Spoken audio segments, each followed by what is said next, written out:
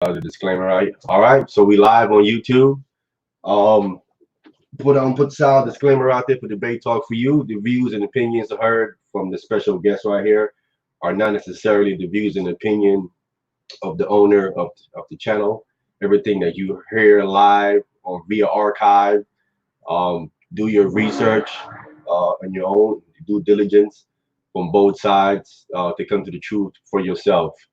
Okay, and with that said, Rabbi Lewis, it is on you, sir. Yahucnanan min shaitan rajim Bismillah ar-Rahman ar-Rahim. I bear witness is no God but Allah, and Muhammad is his messenger. And I seek refuge in Allah from the errors of our own egos. My name is Rabbi Lewis, aka Louis Islam. Probably heard of me from the Soul Debate League or the Cherry Love Show. I'm to be on the panel. Okay, thank you, brother. We also have brother Yahucnanan. Yahucnanan, say some words. Hey, shalom to everybody, man. Appreciate you having me on the panel. Appreciate being able to do this dialogue and discussion today. Hopefully be interesting and be edifying. All right, thank you, brother. I'm Amayan. I'm been moderating this dialogue between Yahucnanan and Prince Louis. They're going to dialogue on is Jesus God?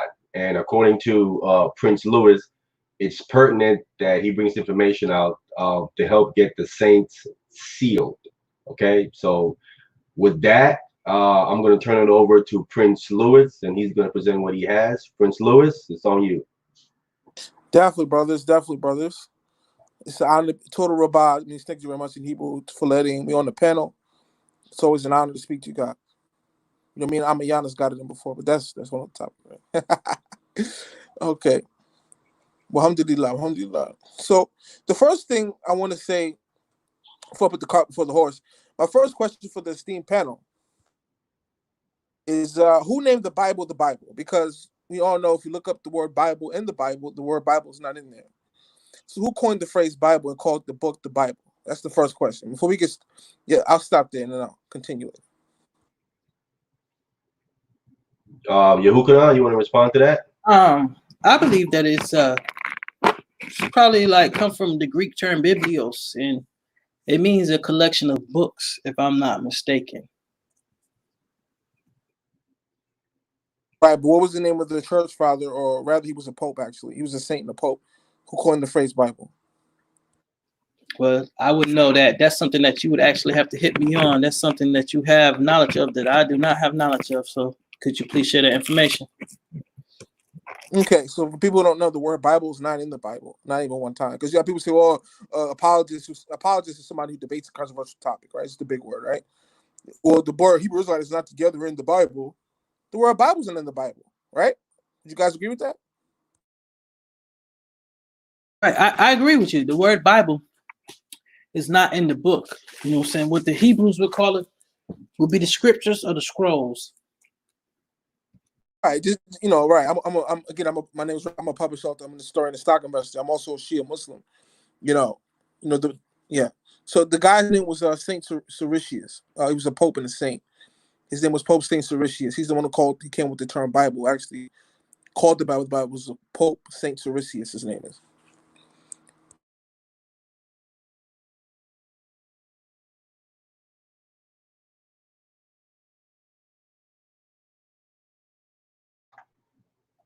Okay, Louis, go ahead, bro. So Yeah. that's what question you have. Yeah, you got some more?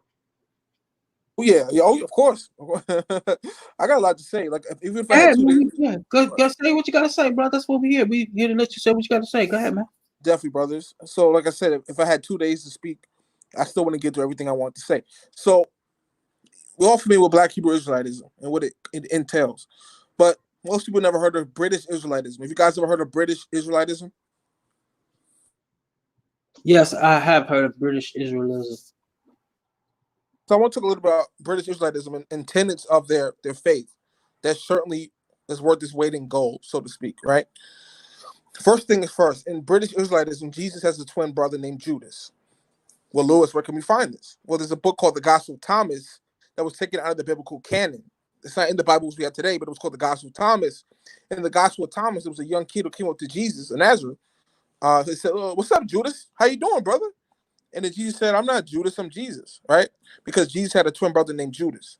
Okay. Second thing, Jesus also had wives and children. He had the famous character in the Bible who was a whore, they say.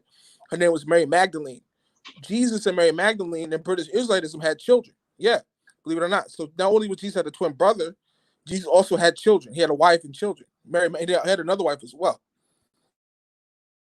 So Jesus had a twin brother in British Israelitism, and he also had a wives and children. In fact, this is recorded in Tacitus's work, The Annals, that Jesus' son married Claudius's daughter. Now, Claudius was the one who expelled homosexuality. Okay, Claudius is the one who expelled the Jews from Rome. Claudius was the emperor. He expelled all the Jews from Rome. It's in the Bible. I think it's in the book of Acts, right? So it tells you in Tacitus' book, The Annals, that there was a guy, Jesus actually had a son with another woman, not Mary Magdalene. He had multiple wives. And him and Mary Magdalene had children together. And to top it all off, Jesus was the king of Britain for a time. So that's some of the tenets of British Israelites that are certainly historical. Jesus was actually the king of Britain. He actually was the king of Britain because Mary Magdalene and Jesus were cousins. And Mary Magdalene's father was the king of Britain. So Jesus inherited the throne of Mary Magdalene's father because him and Mary Magdalene were cousins, blood cousins, and which is permissible in the Torah. You marry your cousin. And he became the king of Britain. The scholars call him Canobeline. You can find all this information in my. I don't want to plug my book. I promise not to, but it's in my book. People want to do more research because I don't have time to get to the whole thing. In my book called Jesus Homosexual, is God and Homosexual Council Creed and Church Records.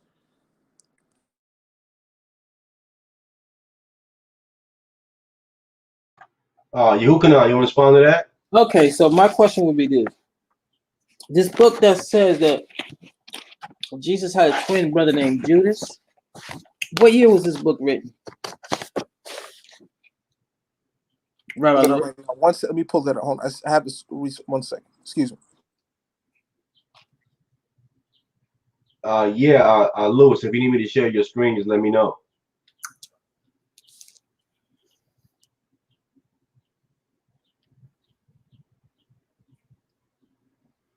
While he's doing that, while he's looking for what he's looking for, I want to say shalom to all the people that's listening out there. Welcome. You having a dialogue with Prince Lewis. Is Jesus God? His thing is that he thinks it's pertinent to bring forth this information to help get the saints sealed. So we're here having this dialogue with him and to see him present this information to show us right.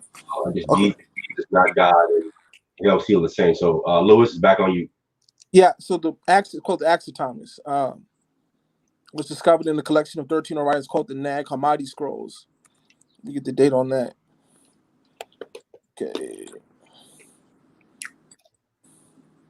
Okay, the Acts of Thomas was written in 154 to 222 by a Syrian named, his name was Bardisana. Can you hear me? Yeah. Yeah, it was written, the Acts of Thomas was written by a Syrian. He was a Syrian guy named Bardisanes from 154 to 222 AD. You said 222 AD? The Lost Acts of Thomas were written by a Syrian guy named Bardisanes from 154 to 222 AD. Okay, so that would mean his information is, I would call pseudo. It's not contemporary because he wasn't around during the time of the Messiah. So that would, to me, his information is invalid. Now you said something about Christ having a wife, having children. Now where did you get that information from? I mean, even in Isaiah 53, it talks about the suffering servant, right? Parenthetically speaking. It says that Jesus would see his seed. It tells you that he had children. And if you look at the word seed there, it means offspring. So it tells you that he had offspring. It's because he will see his seed. And that's the hermeneutic that the apologists say, well, look, this can't be talking about Jesus because it says Jesus didn't have any children. And that disqualifies him from fulfilling Isaiah 53. But hold on, brother. But he did have children. When it tells you in Isaiah 53, he will see his seed. Go ahead. Well, you got a problem there because the children that he has are the children that the Most High gave him. That's why he has children. So let me take you somewhere. I'm gonna pull up. Let me I'm gonna read it to you when I get it. Hold up. But Isaiah, you can if you need to share your screen to show the other people, you know, we can do that too as well. yeah, hold on. Let me get it. It's in one of my PowerPoints I'll have for a Trinity debate. So what it is Christ had children. He didn't have children that he birthed. The Most High gave him kids, because we see this also written in Hebrews that the Father would give him children to be a sign and a wonder to the nations as a symbol. And I'm going to pull up for you. Hold up. Just bear with me 1 second as I pull up the chapter in Isaiah.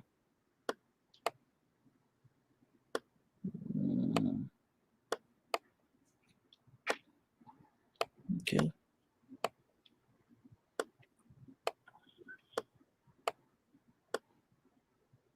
Hold on. Bear with me. I'm about to find it. Hold on. Just bear with me. Take your time, bro. Take your time. While you doing that, again, just anybody just coming in, just having a dialogue with Lewis, Prince Lewis, about his Jesus God.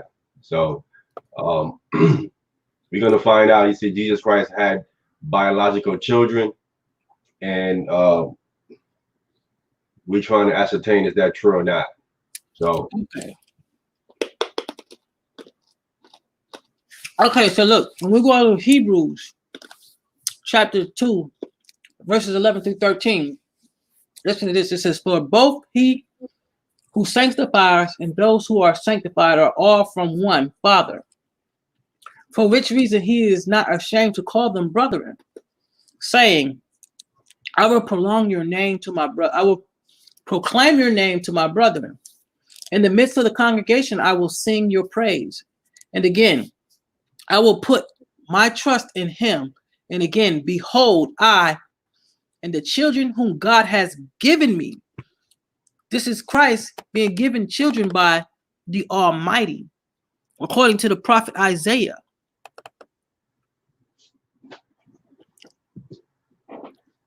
So this is why he would be called Wonderful Everlasting Father. It's because the Most High gave him children. Not that he bare children from his own. Most High had given him children by adoption. And you can see this in Hebrews 2, 11 through 13, which is actually quoting the prophet Isaiah. So I yield on that one, unless Lewis wants to bring up another point. You said something about Christ being married. Lewis? Yeah, man. So let me. Are you done? I don't want to cut you off. I'm listening to everything you say. No, so you said something about Christ being married as well, right? Yeah, him and Mary Magdalene, who is a famous character in the biblical narrative, had children. He had multiple wives. Hold on, let me prove that. Hold on. Wait. You quoted it. Lewis, let me cut it right quick. I want to make sure that each point is thoroughly hashed out. Now, Yahucnanan came back and he rebutted what you were saying about the Messiah having children. I mean, do you agree with what he said? Because he brought out clear that the Most High has given him children. Do you agree with what is written there in Hebrews, or do you disagree with that? First of all, the scholars can't come to a consensus of who wrote Hebrews.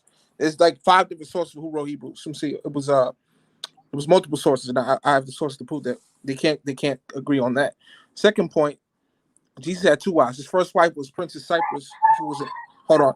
Wait. Let's one point at a time. Let's deal with the point with the children. So you're saying that what Yahucnanan brought out is not valid because they can't ascertain who wrote Hebrews?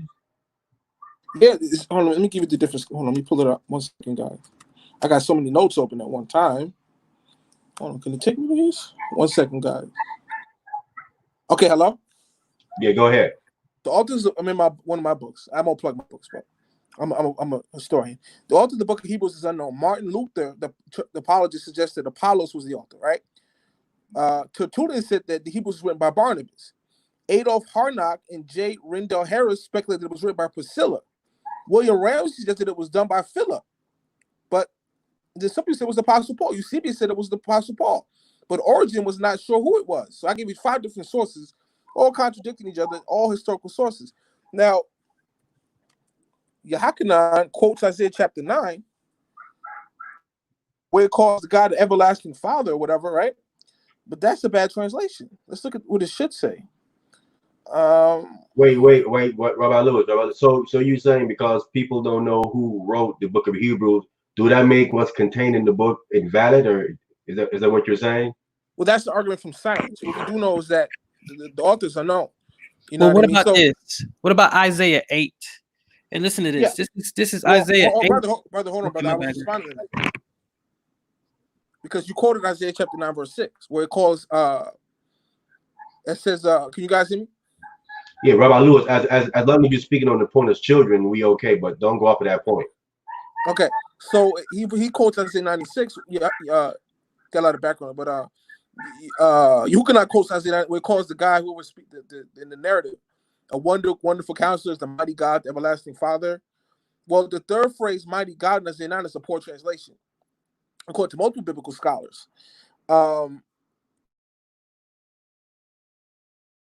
It should be translated as mighty hero or divine hero. But the term everlasting Father, Almighty God, and all that has been proven to be bad. In fact, there's a Bible by Martin Luther and a guy named James Moffat actually translates the word mighty God as divine hero. Somebody who's like a hero, not an actual God. And that translation is found in the most ancient translation from Martin Luther, who had his own Bible, and then another scholar named James Moffat. Yeah. Okay, so what I was going to say is this, because Hebrews is actually quoting a prophecy written in Isaiah. So listen to this. This is Isaiah chapter 8, verse 16. I'm going to read all the way down to 18. It says, listen, bind up the testimony, seal the law among my disciples, and I will wait on the Lord, who hides his face from the house of Jacob, and I will hope in him. Here am I and the children whom the Lord has given me. We are for signs and wonders in Israel from the Lord of hosts who dwells in Mount Zion. So the children that was given, and I believe this is a prophecy talking about Christ, the children, they were given to him to be a sign and a wonder to the Israelites. So how do you reconcile that? Because now we see that this quote is not just from Hebrews. This quote is actually from Isaiah. Right. Okay. Two things. The scholars say they don't know who wrote Hebrews. Isaiah from chapter 50 to 66 was added later. That's also an historical fact. I'll give you this proof for that. Third point, Jesus had a wife. It's a book by Tony Bushby called The Bible Fraud, which is a must read. He shows that Jesus had two wives. His first wife he had a real wife, Jesus Nazareth. A princess named Cyprus. Rabbi Jesus and Cyprus had 5 children together, 3 boys. Their name was Admius, Goderius, and Carda. That was the name of Jesus' 3 sons. He had 2 daughters, named Eurygreen and Gladys. Okay. In fact, there's a book called The Gospel of Mary, which was taken out the biblical canon, that said Jesus loved Mary and that they used to kiss on the mouth, right? And that's also in the book called The Gospel of Philip. All right. So the narrative of Jesus having wives has been removed from the Bible today. There's a scholar named Morton Smith. He's a professor of ancient history at Columbia University. He found a document at a monastery in Jerusalem in 1958, which revealed the evidence that Jesus had children. And this was taken out of the biblical gospel at the church to create the 5th Ecumenical Council in Constantinople in 553. So, in a nutshell, the fact that Jesus had children was taken out of the Bible. And Morton Smith, who was a professor of ancient history at the Columbia University, found the ancient documents where Jesus had children and wives. Checkmate. So where's it in the Bible, Lewis? They took it out of the Bible. And the scholar Morton Smith found the documents in Jerusalem in 1958, proving that he had wives and children, that they took it out of the canon. The biblical scribes, redactors, took it out of the canon. This is confirmed by Morton Smith's work. Go ahead. Well, show the proof. If you're saying this, then you need to present these documents because, first of all, everything that you're talking about, they're not contemporary during the Messiah's time. So all of that is pseudo. You understand what I'm saying? That's all pseudo and basically what they would call Gnostic gospels. You understand what I'm saying?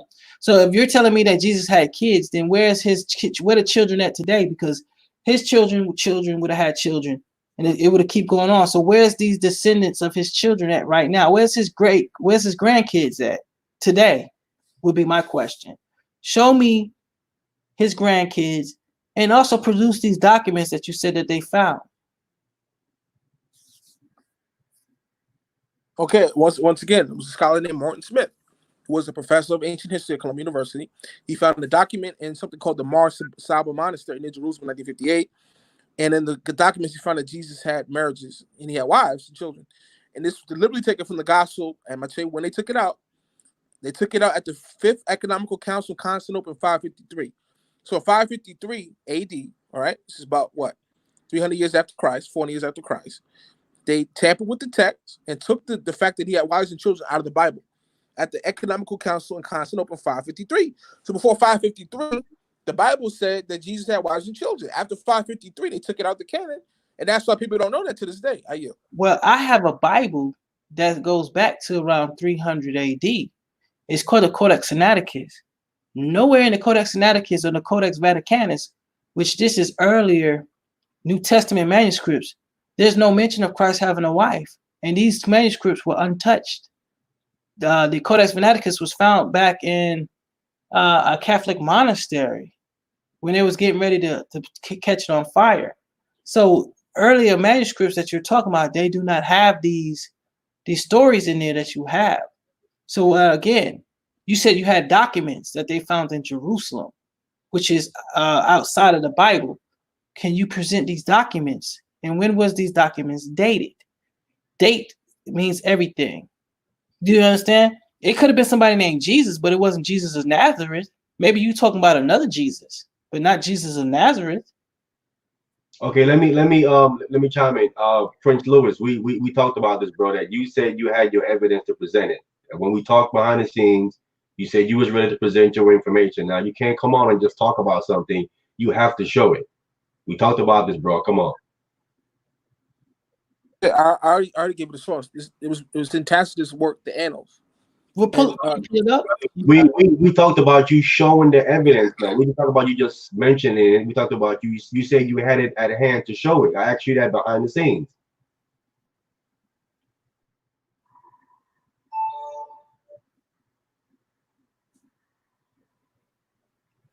Come on, bro. We talked about this, man. We talked about you showing the evidence, and you said you had the evidence ready to show it. Now, if you're not going to show the evidence, bro, you have to concede to that point, because I mean, who's going to just take your word for it? You ain't showing anything. Yahucnanan is reading out the text that God gave him children, bro. Not that he birthed him, he birthed a child. Now, if you cannot show the document, bro, you have to concede to that point. We move on to the next point. Okay, no problem. I got the source. I had to find it because I got 5 different books open at one time. So excuse me. Okay, first of all, the first council to canonize the Bible was the Council of Laodicea in 360 AD. 360 AD was when the Council of Laodicea was when the first Bible got canonized. That's 360 AD. But only 367, 7 years later, under Pope Damasus, was a great effort done to form a Bible. The Bible was not canonized to 367 or 360 to 367 AD. The Bible was not canonized to 367 or 360 AD. Second point. Well, give me the source, Lewis. All right. No. We want you to show it. No, stop quoting it. We need you to. I screen share it. I can share your screen, bro. We need to see it. If not, we move on to the next point, bro. Well, again, I can't screen share, but I'm on the phone. But Cardinal is a cardinal named Caesar Baronius. Caesar Baronius was considered the most outstanding historian of Roman Catholic Church history. In fact, they wanted him to become pope, but he turned it down twice. But his name was Cardinal Caesar Baronius.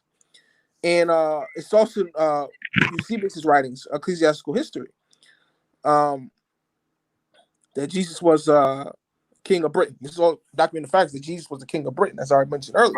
Rabbi Lewis, bro. We are going to the next point. We're not doing that. We're going to the next point. You have another point? Okay. We're not getting anywhere with that, bro. We're not going in circles with that. The next point. Yeah, right. Definitely. Okay, go ahead. Okay, let me ask you a question. So what is your idea of God? What is your definition or your paradigm of God, the word God?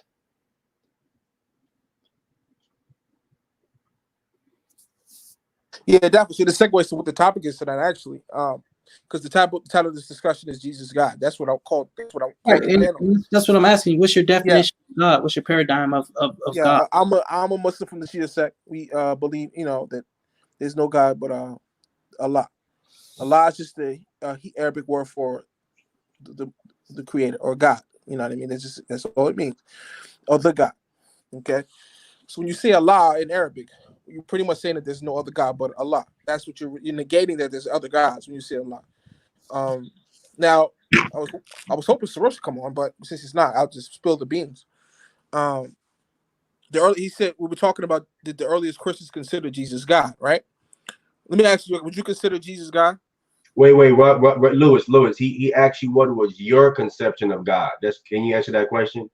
Yeah, no problem. So the earliest church historians certainly believed that Jesus was God. I agree with Cyril with that. They all agreed unanimously that he was a God or divine. But what they all disagreed about was the crucifixion. So they all believed Jesus, yeah, he was a God, he was divine.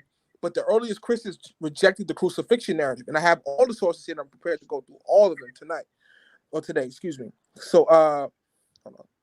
So like I said, so the earliest Christians Red is definitely correct. Let me stop you right there. Hold up, Go ahead. Louis. Let me because you answering and you're not answering my question. So let me explain. For me, God it can mean a creator. It could mean power. It could be a judge. It could be an angel. It could be a ruler. You understand what I'm saying? So these are my paradigms, and these are my my idea of God. You understand what I'm saying? I want to open up with John chapter 21, verse 25, so I can pull that. I'll read, but somebody pull John 21, 25. Get it started so you can get the ball rolling. I'll pull it. I'll pull it. I'll screen share it. Rabbi Lewis, I want to say before we go on though, sir. If you ask a direct question, please don't quote what someone else thinks or what they're saying or nothing else. We want to hear from you what your definition of it is. Can we please stick to the question, okay? No problem, brother. I know you do it at debate talk for you. We raise the standard of scholarship. Okay. Definitely, brothers. So even the Bible. I'm just saying, because from here on out, I'm dead serious. If you're not sticking to the questions directly, I'm gonna have to move on to the next point, man, or mute you or something. I'm gonna share this for you. No problem. So the Bible, yes, definitely, brother. Definitely, brother. So even the Bible says that everything didn't make the Bible. You guys know John 21, 25? Okay, you want St. John chapter 20, verse 25? John 21, 25. Because even the Bible says that everything didn't make the Bible. All the writers didn't make it. Let me pull it up for him. John, hold on. Let me go there. Blue. I got it right here. John 20, verse 25. John 21, verse 25. John 21, verse 25. Okay. Maybe if you could screen share that, if that's not too much to ask for people to look at it. I'll do that. John 21, verse 25. I'll screen share it 1 second. I'll screen share it.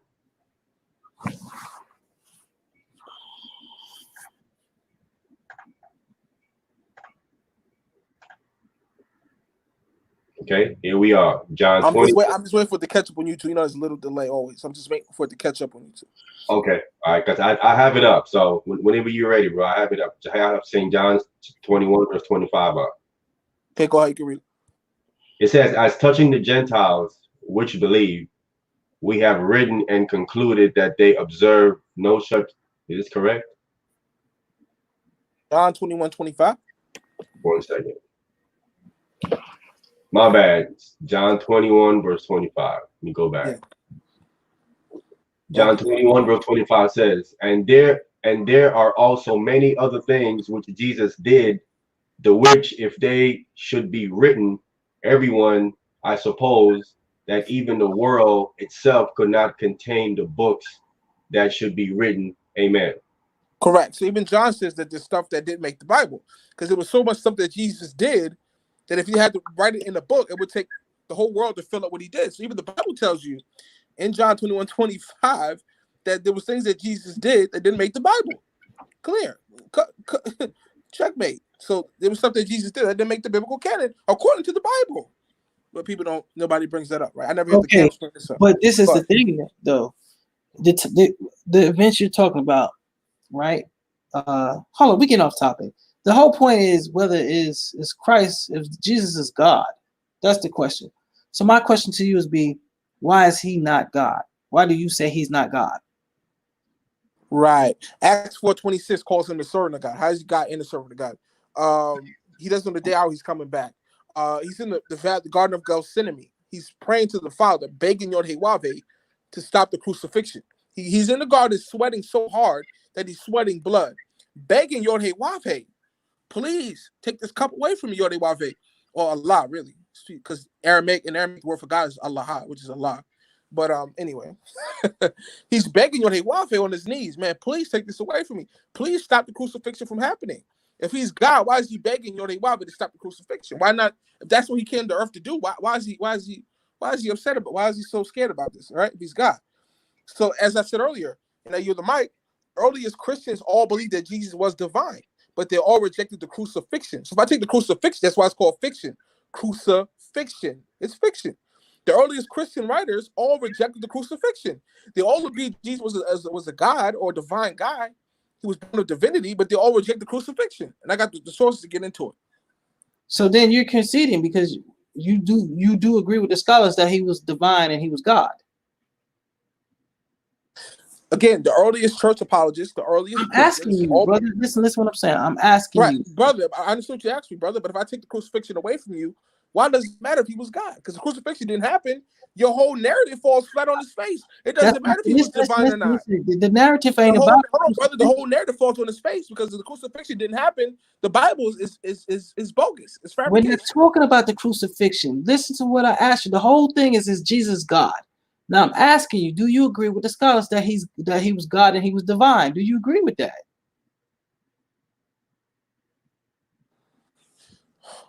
I believe that Jesus of Nazareth was the son. I don't believe this. I know this based on sources.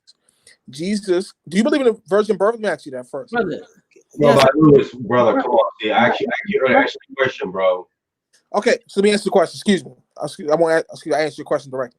He was the son of Emperor Tiberius. I don't believe in the virgin birth. He was Emperor Tiberius. There was an emperor named Tiberius, and this is why the Bible calls Mary a virgin, which means it's got the word Alma, got the word Betula. One means a young maiden.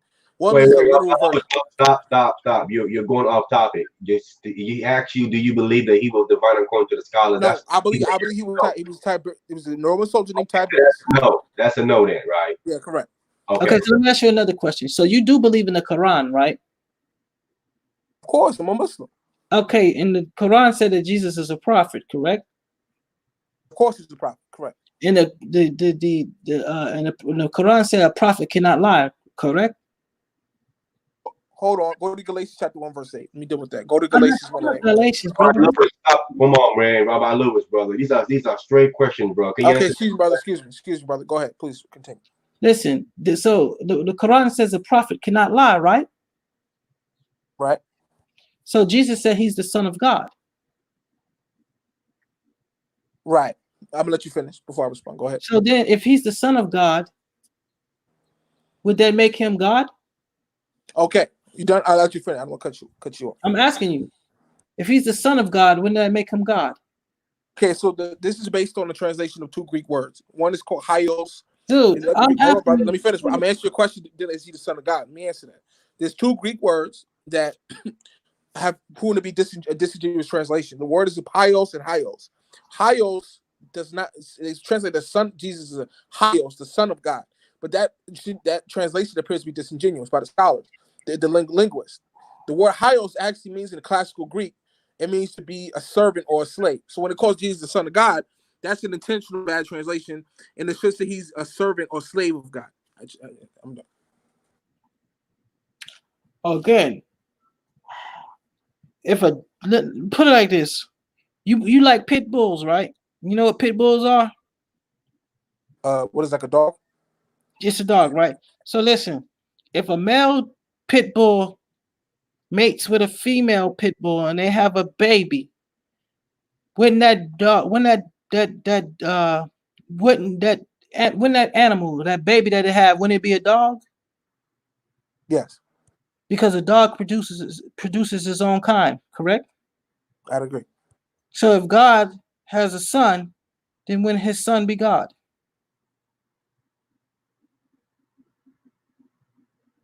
Right, but in Islam, Allah doesn't beget nor is he begotten. He doesn't have children. He doesn't have sex intercourse. He doesn't beget, nor is he begotten. So it's a loaded question. Well, see, Jesus said that he was begotten from the Father.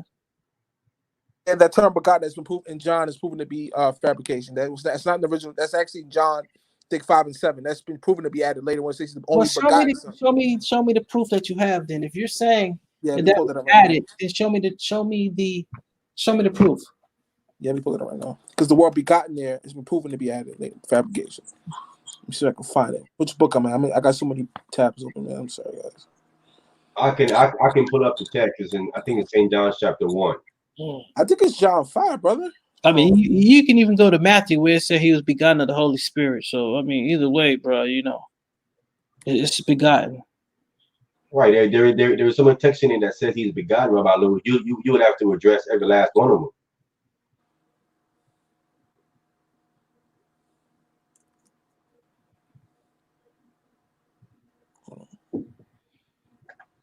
I got like 20 tabs. If you need me to pull it up for you, Louis, I can pull it up for you in 1 John 5. I can pull it up for 2 John 5. I can pull it up for you.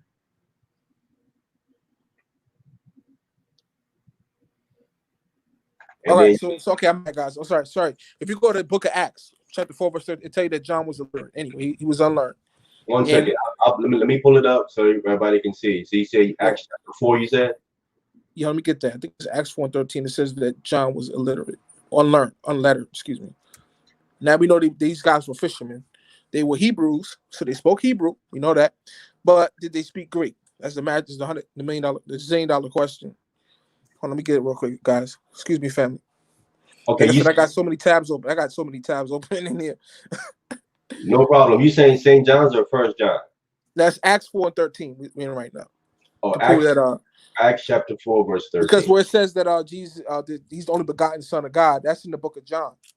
Which John has so many issues in it. I mean, we can go on all night with that.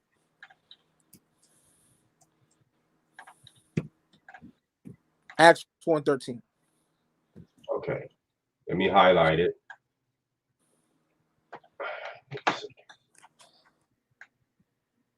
Acts chapter 4, verse 13. It's now when they saw the boldness of Peter and John and perceived that they were unlearned and ignorant men, they marveled, and they took knowledge of them that they had been with Jesus. Yeah, so apologist scholars like Bart Ehrman, for example, he's a PhD in Testament studies, said that John was illiterate. He didn't speak, he couldn't read or write. He was a Hebrew, but did he speak? The magic question: did he speak in Greek? Because the Bible was written in Koine Greek. So if he couldn't speak Greek, who wrote his material? Second point, now you the floor. Let's go. According to the Second Peter Britannica, which of course is credible as any source, and it said the Gospel of John is undoubtedly fabricated. That John is a fabrication. So only but Gospel of John. Okay, I yield the mic there. So John has been proven to be a fabrication. The entire book has been proven to be bogus. So if you go into the Gospel of John for any help with this topic, you're gonna fall short. Okay, so you have to show some kind of proof or evidence that this guy's whole work is done. I mean, you can have a translator. He might not have spoken Greek or written Greek. It's a such thing as translators. The reason why he decided to translate it in Greek was to get it to the other Israelites that were scattered out who spoke Greek. So your claim is irrelevant. Everything you're saying is basically irrelevant. I mean, could a normal man make a person rise from the dead? Rabbi Lewis. Didn't Jesus of Nazareth give the power to the apostles to raise the dead, heal the sick, kill the blind? He gave them the spiritual power to do what he was doing. So what are you talking about? Can a regular person do that? The apostles were regular dudes, and they were able to do all that stuff. Mm-hmm. But who gave them the power? According to the narrative, it was Jesus of Nazareth who gave him the power. That's true. I agree with that. Right. So before, he was the only person that was doing this, right? Besides the prophet Elijah, who raised somebody, or Elisha, who raised somebody from the dead. Christ was raising people from the dead, right? Could a normal man do that? You said yes, only because they was given the power by Christ. Could a normal man walk on water? Okay, all right. So obviously we don't know our book. All due respect, I respect his. Yeah, I don't mean any disrespect. We don't. Mark, the book of Mark tells you that Gospel Mark, that Jesus could not even do anything in his hometown. He had no power to do miracles in his hometown. It twisted and turned it. It said because they had a lack of faith, is why he just Hold did on. miracles. Hold on. Mark also says that when Jesus tried to heal a certain blind man, he was not healed after the first attempt, and he had to try a second time. That's Mark chapter 8, 22 to Pull 26. that up. Please pull that up. I want to pull that one up, Amion. Yeah, I think it's Mark 8, 22, 20. It says that he tried to heal a blind man. He was not healed after the first attempt, and Jesus had to try the second time. So if he had to try the second time, how's he got? He couldn't even heal the blind. I don't believe that one. You show me. That's something new. Can you pull that up? Pull up that text that he's talking about. That's Okay. Mark chapter 8. Mark chapter 8, verse 22 to 26. Okay, Mark chapter 8, verse 22 to 26. Correct. All right, let me put it up.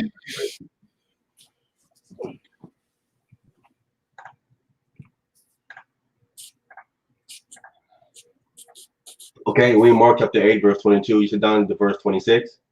Correct. Come. Say, and he cometh to Bethsaida, and they being and there bring a blind man unto him, and besought him to touch him. And he took the blind man by the hand and led him out of the town. And when he had spit on his eyes and put his hands upon him, he asked him if he saw aught. And he looked up and said, I see men as trees walking. After that, he put his hands again upon his eyes and made him look up, and he was restored and saw every man clearly. Verse 26. And he sent him away to his house, saying, neither go into the town nor tell it to any in the town. That's verse 26.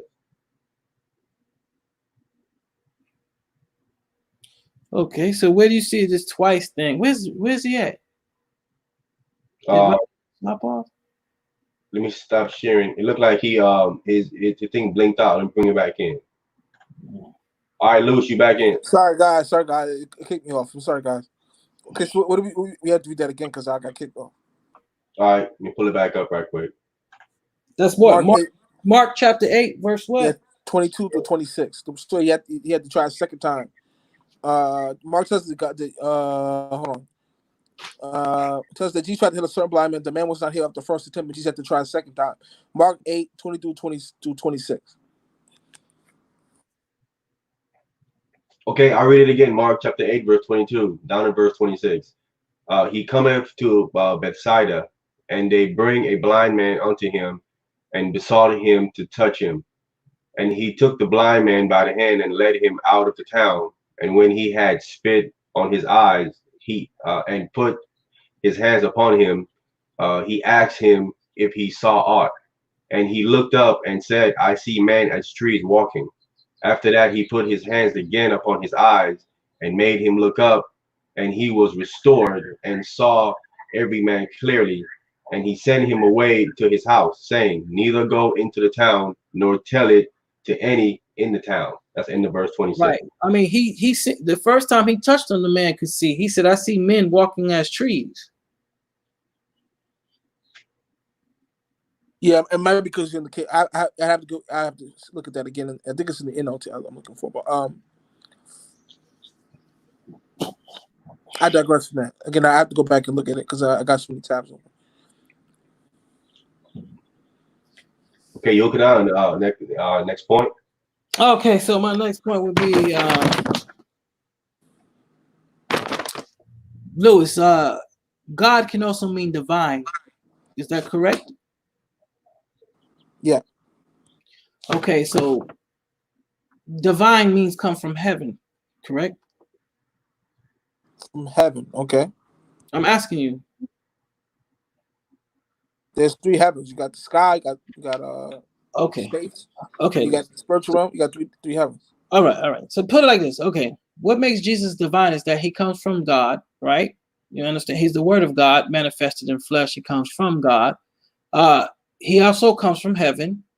and he's also come in. He's also dwelling in heaven, so that makes him God. Come in.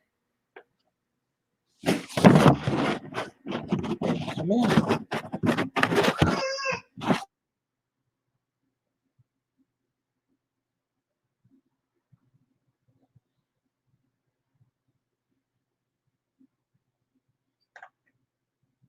Okay, look like Yahucnanan. Yeah, give me a second. I'm talking with my wife and kid for a second. Hold on. Okay, no problem. I'm gonna speak to Lewis real quick. So Lewis, do you have any more sources or information that you can bring forth to show that Jesus is not divine or not God? Of course. Okay, what do you have?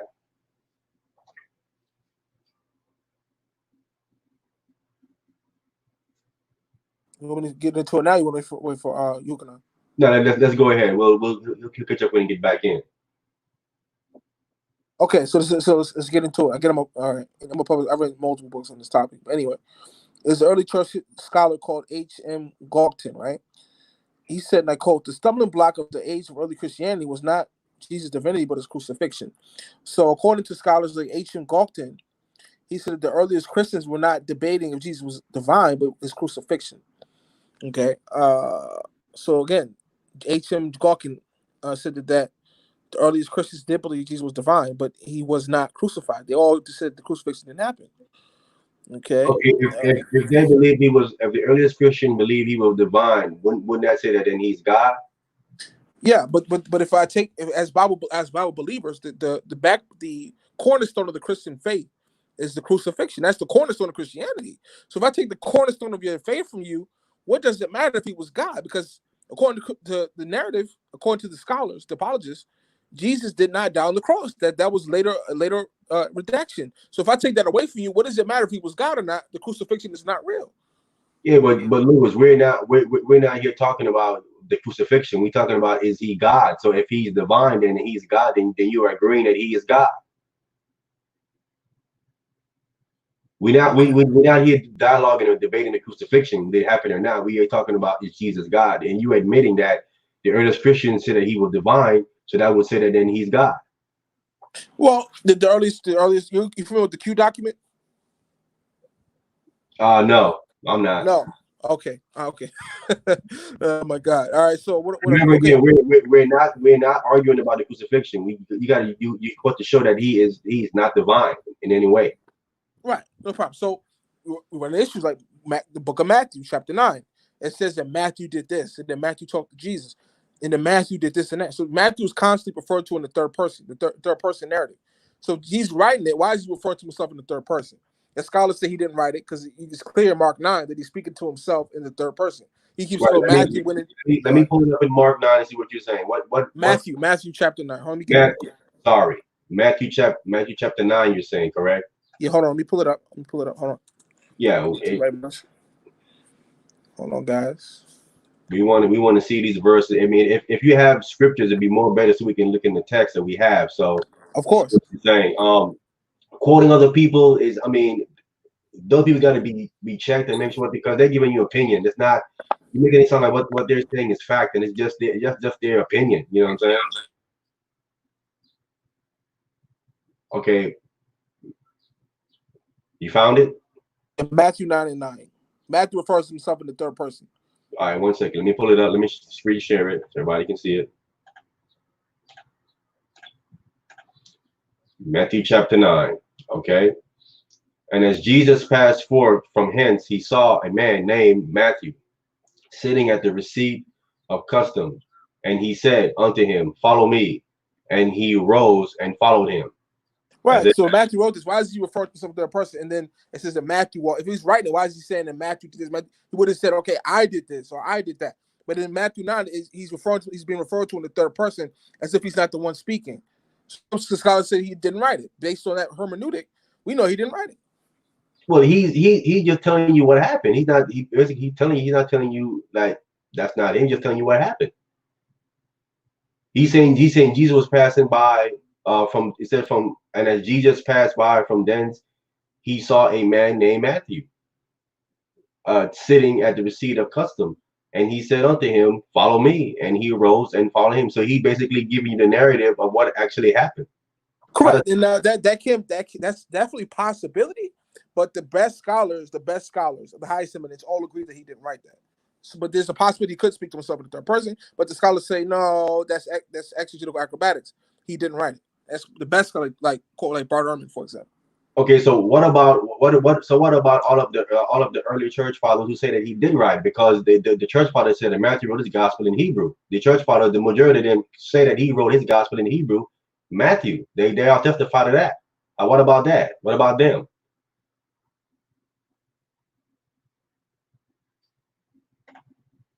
Problem. Hold on a second.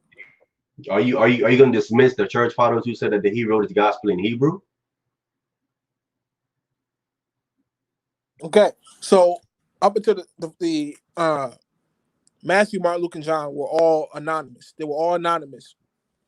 They didn't attribute it to Matthew, Mark, Luke, and John until the 4th century.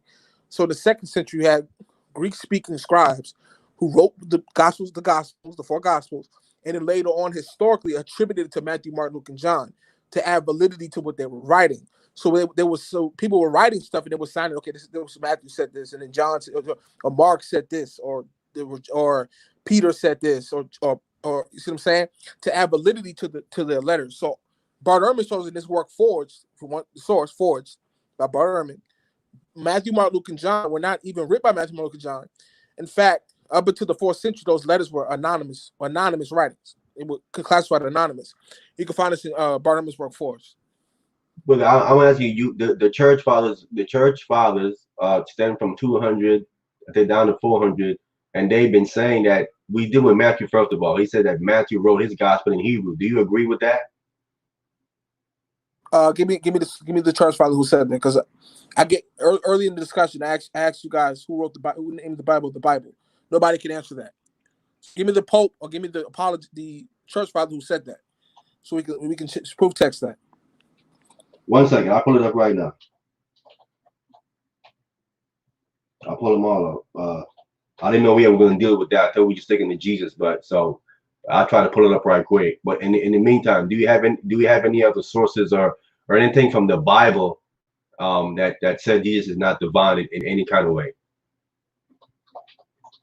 Yes, hold on.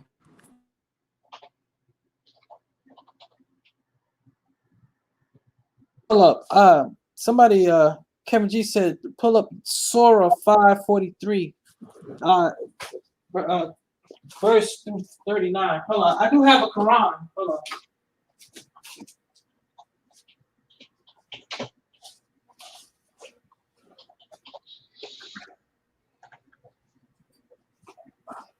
on. Dang, where's my Quran at?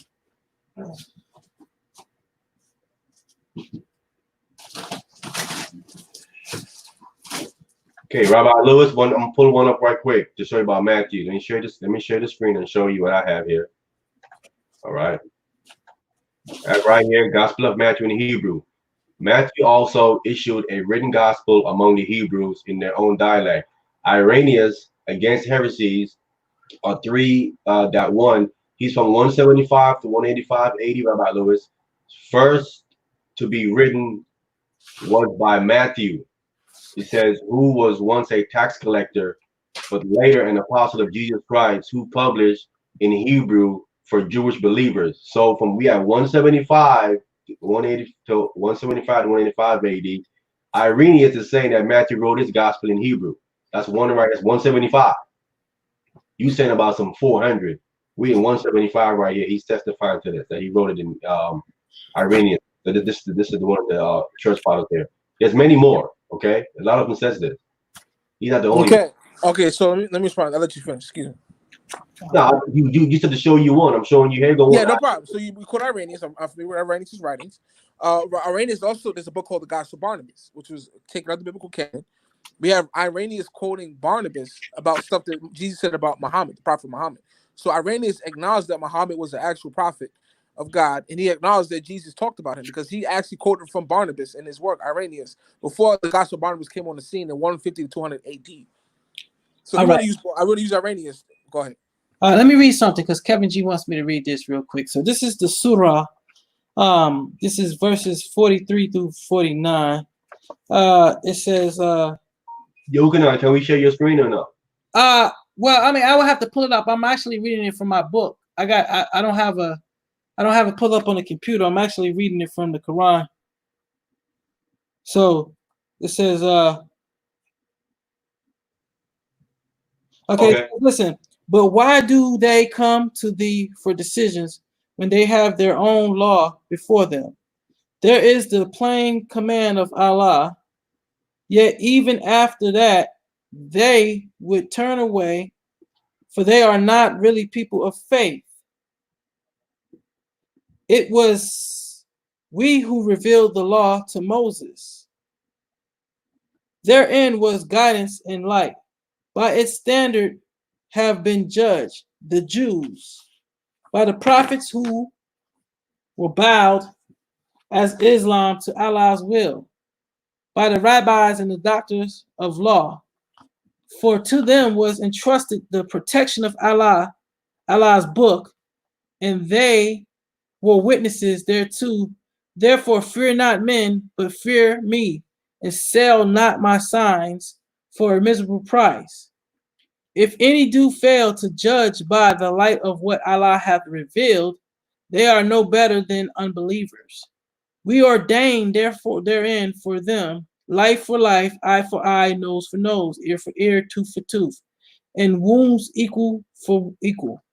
But if anyone remits the retaliation by way of charity, it is an act atonement for himself. And if any fail to judge by the light of what Allah hath revealed, they are no better than wrongdoers. And in their footsteps we sent Jesus, the son of Mary, confirming the law that had come before him. We sent him the gospel. Therein was guidance and light, and confirmation of the law that had come before him, a guidance and an admonition to those who fear Allah. Let the people of the gospel judge by what Allah hath revealed therein. If any do fail to judge by the light of what Allah hath revealed, they are no better than those who rebel. It says, to thee we sent the scripture and truth, confirming the scripture that came before it, and guarding it in safety. So judge between them by the Allah hath revealed, and follow not their vain desires, diverging from the truth that hath come to thee. To each among you have we prescribed a law in an open way, if Allah had so willed. He would have made you a single people, but his plan is to test you in what he hath given you. So strive as in a race in all virtue. The goal of you all is to Allah. It is he that will show you the truth of the matters in which ye dispute. This is the last verse. And this he command, judge thou between them, but what Allah hath revealed, and follow not their vain desires, but beware of them, lest they beguile thee from any of that teaching which Allah has sent down to thee. And if they return away, be assured that for some of their crimes, it is Allah's purpose to punish them. Most men are rebellious. Thank you for that, Kevin G. So do you understand that? Okay, good. Go to Surah Al-Baqarah, verse 47. Go to what now? Surah Al-Baqarah, chapter 2, ayat 47. You said Surah 2? Surah Al-Baqarah. So is it Surah? I don't understand, because I don't have the other. I have the Quran. I don't have the Hadith and all that now. Yeah, that's in the Quran, brother. Surah Al-Baqarah, Surah the cow. What surah is you talking about? Is it Surah? You don't know what I'm talking about. Okay. It's the second Surah, verse 47. That's what I'm saying. You keep saying Surbaka. I'm like, is it the Surah? Surah what now? Surah 2:47. Okay, Surah 2:47.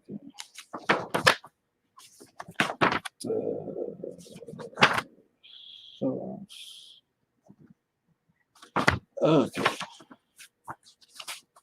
Okay, Surah 2:47. Children of Israel, call to mind the special favor which I bestowed upon you, and that I preferred you to all others for my message. Okay. Yeah, so even the Quran, as you just read, Holy Quran, Allah, as what y'all said, remember, O children of Israel, your favor I bestowed upon you, and I favor you over all people. But you want to look over that. So even the Quran confirms that God chose Israel. But the Quran also confirms that the gospel is true, though. No. According to the Yes, it scholars, did. when From they what I mention read, it confirmed that the yes, gospel is correct, true in brother. the Quran. Yeah, right. But that gospel that you have today is tempered. The gospel that they were reading from. Let's do that. Let me make this clear. Right? Can you hear me? Hello. Go ahead, say your piece, bro. Definitely, guys. Excuse me. So there's something called the RSV Bible. The RSV Bible was written in 1971, I think, 1952, and those scholars had access to documents that the KJV scribes didn't have access to.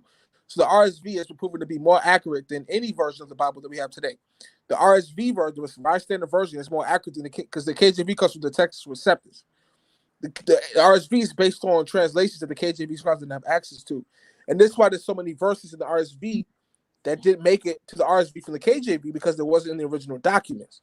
So in a nutshell, the RSV scribes wrote a book called the Revised Standard Version in 1952, and there were verses from the older Bibles that were in circulation, like the KJV from 1611, that didn't make it. So many verses didn't make it to the RSV because they were not in the original manuscripts the RSV scribes had. So the Bible is undergoing so much redaction and editing that it's not even funny. You know what I mean? Even the RSV version, which is more accurate than the KJV, has been proven to be more accurate than the KJV. And there's so many verses from the KJV that didn't make it to the RSV because they were not in the original manuscripts that the RSV scribes had access to. So the KJV is totally bogus. All the verses are not even in the original documents. I'm talking multiple verses. John 2:17, John 4. I'm talking about like 100 different verses that didn't make it. And Yahucnanan? Oh no, go ahead. It's irrelevant. Everything he's claiming. He's claiming stuff. You're not showing no proof, bruh. Like you're just making statements with no proof whatsoever. all right, so let's give some proof. Go to RSV. Hold on, you pull it up. I'm in my book. Okay. All right. I'll trump you one better. You go into the RSV, which was written in 19 something, bro. Let's go to the Codex Vaticanus, which is written like 300 AD. That's what I'm saying, bro.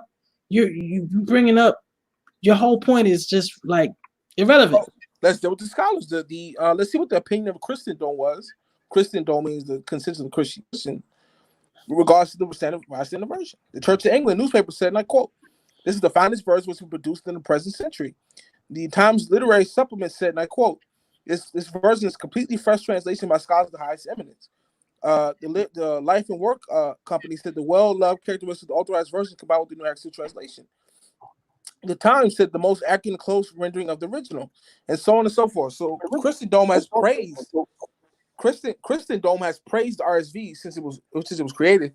Multiple scholars have praised its prose, so to speak, and how accurate it is. And I can say more, but I'll stop. Rabbi Lewis, do you have a problem? Do you have a problem with Codex Sinaiticus?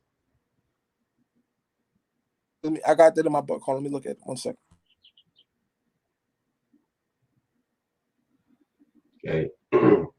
while he's doing that, Rabbi Lewis, if you can like give us some verses out the Bible, out the Gospel, out the Torah, the Old Testament. Can you do that? Because I mean you're quoting different things. And I mean but you're not showing us anything. We need to see some stuff. I'll come back. Okay, so the Codex Sinaiticus was discovered. You know, let me ask you, who discovered the Codex Sinaiticus before we get started? Because if you don't know that, Rabbi Lewis, you was asked the question. You need to answer the question before you ask. Okay, no problem. So the guy who discovered the Codex Sinaiticus is in my book. It's a guy named Liebergott Frederick Constantine von Tischendorf, right? Again, his name was Liebergott Frederick Constantine von Tischendorf. He discovered the Codex Sinaiticus, okay? His name was Liebergott Frederick Constantine von Tischendorf. He was one of the most eminent conservative Bible scholars of the 19th century. He was also one of the staunchest, most adamant defenders of the Trinity that history has ever known. One of his greatest lifelong achievements was to discover the oldest biblical manuscript known to mankind called the Codex Sinaiticus. Okay, so let's see what he had to say. Okay, hold on. Okay, that's in my other book. 1 second. Can you guys hear me? Yes. So he's the one who discovered it. You guys might know that. Now let's see what he had to say. For my other book, because I got his work here. He actually said that the Trinity doctrine is false. That those translations are false. Let me pull it up. Hold on. I gotta find There's it. no Trinity mentioned in the Bible. So what are you talking about? There's no Trinity mentioned in the Bible. There's never been a Trinity mentioned in the Bible. There's no Trinity mentioned in the Bible. Never. Let's put it up. Hold on. Wait, Rabbi Lewis, the question is, do you have a problem with the Codex Sinaiticus? Do you? 1 second. 1 second, fam. Because hold on. I want to do it one thing at a time. 1 second. 1 second. 1 second.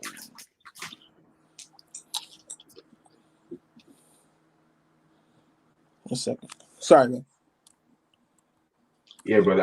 I thought you was on your computer, man. So you can go ahead and screen share and show this stuff. You know what I'm saying? So being on your phone is not. You know what I'm saying? Okay, I found it. Okay, I'm back, guys. Sorry about that.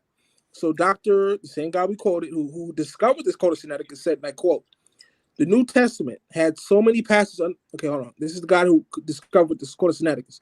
I'm quoting his work. He said, and I quote, "The New Testament has in it so many passages that have undergone such serious modification of meaning, it leads us to the painful uncertainties what the apostles had actually written." Let's read that again. The guy with the Codex Sinaiticus, he said, and I quote, "The New Testament has in its many passages undergone such serious modification that it leaves us some painful uncertainty as to what the apostles are actually written." So he even said the Bible has undergone so much editing and redaction that it's crazy to even know what they were actually really saying.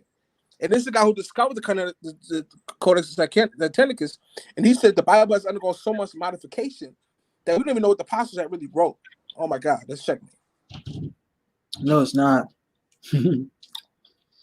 Because they did comparative studies, and they dang near line up with all the manuscripts that they do find.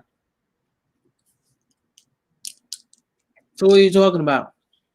I just gave it the guy who discovered the Codex Sinaiticus. He's the one who discovered it in the 19th century. But He said that the Gospels. Rabbi Lewis, you still not answering. I'm asking you. Okay, you're reading what the guy that found it saying. I'm asking you, Right. what is your conclusion to the Codex Sinaiticus? Are you saying that it ain't worth nothing? It's no good? I write so much I have to go back and look. Hold on a second. The Codex does have errors in it. Yeah. Okay, so there is errors, but there is truth in it, correct? Truth and falsehood strangely mixed, brother. Of course, there's truth in it. Okay, so the part of it that talks about Jesus being the Son of God, being divine, do you believe in those verses? No, hell no. Excuse my language. Can't curse. Excuse me. No way. No, those verses have been proven. Yeah. Yahucnanan? Well, I mean, if he don't believe it, hey, that's his choice. You know what I'm saying? But to say his argument about the book being tampered with the way that he's arguing with it is irrelevant. You either believe or you don't, bro. I can't make you believe, but you haven't brought no evidence of your paradigm.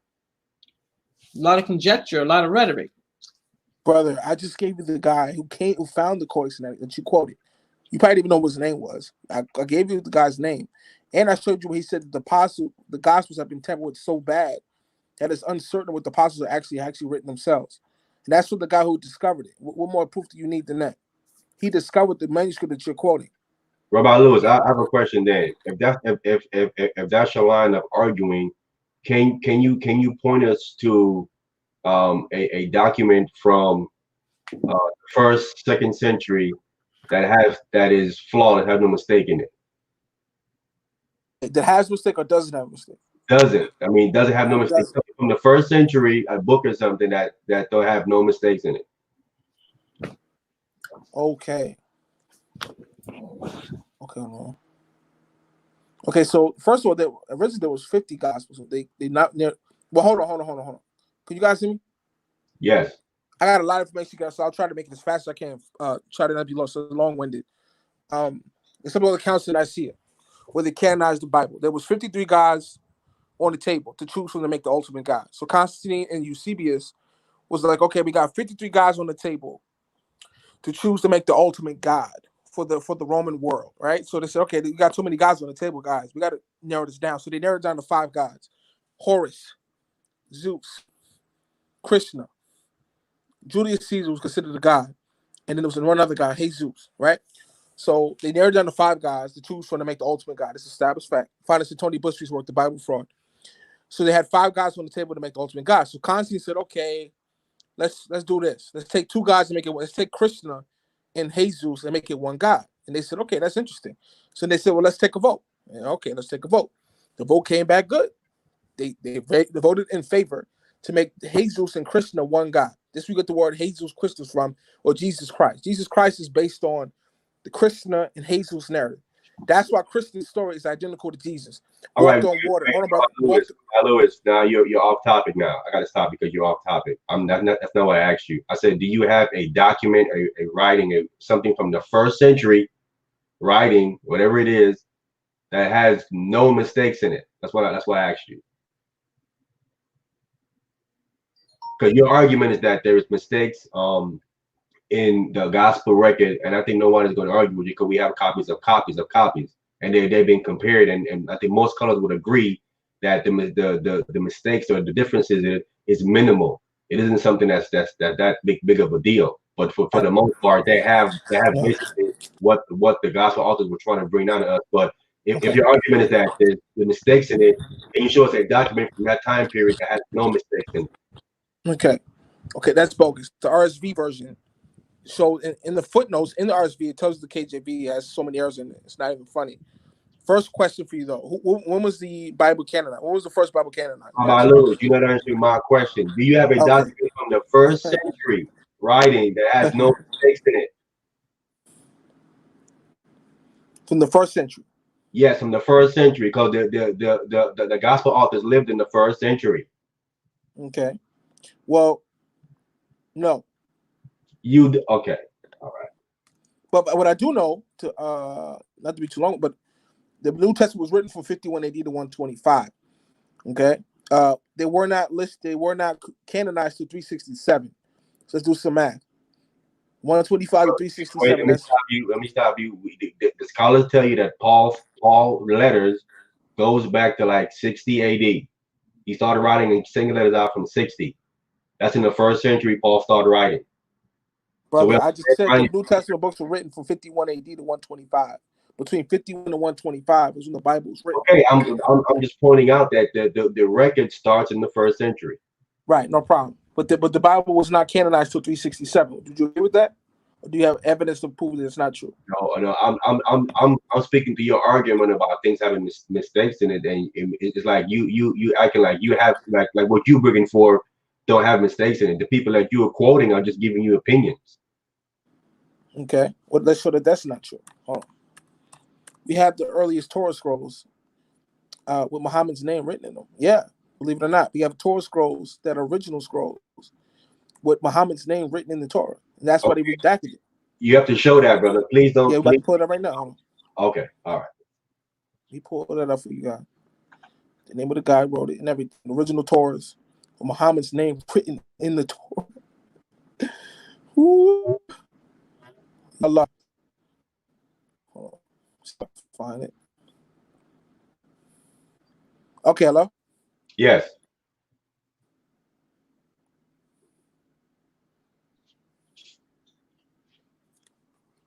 One second. Yeah, I want to put it up to where in the Torah so I can pull it up from the Hebrew so we can read it from the Hebrew. What you're saying is true.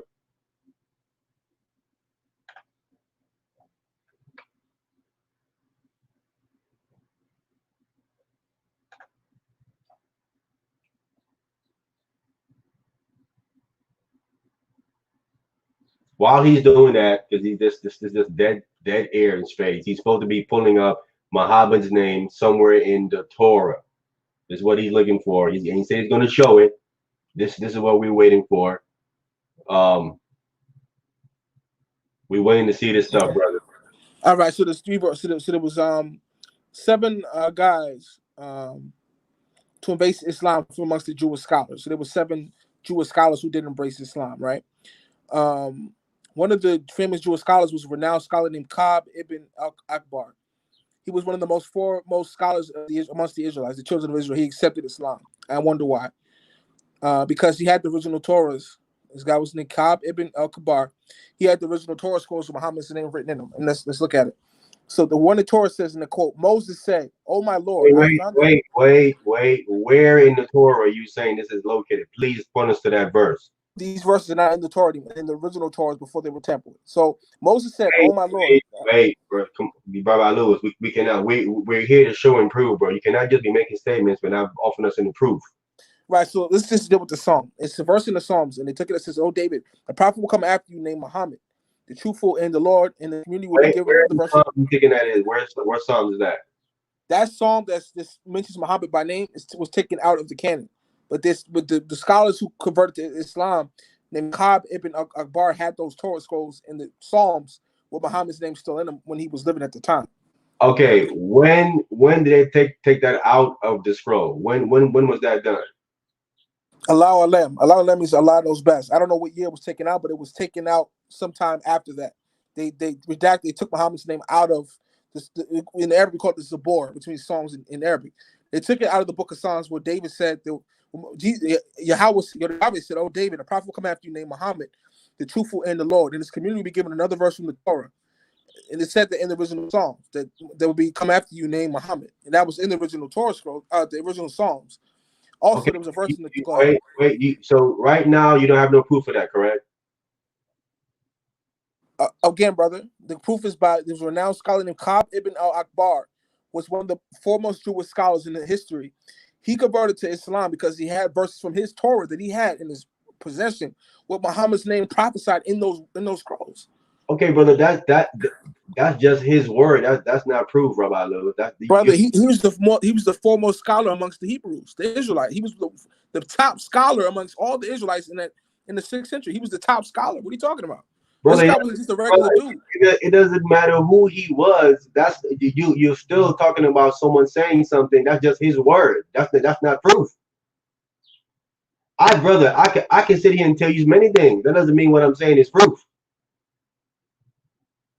Right, and I'm not taking anything away from you because you guys are intelligent. Debate Talk is a very intelligent audience, but I don't think you're the foremost scholar amongst Israel. I don't think nobody considers you. Well, Yahucnanan is the foremost scholar amongst the whole Israelite nation. This guy was the most foremost scholar amongst the Israelite nation. He was the top guy, man. He wasn't a regular guy. I got you, brother. So if I go pull up another top scholar, Jewish scholar that says that guy right there is lying, then what does that mean?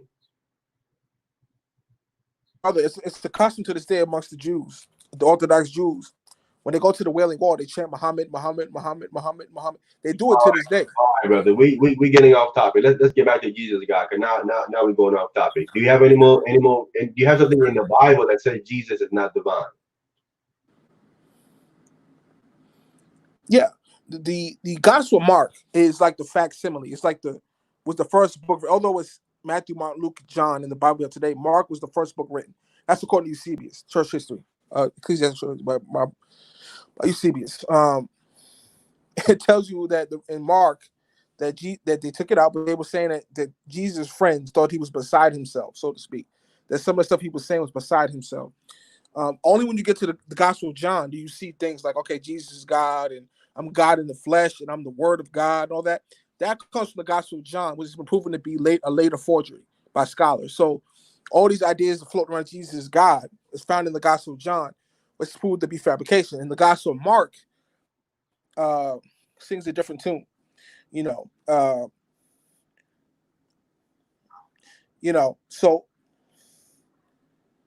Mark's Gospel verse that Jesus had limited of his knowledge, Mark 13:32. There's so much information. Even Hebrews chapter 5, verse 8, Jesus said he learned obedience, although he was the Son of God. So if you're the God, how are you learning obedience? That's the book of Hebrews. I can go on and on, Yahucnanan, you there?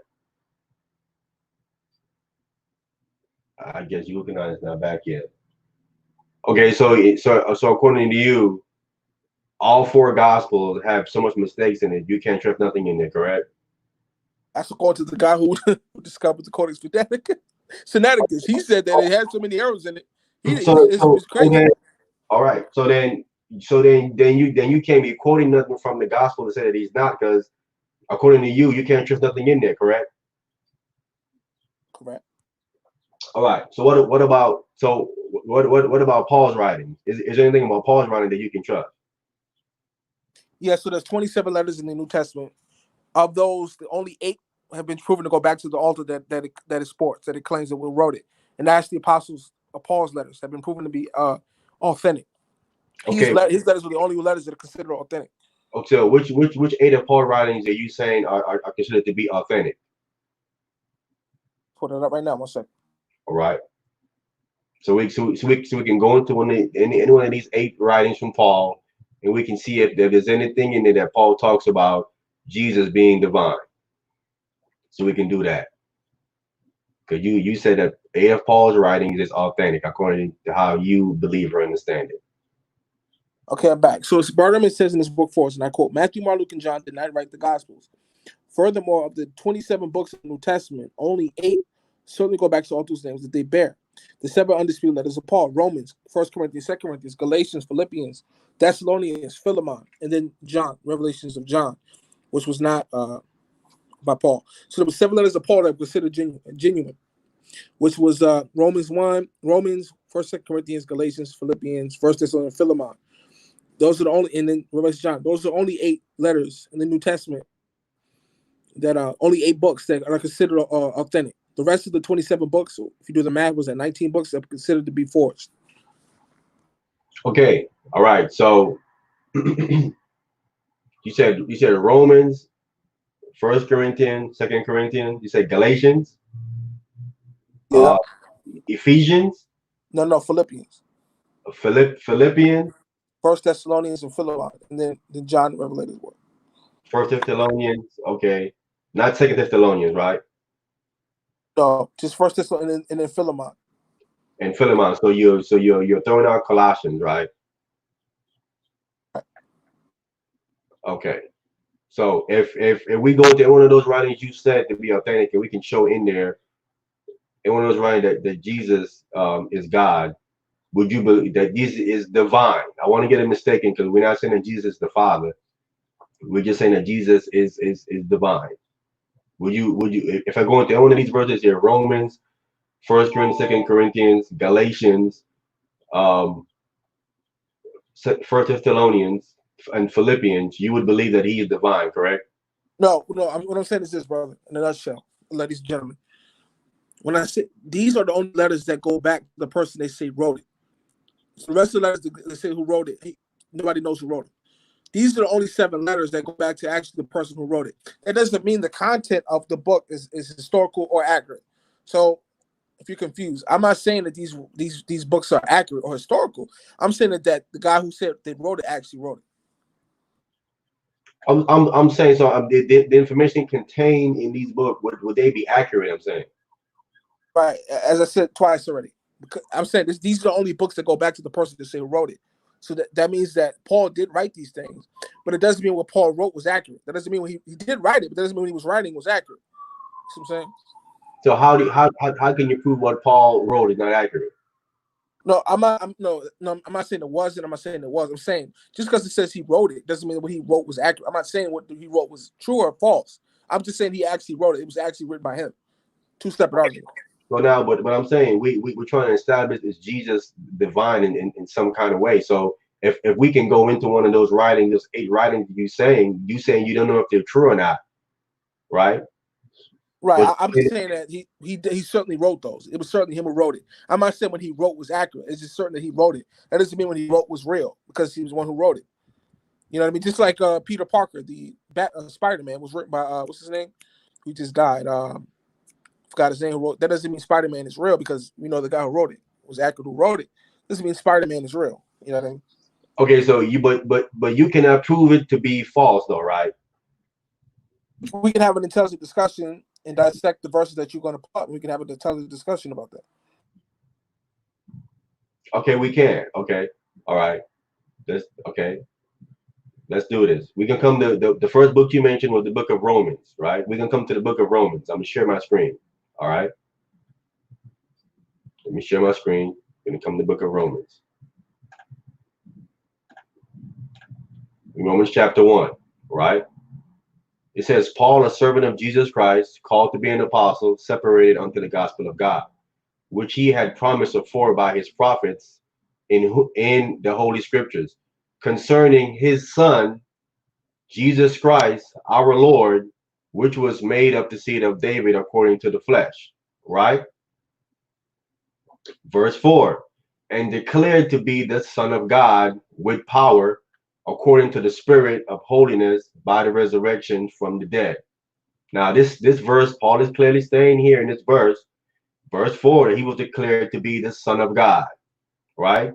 Do you believe that? Absolutely not. Okay, why do you not believe that? Okay. There's so many holes in that story, in that narrative. I can pull up Twitter right here because I have it. I can click on it and it'll come up. It'll give us Well, the first issue here, again, if you look at what's the word for Sunday in Greek? the word is right here. It's huos. Right. Huos, as I pointed out earlier in my discourse, that word huos is a mistranslation. It doesn't mean son in ancient Greek. It means the servant of God, not a son of God. I already said that earlier. Hyos is mistranslated on purpose to mean son of God when it means a slave, a servant, or a slave of God. Okay, where is your source to say that? I mean, you're saying that, but we don't see nothing. You have to show us something from. You want us to take your word for it. I'm pulling it up online, and it's telling us what it is. It's saying it's the Son. Now, clearly, Paul is saying, he said, and declared to be the Son of God. So I'm saying that the writing that Paul is writing, Paul being someone that's converted to Jesus Christ, he's telling us that he was declared to be the Son of God. This was what the first or original so-called Christians Okay, believed. so let's debunk that. Proof hyos means servant. According to the Theological Dictionary of the New Testament, it's the Theological Dictionary of the New Testament. It says, and I quote, the Hebrew origin of pios, the phrase pios, theo, i.e., abad, came as the stress on persuasion and his first sense of a slave. So, according to the Theological Dictionary of the New Testament, the Hebrew word pios, the Hebrew we're looking at right now, pios or hyos, means a slave, in the sense of a slave, not a son. So the word hyos or pios has been mistranslated on purpose to mean son of God, when it means a slave of God. That's according to the Theological Dictionary of the New Testament. Check me. Okay, so is that the only definition for that word?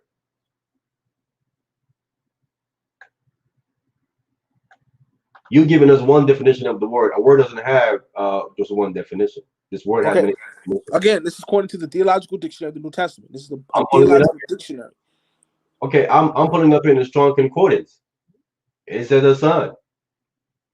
I'm putting up in the help word studies, which goes and break the word down completely. Excuse me. Even when Wakashiar from the Geo-Galileo Christ Church debated James White, the apologist, he even showed that the Bible Hub, the Gateway, Blue Letter Bible Hub is not a credible source to use. You shouldn't use it for lexiconical reasons because it's not accurate. That's according to James White, the apologist. So why you shouldn't be using that because it's not accurate. I just gave you the Theological Dictionary of the New Testament, not Bible Hub or whatever, which is Okay, proven to be outdated. why should we trust the one that you're pulling up? James White, when he debated GOCC, he's fluent in Greek and Hebrew. He said the Bible Hub, the Blue Letter Bible, is not a credible source for lexiconically speaking. Okay, Don't use it. I'm pulling up the strong concordance. And The Strong's have been proven to be outdated as well. The Strong's is outdated too. The Strong's is not a reputable source for lexiconic.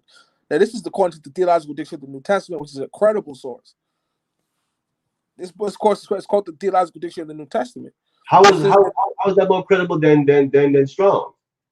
Because you have scholars who are fluent in Greek and Hebrew tell you that the Bible Hub, Strong's, and Blue Letter Bibles is outdated and it's not good to use. That's according to James White, who's a scholar in Greek and Hebrew. Okay, all right. So we're throwing out the strong, right? We're throwing all that out. Even though these people here who are scholars, they help studies people who are scholars in Greek and telling you that this word here clearly is son, is by birth or adoption. So you're not gonna go with that, all right? Okay. Let me stop sharing my screen and go back. Right. So you don't want. So okay. So you don't want to accept that word there in Paul's writings that he's the Son of God, even though you can't refute it. You saying that you're arguing the word itself, that the word is off. The word means, so he's saying the word means servant. So Paul is saying that he will declare to be a servant of God, correct? Let's prove that. Go to Acts 4:26 and get it. Hold on. Acts chapter 4 verse to prove that he was a servant of God. People who were out for blood. Hold on. Acts 4. Let me get it. 26. I think we're in the NLT because the KJV doesn't say servant. They took it out. Okay, so then in other words, I see people in the chat talking. So he's saying anywhere in the in Paul's writing where he used that word son, it have to mean servant, correct? Hold on. Go to Acts 4:26. In What the because the KJV took it writing? out. Okay, so if we're gonna go to Acts, you have to agree that everything Acts is gonna have to be accurate. Hold on. You have to agree to that, because if not, we cannot go to some place where you're saying things in there are wrong, because what you're showing could be inaccurate. So you have to agree that Acts is correct, correct? Or we One can't use. second. No, we can't throw the baby with the bathwater. That's all I'm saying. Hold on, let me find the verse. Hold on. I think I No, have it. we're trying to come to one ground to understand that whatever text we're going to read out the New Testament, you have to agree that we agree that what's written in here is accurate. Right. Hold on. Let me find it. Excuse me, guys.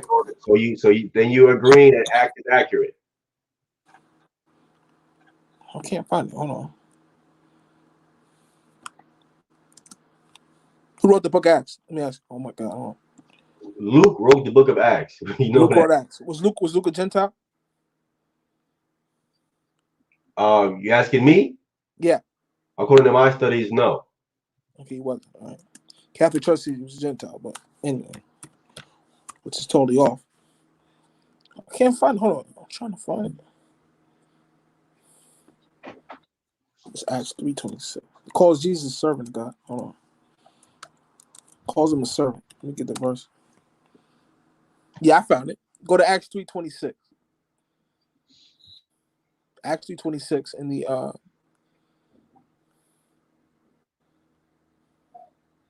hello? Yes. Go to Acts 26 in the NLT. Okay. I mean, let me screen share it. I want to show people, we screen share it, that the word you're talking about is probably gonna be a different Hebrew word. I mean, not Hebrew word, a different Greek word.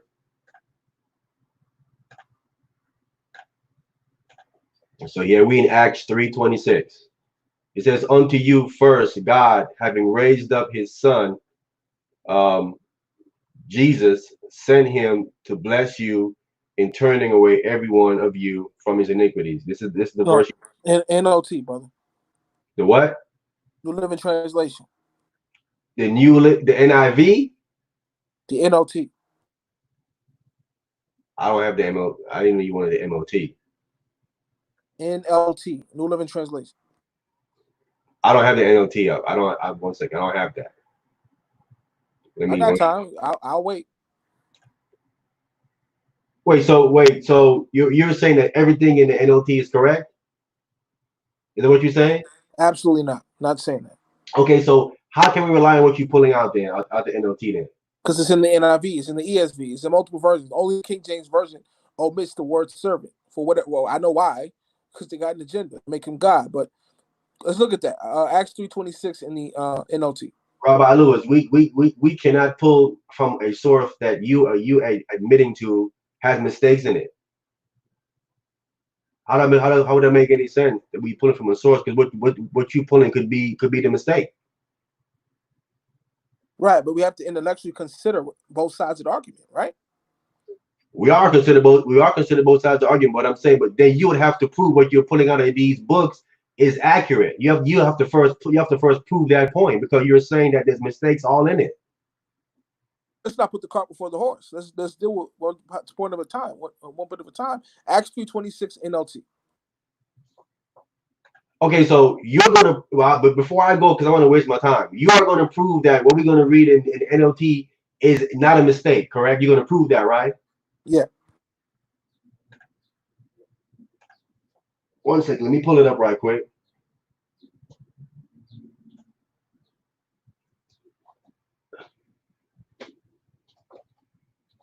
Let me try this.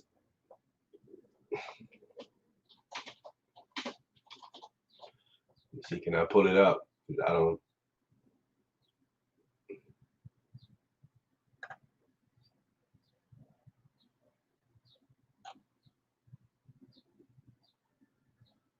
Okay, NLT. Let me see.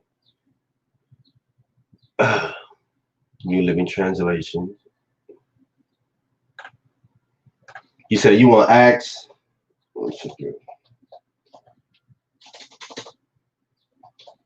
Acts 3:26.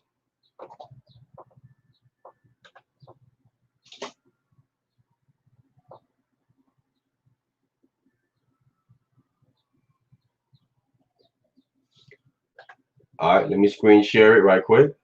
So I have it up. We're here in the NLT. It's a New Living Translation right here. It says, when God raised up his servant, Jesus, he sent him first to you, people of Israel, to bless you by turning each of you back from your sinful ways. Right? Right. So how in the heck is he God when Acts calls him the servant of God? How is he God and the servant of God at the same time? Don't make no freaking sense, guys. This is acrobatical gymnastics. Okay, now you have to prove that this is not corrupt now. You say you're going to prove it. Now prove to us that what this translation is to servant is accurate. Now prove it.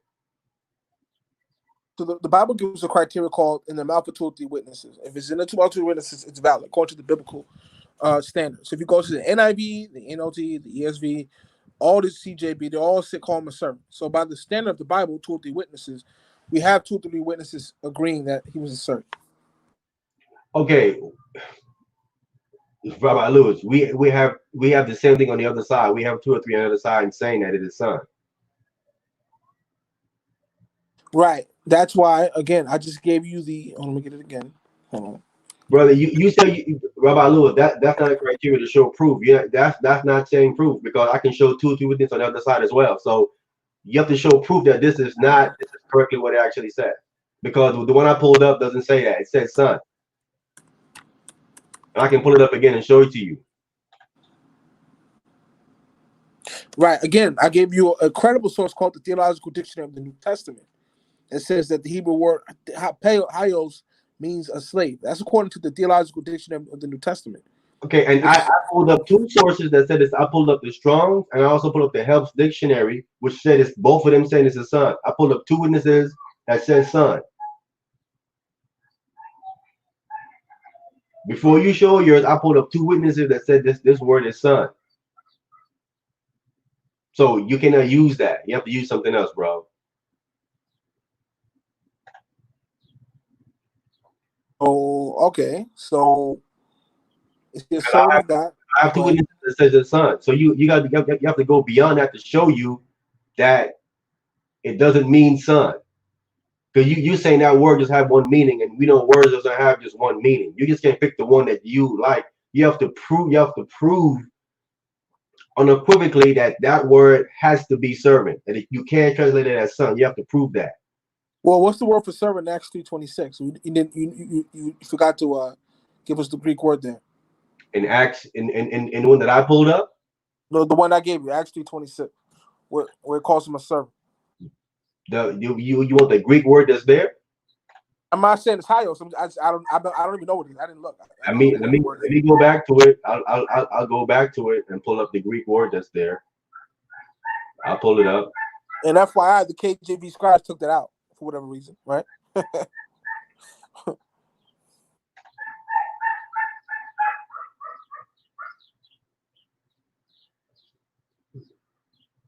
Okay, let me share my screen and show you what I have. Pull it back up.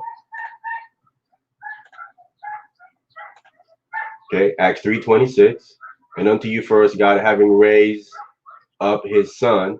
This is the word son. Pull up the Greek word that's here. It says Farsi.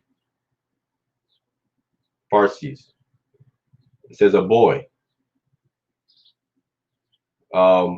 as often being with impurity, or by analogy, a girl, in genitive case, a child, especially a slave. It says, or a servant. Ooh, all right, brother, you got it. Clearly, Especially a what? especially it says a slave or a servant. I'm There giving you you, go. I'm giving you, I'm not doing what you're doing. I'm giving you the entire definition of the word could mean. You trying to say it's just one of them, but you're not proving that it's this one. How can it not be the first one a boy? See, I'm not hiding nothing. I'm giving you the entire definition of the word that they have here. I'm not leaving nothing out. But you're not doing that. You're trying to read just one definition that you have there in that book. And I'm sure that book don't tell you it means a servant. I'm sure it says all of this too in there.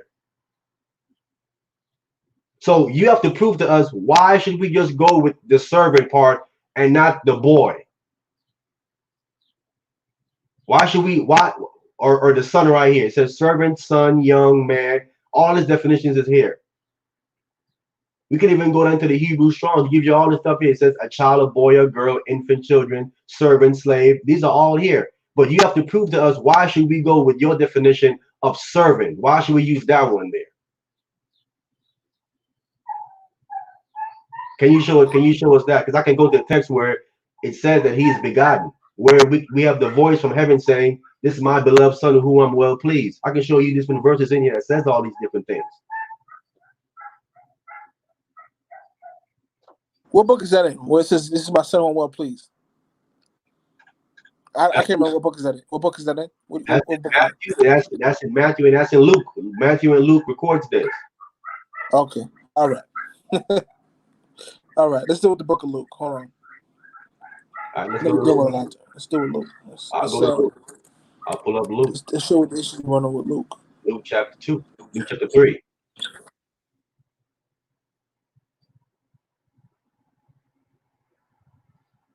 Luke chapter 3, verse 22 says, and the Holy Ghost descended in a bodily shape like a dove upon him, and a voice came from heaven which said, "Thou art my beloved son, in thee I'm well pleased." I can pull up the word son that's here. It's gonna be Hosi. That's son again.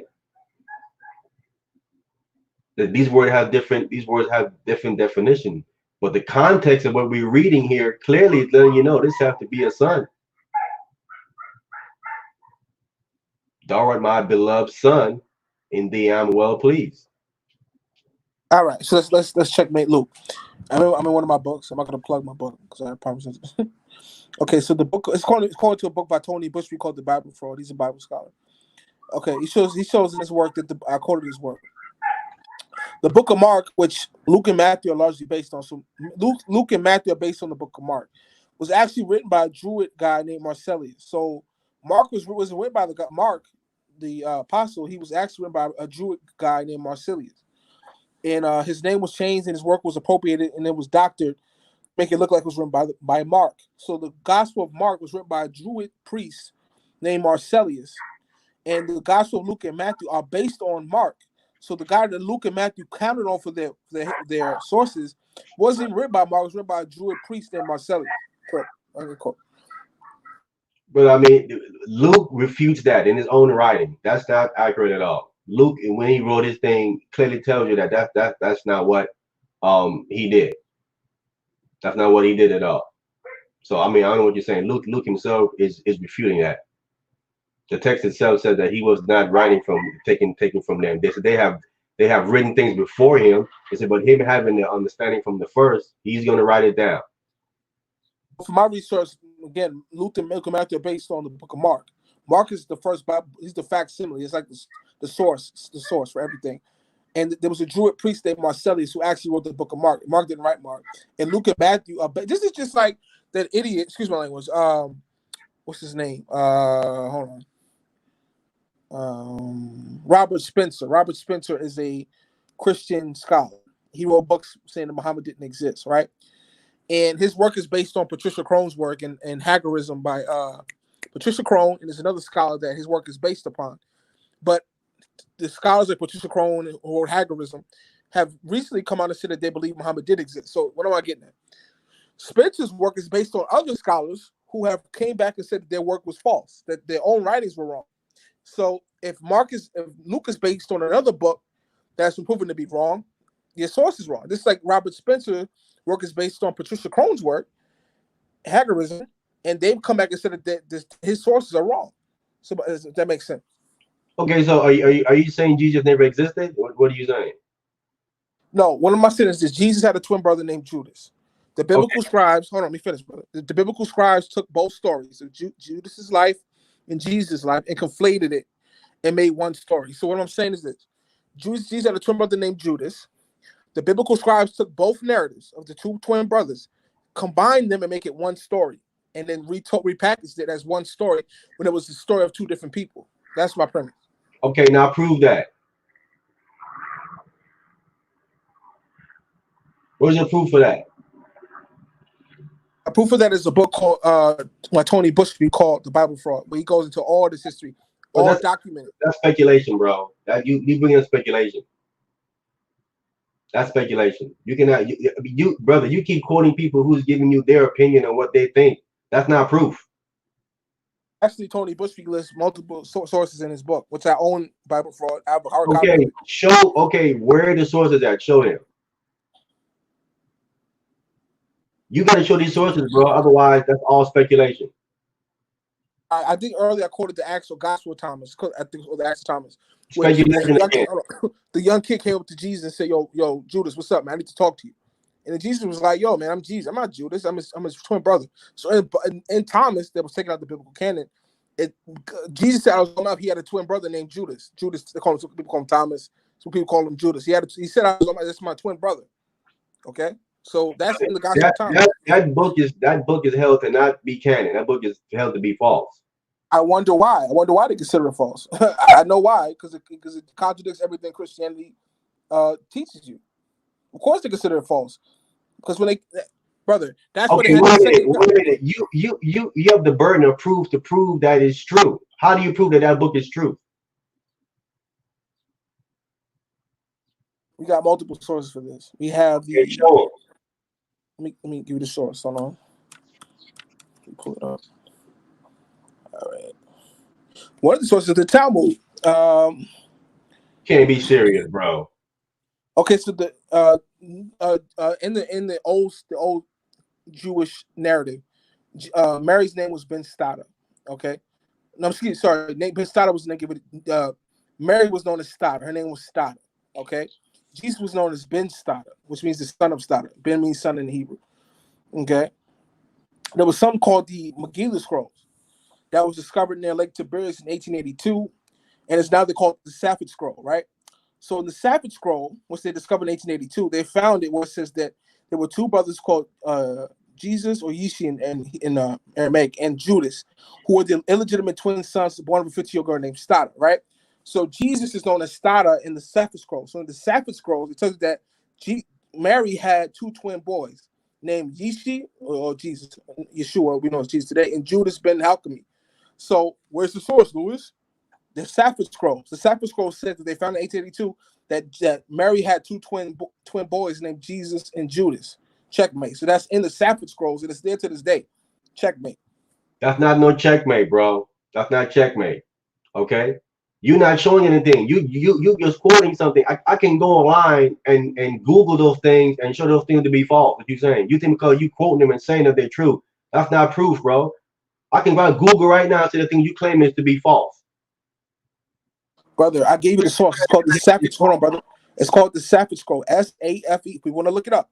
S-A-F-E-D scroll. S-C-R-O-L-L. The Safed Scroll tells you that Jesus, Mary was on the side. Hey, here's what I'm gonna do. I'm gonna put this link in the chat. Everybody can come on. I'm letting you know right now. Everybody can, and you can't be on for long. If you want to address Rabbi Lewis and what he is saying, I'm gonna let you on to address him briefly, not long at all. If people want, when people want to address the things that you're saying on here, I'm gonna put the link in the chat. I'm gonna bring you on. We're gonna have a constructive dialogue. We're not gonna talk over each other. I'm gonna let you speak your piece. I'm gonna let him respond. We're gonna go from there. Rabbi Lewis, we talked behind the scene about you bringing forth and showing us proof, and you're not doing that. You're just quoting stuff. We don't see no proof for nothing. We're not getting nowhere like that. All right, that's basically unfruitful.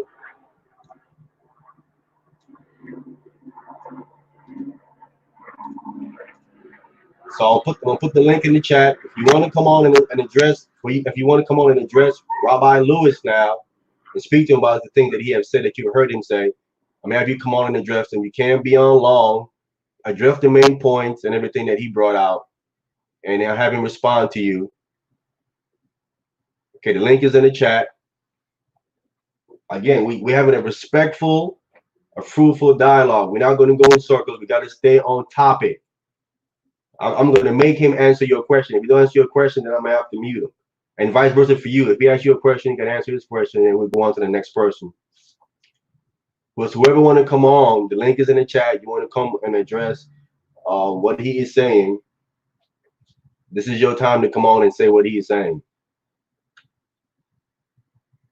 Rabbi Lewis, do you acknowledge the Torah as being truth? The Torah has been tampered with. Okay, so has the Quran been tampered with? No. So the Quran is flawless, you saying? Depends on the context what you mean by flaws. Flawless meaning it has no mistakes in it. In the original Quran, before people started changing stuff up, yeah, it's perfect. What Quran are you referring to? Well, they say that there was a guy named Bilal who was the companion of Muhammad sallallahu alaihi wasallam, and what's his name? Hold on, excuse me. The companion of the Prophet, Bilal, excuse me, his name was Bilal. He was black. He was a black guy. Muhammad was black as well, but he had the original Quran. He had one of the original Qurans. Then somehow Dr. York from the Nuwapians, because Dr. York from the Nuwapian sect, who was Dr. Malachi York, actually had a copy of the original Quran that was passed down to him, his ancestors from Bilal. And Bilal had to pass it down to one of Malachi York's ancestors named O York. And he actually had the original Quran scrolls that were kept intact from Bilal. Bilal had broke off, and he had fled because they were destroying copies of the Quran. So actually, Dr. York, Malachi York, had the original Quranic scrolls intact from Bilal, passed down to his ancestors from one of his ancestors named O York. Okay, so you're taking the opinion of somebody, and do you have this Quran you're talking about? Do you have a copy of that? No, but we have Malachi York's book called Setting the Record Straight. I think it's called. He wrote over 400 books. Okay. I'm a follower of Dr. York. So he had we wrote over 400 books, I think, more than 400 books. I've written over 20 books myself. But anyway, he has a book called Setting the Record Straight, where he gives excerpts from the original Quranic scrolls that he got passed down from his ancestors from Bilal. Bilal actually had one of the original Qurans. And you can find this in his book, Setting the Record Straight. Okay, somebody's coming on. Let me bring him on. Okay, shalom, brother. Shalom, Felix Barney. How you doing, brother? I'm blessed, brother. I'm blessed. Okay. I want to the brother that you have on. I want to ask the brother, are you familiar with Dennis R. Edwards? He previously said I'll be on his audio. What did he say? Hey, Felix, you're a little bit low, brother. Can you get louder? Yeah, let me see.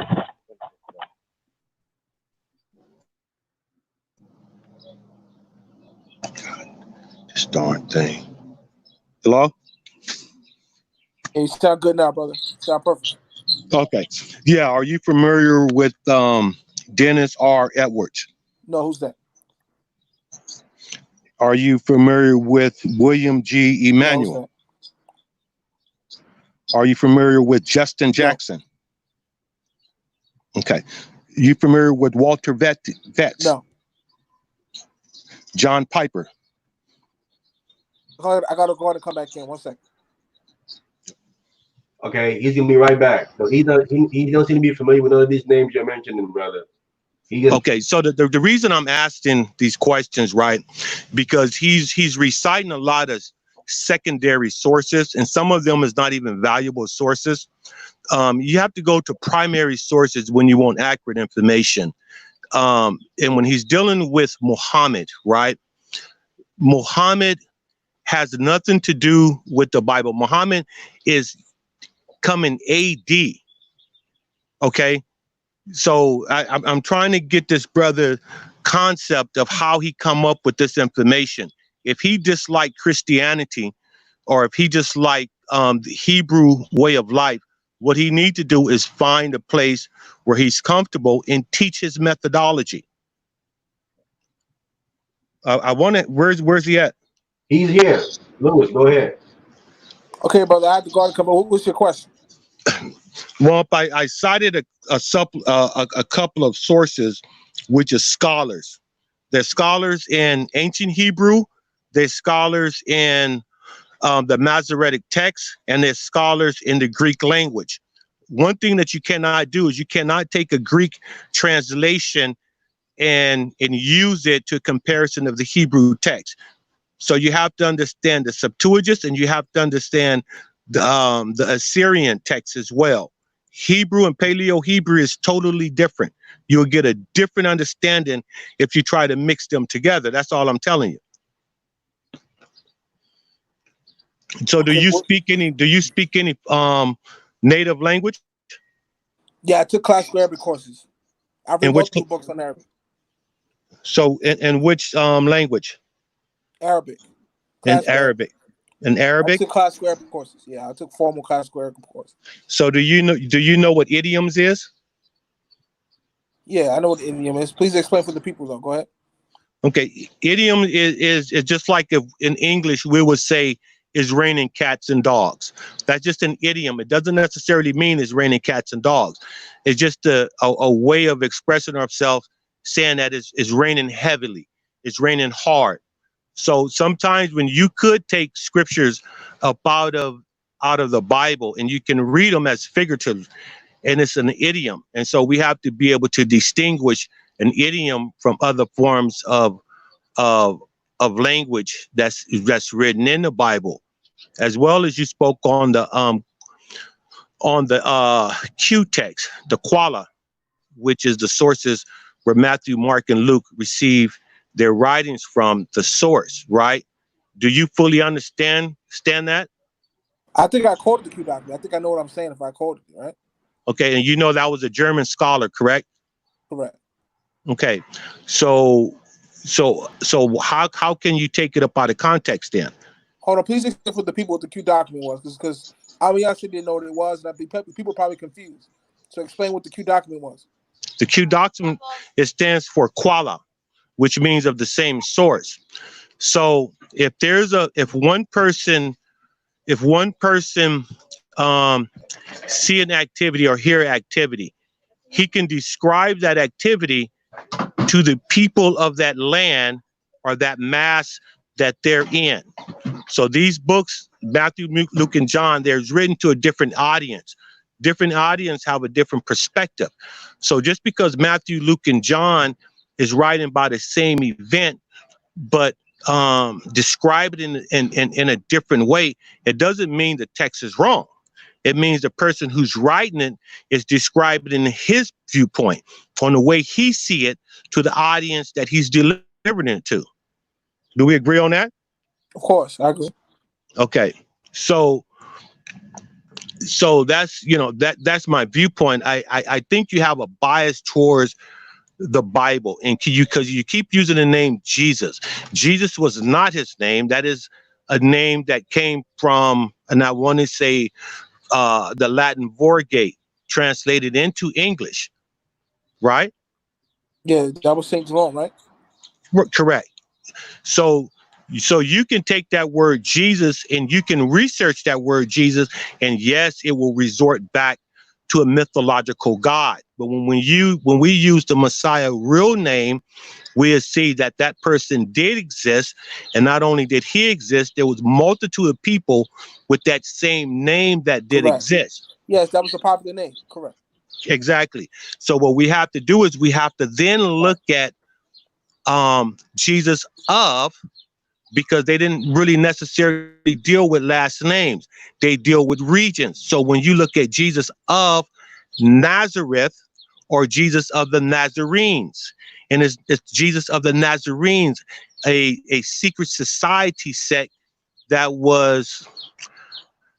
had an order to keep a certain Let me ask you, private. brother. Yes, Let me can you ask hear me? what Yes. was the purpose of the Second Council of Nicaea? The Council of Nicaea has No, the nothing. second count, not the first one, the second one. The second Council of Nicaea, it would just basically where every religion or every group of people that was practicing Christianity, which we know was a negative word that converted or actually rose to a something positive, to be on the same page. But we're talking about centuries later. That has no effect to the original text. The original text is what's important. It's not the interpretation of the text. It is the original text that is important. And we can deal with the Qumran text, or we can deal with the Hamad, I can't pronounce the other word, text. So there's a lot of evidence out there, my brother, that could bring us back to the original text, even if a person take time out and study the Septuagint and learn the Greek, which is very confusing, and take that Greek back into this Assyrian text, which is the I can't remember it, but it's a different text that it's an Assyrian text that was written in Aramaic. You can look at the Peshitta and you can look at the Targum, and Yeah, you are you study familiar with Michael Bates' work, Jesus Papers? He's not a reputable scholar. He's a paid Have you heard scholar. of him? Have you heard of him though? Yes. Okay, do you have Jesus Papers?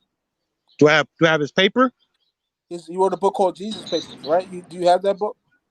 I have all of his material, and I seen some of his paperwork that he put forth for peer review, and it was all shot down. By who? By reputable scholars. We're not talking about the scholars that is Brother, just paid give me one by scholar. the Jewish community. I will have to go dig in my computer and get it. But I have his work. I have a lot of people works. I study people paperwork. I study their peer review. And that's what we have to learn to do. We have to study peer review, and we have to study the people who give commentary on these scriptures. If a person gives commentary on these scriptures, we have to study who they are, what type of paperwork they presented. Now, who lens are they looking at the scripture to? Is they looking at this in the scriptures through the eyes of an Israelite or a Gentile? That's what's important, my brother. So if you was to take away the scriptures, if you was to take away the belief that we have now, what are you going to replace it with? Brother, Islam. Islam is not the way. I practiced Islam for 15 years. Okay. Well, what's that? Were you Nation of Islam? No, I was not Nation of Islam. I studied the Sunnah from Prophet Muhammad. You a Bakri? Pardon me? You a Bakri? No. What is a Bakri? The Bakri it's just a sect come from what's the name of that? I can't remember the name of that other sect. I can't remember it right now, but I pretty much erased a lot of that school of thought out of my memory, okay, because it's damaging. You don't know what a Bakri is? You were Muslim for 15 years and don't know what a Bakri is. Because I did not study Eastern philosophy, brother. So to inform me what it is, it may jog my memory. Well, Bakri is the father of Abu Bakr. Okay. Abu Bakr was Aisha's father. I understand that. The wife of Muhammad, sallallahu alaihi wasallam. That was his wife. Her dad's name was Abu Bakr. Correct. So Bakr is the father of Abu Bakr. Okay. So, but what that have to do with Prophet Muhammad? Because he never revealed the revelations or the interpretation when the Muhammad went into the cave and the angel came to him and said, "Iqra, recite." He could, if he was that prominent, he would have been able to give an interpretation of what the angel revealed to him. So we can go on and we can deal with the different caliphs, because the caliphs as well changed the interpretation of what the Quran says. They have an ancient Quran that has many differences. And you talk about the small, minute differences in the Bible or in the Hebrew text or in the New Testament, but there's big discrepancy in the Quran. Have you seen the first original Quran? What was the purpose of the Sunni and Shia split? Have you seen Hold the on, first I'll do that original? next. Hold on, brother. Hold on, brother. Yes. Go ahead. Wait, Rabbi Lewis, wait. He asked you a question first, bro. No, he's all right. I got him. You look like an elder, so I want to be respectful. So, what was the purpose of the Sunni and Shia split? What was the purpose of what now? How did the Shias break off from the Sunnis, from the Sunnah? Enlighten me, brother. Come on, brother. You were a Muslim for 15 years. I am a Muslim. See, but because you're talking about the new wave interpretation, brother, I deal with historical facts.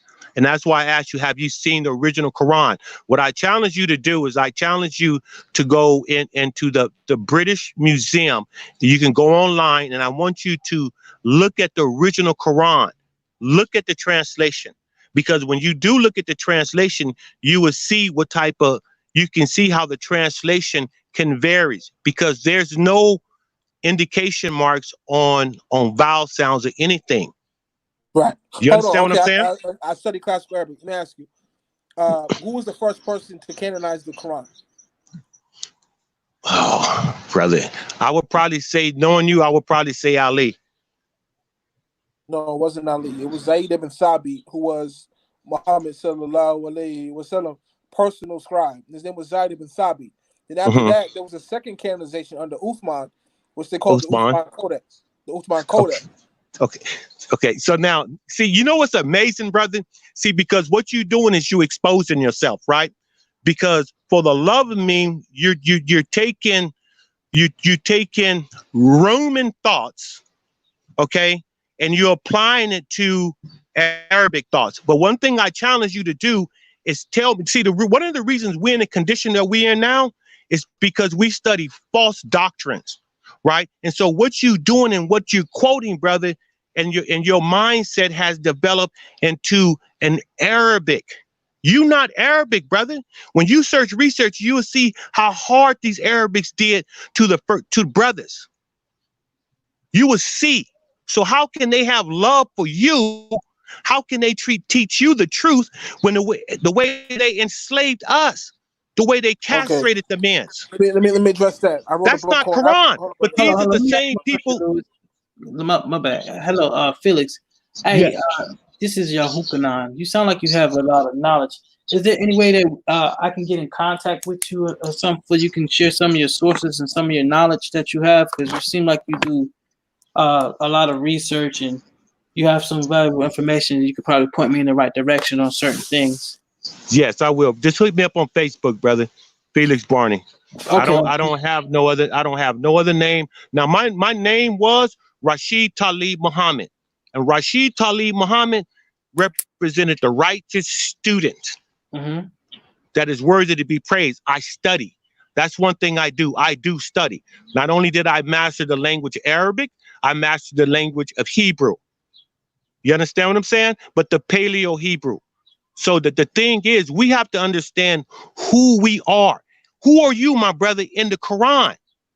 Only person that you can recite in the Quran is Bilal, the caller of the truth. If he was a call, go ahead, brother. First up, I wrote a book called Africans Always Doing the Most Holy Prophets. It's $20 on Amazon. Okay, blessing. I'm gonna get it.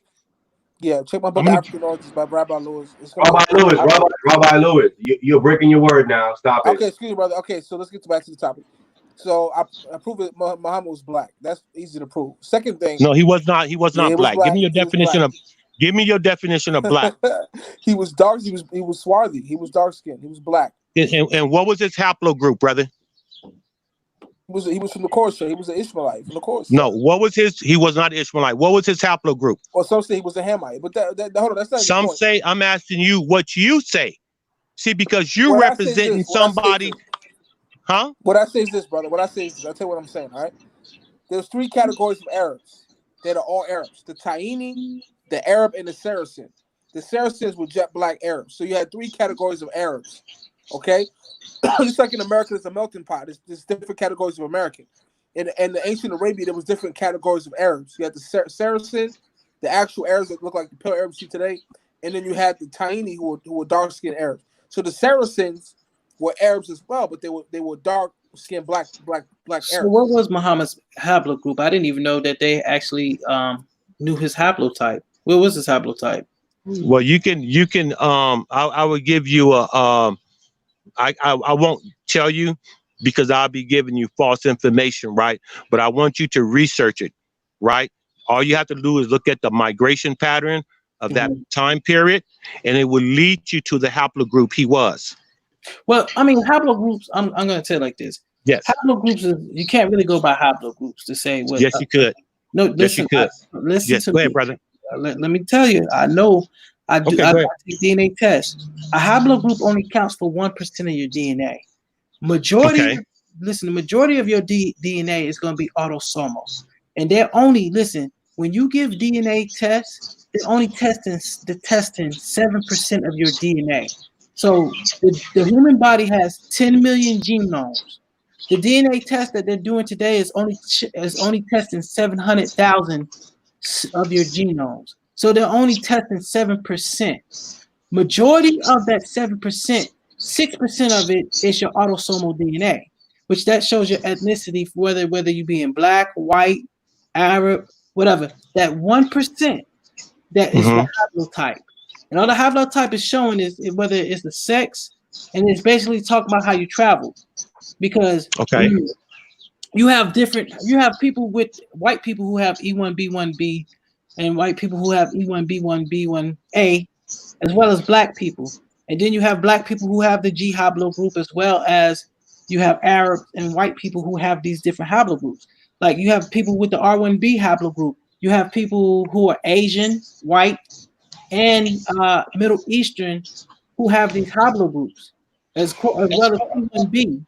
You have people who have, like, some black people have it. Some Middle Eastern people have this T1B haplogroup. So haplogroups is not necessarily going to tell you your ethnicity per se, but I'll yield on that.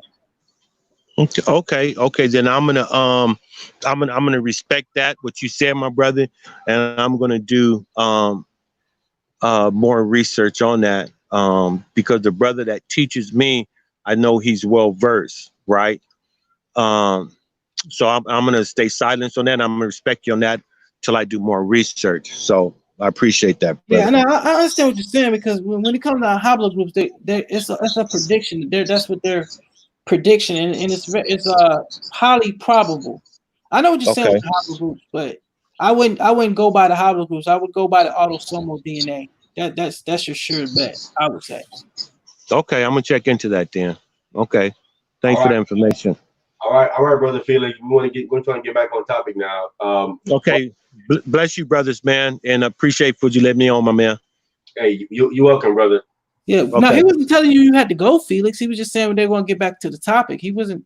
Yeah. Oh, okay. I gotta leave because no one else want to come on and address Lewis about what he's saying. So, Lewis, do you have any more proof that we can see, and not quoting people that giving an opinion or commentary or something to show that the Messiah came in the first century is not divine? We know that his Hebrew name is not Jesus. We just putting that up there for people today speaking English. So we're not saying we know his name is Jesus. We know his name is not Jesus. He was a Hebrew. He had a Hebrew name. But do you have any other proof, Lewis, that we can see primary sources? You get accurate now to show that he was not divine. Yeah, definitely. Excuse me. The New Testament scribes quoted Isaiah chapter 7, verse 14, where it says, behold, the virgin shall conceive and bring forth a son named Emmanuel. Can anybody name Isaiah's 3 sons?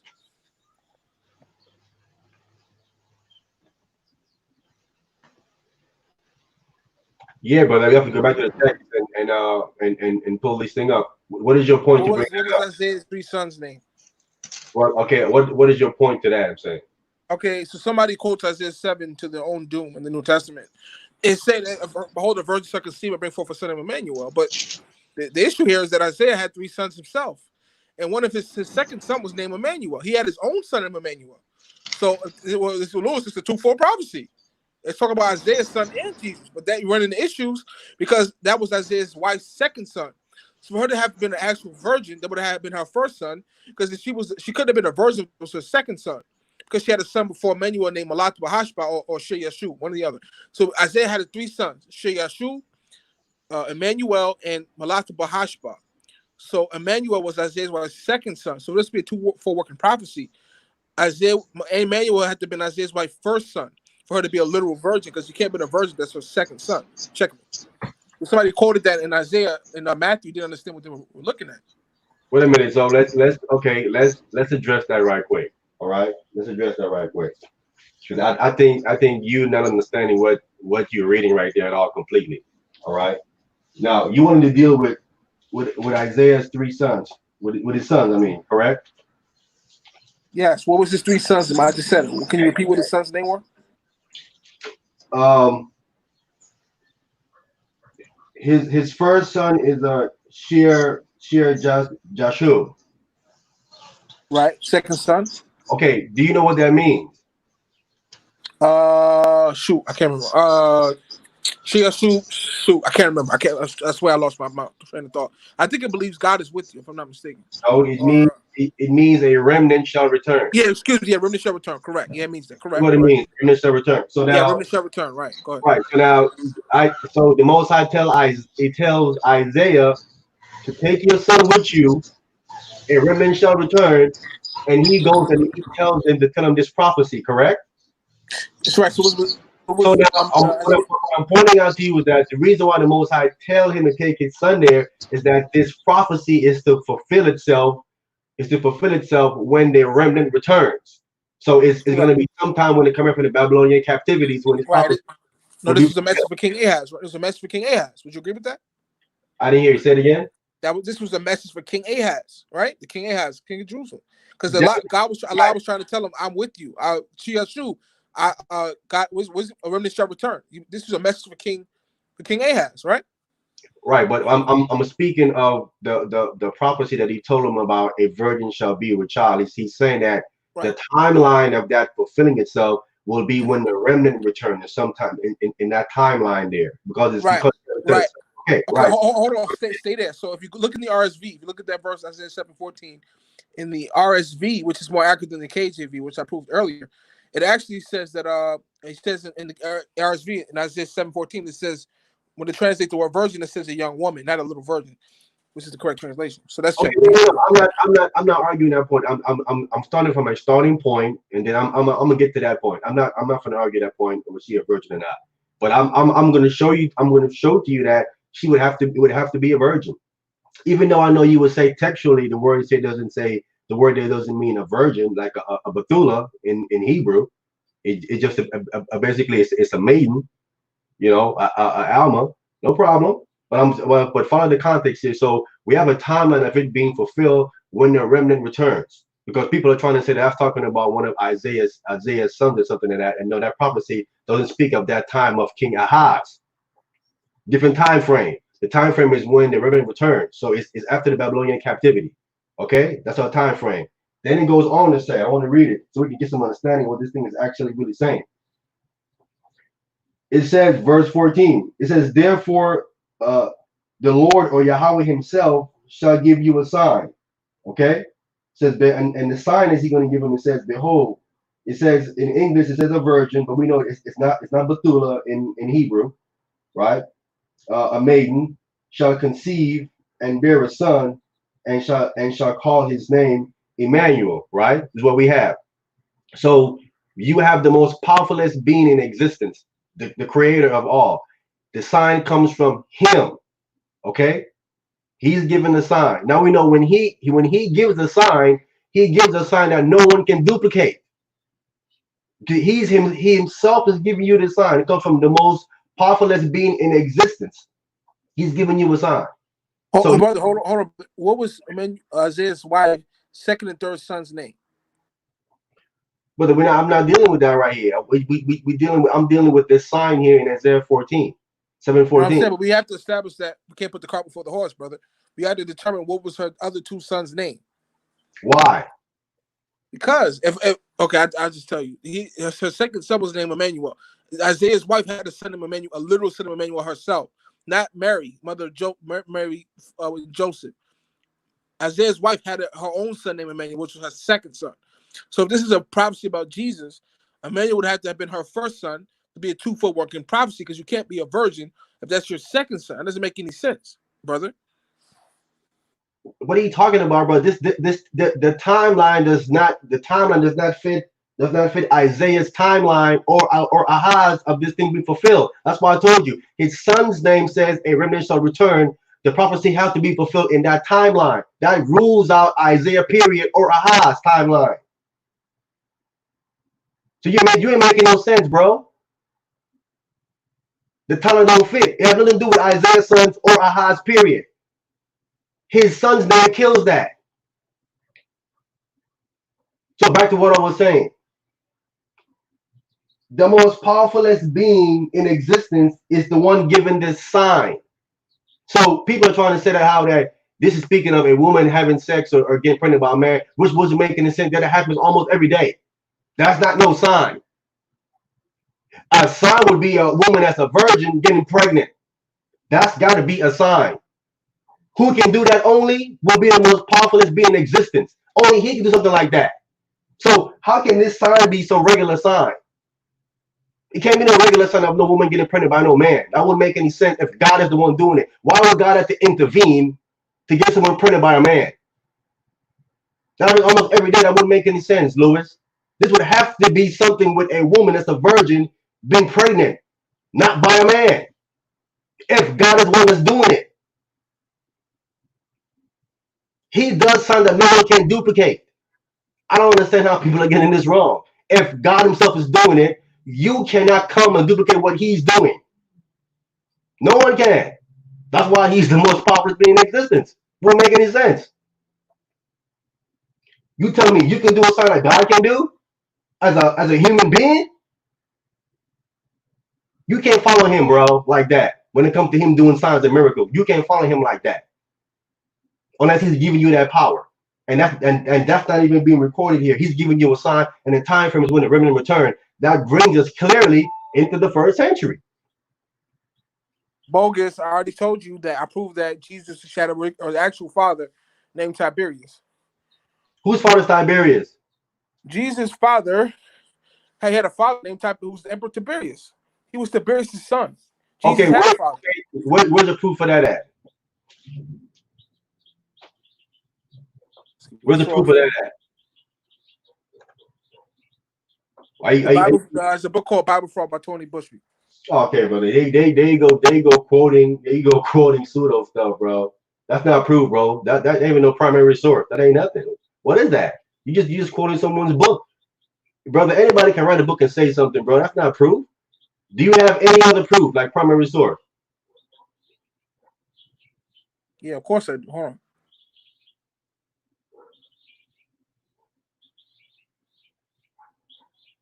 Okay, let me continue while he's looking for something that he probably ain't gonna find. Clearly, we know when you look in the Dead Sea Scrolls of this verse right here, we know that in Dead Sea Scrolls that this word virgin is just going to be a maiden. But I'm bringing it up for a point, is to say that when it talks about and shall call his name Emmanuel, it says he, and he shall call his name Emmanuel. He's not speaking of her, not her calling his name Emmanuel. He shall call his name Emmanuel. Speaking of the Father. I'm back. Okay, I'm gonna address that. I'm gonna knock that out first. Hold on. First thing, the source is Origin. Origin was the church father. He said like Origin. I support the Jewish records to confirm that Jesus was the son of Tiberius. And this is a quote about Origin. It says, sometime during the 7th century, these sentences were erased from the oldest Vatican manuscripts and other codices under church control. So in the 17th century, they erased the fact that Jesus was Tiberius' son. That's according to Origin, the church father. So according to Origin, the church father, Jesus was the son of a Roman soldier named Tiberius, and that the scribes took it out in the 17th century. They took it out of the canon, the Vatican manuscripts in the canon. That's according to Origin. That's the source of Origin, the church father. That's a credible source. You said 17th century. You said. Okay, so Origin said, Church Origin said that Jesus was the son of a Roman soldier named Tiberius, but sometime during the 17th century, those sentences were erased from the oldest Vatican manuscripts and other codices under church control. Because at that time, historically, regular people didn't own Bibles. Like, it's not like today you could just go to the store and read a Bible, go buy a Bible. Back then, only the layman people didn't have Bibles. So it's not like today where you could just go to the store or go to a hotel and read a Bible. Back then, the regular people didn't have Bibles. So according to Origin, in the 17th century, they took that out of the Vatican manuscripts that Jesus was the son of Tiberius. So Jesus had. Okay, so let me stop you right there, because if you know anything about Hebrew, right, and the culture back then, there'll be a problem. You know why? A wedding would last anywhere from 7 to 10 days. Do you understand that, Lewis? Lewis, I don't think. Yeah, hey, I'm here, brother. Listen, a wedding would last 7 to 10 days back in that culture, right? And well, so, okay, I'm sorry, brother. Go, please continue. So what would happen is, say Joseph, he does the diary, he pays the fees and all that other stuff on the first day. He goes home. They have a whole week, right? They didn't even get married yet. They're just in the engagement stage, right? She gets like 7 to 10 handmaids. Each handmaid is for a day. That's why when you see that parable about the 10 virgins, it's not talking about the 10 virgins getting married. It's the 10 virgins getting ready for the wedding. Okay? And what they do is they're servants to the bride, to the female. So check it. If you're trying to say that Mary cheated on what you call it, not only would Mary have to be stoned to death, but the other chick who witnessed it, who was with her, would have to been stoned to death too, because during that whole week, there's somebody, there's a maiden with the bridegroom, with the female, 24/7. So like one is there for 24 hours, then another one coming for 24 hours. So either the bridegroom or whoever the chick is, the maiden, she would have had to toll on Mary, right? They would have to took Mary to the council, and not only that, she would have had to been the first one to stone Mary, because there would have been witnesses. That's why it wasn't hard for Joseph to believe the angel in the dream. It's because Mary had witnesses that she wasn't with nobody within those days and within that time frame. All right, Rabbi Lewis, what you're saying wouldn't make any sense. Because you're saying that the Messiah's father is a Roman, which we know that. You saying that then Mary got with a Roman, which would violate Torah. Okay, I don't think that wouldn't make any sense. Well, no, brother, his nose is. If you go to Tiberius's tomb, his nose is shot off, so that he probably was black himself. Second point, I gave you Origin who said that Jesus. Wait, bro, you got to stop doing that. You got to stop making statements and don't prove it. We're not doing that. You got to prove Tiberius is black. First, let's start there. First, before we put the cart before the horse, I gave you one that was Origin. I gave you a second source. But see, well, Origin's not good enough, Lewis. No, you didn't give a source. You said the 17th century. No, I said Origin said that Jesus was son of Tiberius, but in the 17th century, those sentences about that were erased from the oldest Vatican manuscripts. So the fact that he was Tiberius' son was taken out of the canon in the 17th century. That's when they erased that from the records that he was Tiberius' son. Second source got Epiphanes. Epiphanes, the bishop of Salmon. Okay, no, Rabbi Lewis, you have to prove what you're saying. You're not going to just say that and then go on to the next thing, because you're not making a point. If you can't prove your point will be dismissed. That's not no point. If you can't prove it. Can you repeat what I just said? You're claiming that they changed something in the text in the 17th century. You have not proven that. Where's the proof of that? You say Urgent said it. Show where Urgent said it in one of his writings. Where is it at? You're not showing that. If you can't show it, your point can be dismissed as being invalid, because there's no proof to back it.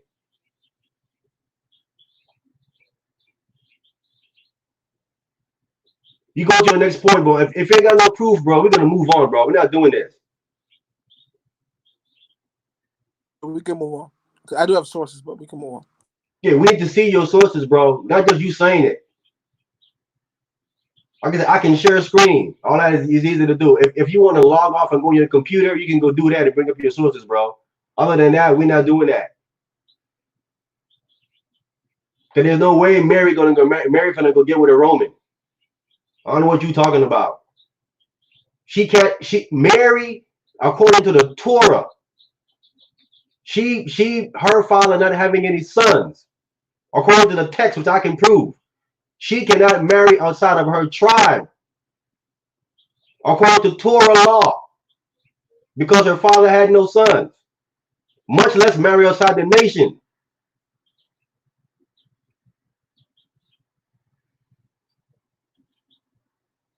And I can prove what I'm saying.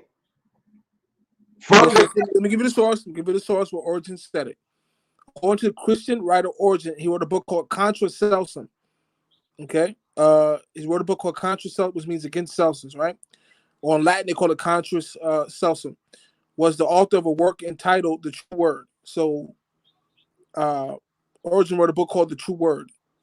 But Celsus' work was lost. But in Origen's account, it says that Jesus was depicted as the result of an affair between his mother Mary and a Roman soldier. I'll read that again. Origen said, and I quote, Jesus was depicted as the result of an affair between his mother Mary and a Roman soldier. He said she was convicted of adultery and had a child by a certain soldier named Panthera, right? So Mary was convicted of adultery. Brother, who depicted that you were reading at? Who depicted that? Okay, I'll show it. We'll pull it up. We'll look at it right now. We'll look at it right now. We'll pull it up on Wikipedia. I got the source. I'm looking at it. All right. For the people who want to look, check this out. Go to Google and type in Tiberius Julius Abdus Panthera. No. Which you said that he's saying that he was depicted. I'm asking you, who depicted that? He depicted what, brother? Depicted that Jesus was the son of Tiberius. That was Origen, the Christian writer Origen. You reading where he said he was depicted as that, so someone had to have depicted that. I'm asking you, who is he saying depicted that? Oh, it was a guy named Celsus, but Celsus' work was lost. But we have Origen's accounts to this day. Hold on, we'll look at it right now. We'll look at it right now so people can look at it. Go to Google if you got a minute. Wait a minute. Is Celsus a Hebrew? An Israelite? I don't know if he does that or not, but Tiberius' statue has a head. Okay, that becomes irrelevant because you're talking about someone outside the culture. No, what I'm saying is this: Tiberius' bust, his head is chopped off, which that was typical of people who want to hide the African phenotypes of multiple historical people. So his head is chopped off for whatever reason. But it's speculation. But he could have been black. Okay, that's speculation. That's all speculation now. Then you have no proof to say that Jesus was the son of Tiberius. Then we're gonna look at it right now. If you got a minute, we can look at. I'll read it. Just pull it up on the screen. Put it up on what screen? I got the article. I'm looking at the article, Tiberius' article. He has a bio on Wikipedia. We can read his bio, his biography. Okay, but we have established that he's not an Israelite from the Hebrew culture. So he's from the outside looking in, saying something. You cannot take what he's saying to be credible because, for one, he's not an eyewitness. He wasn't there. He isn't primary source. So he's giving you commentary. Who's giving me commentary? Who's giving commentary here? Origen? No, the person that you're saying depicted about Christ, that's he giving you commentary because he wasn't there. Celsus, right. Yeah, Celsus giving you commentary because he wasn't there. So we can't do all that goes out the window.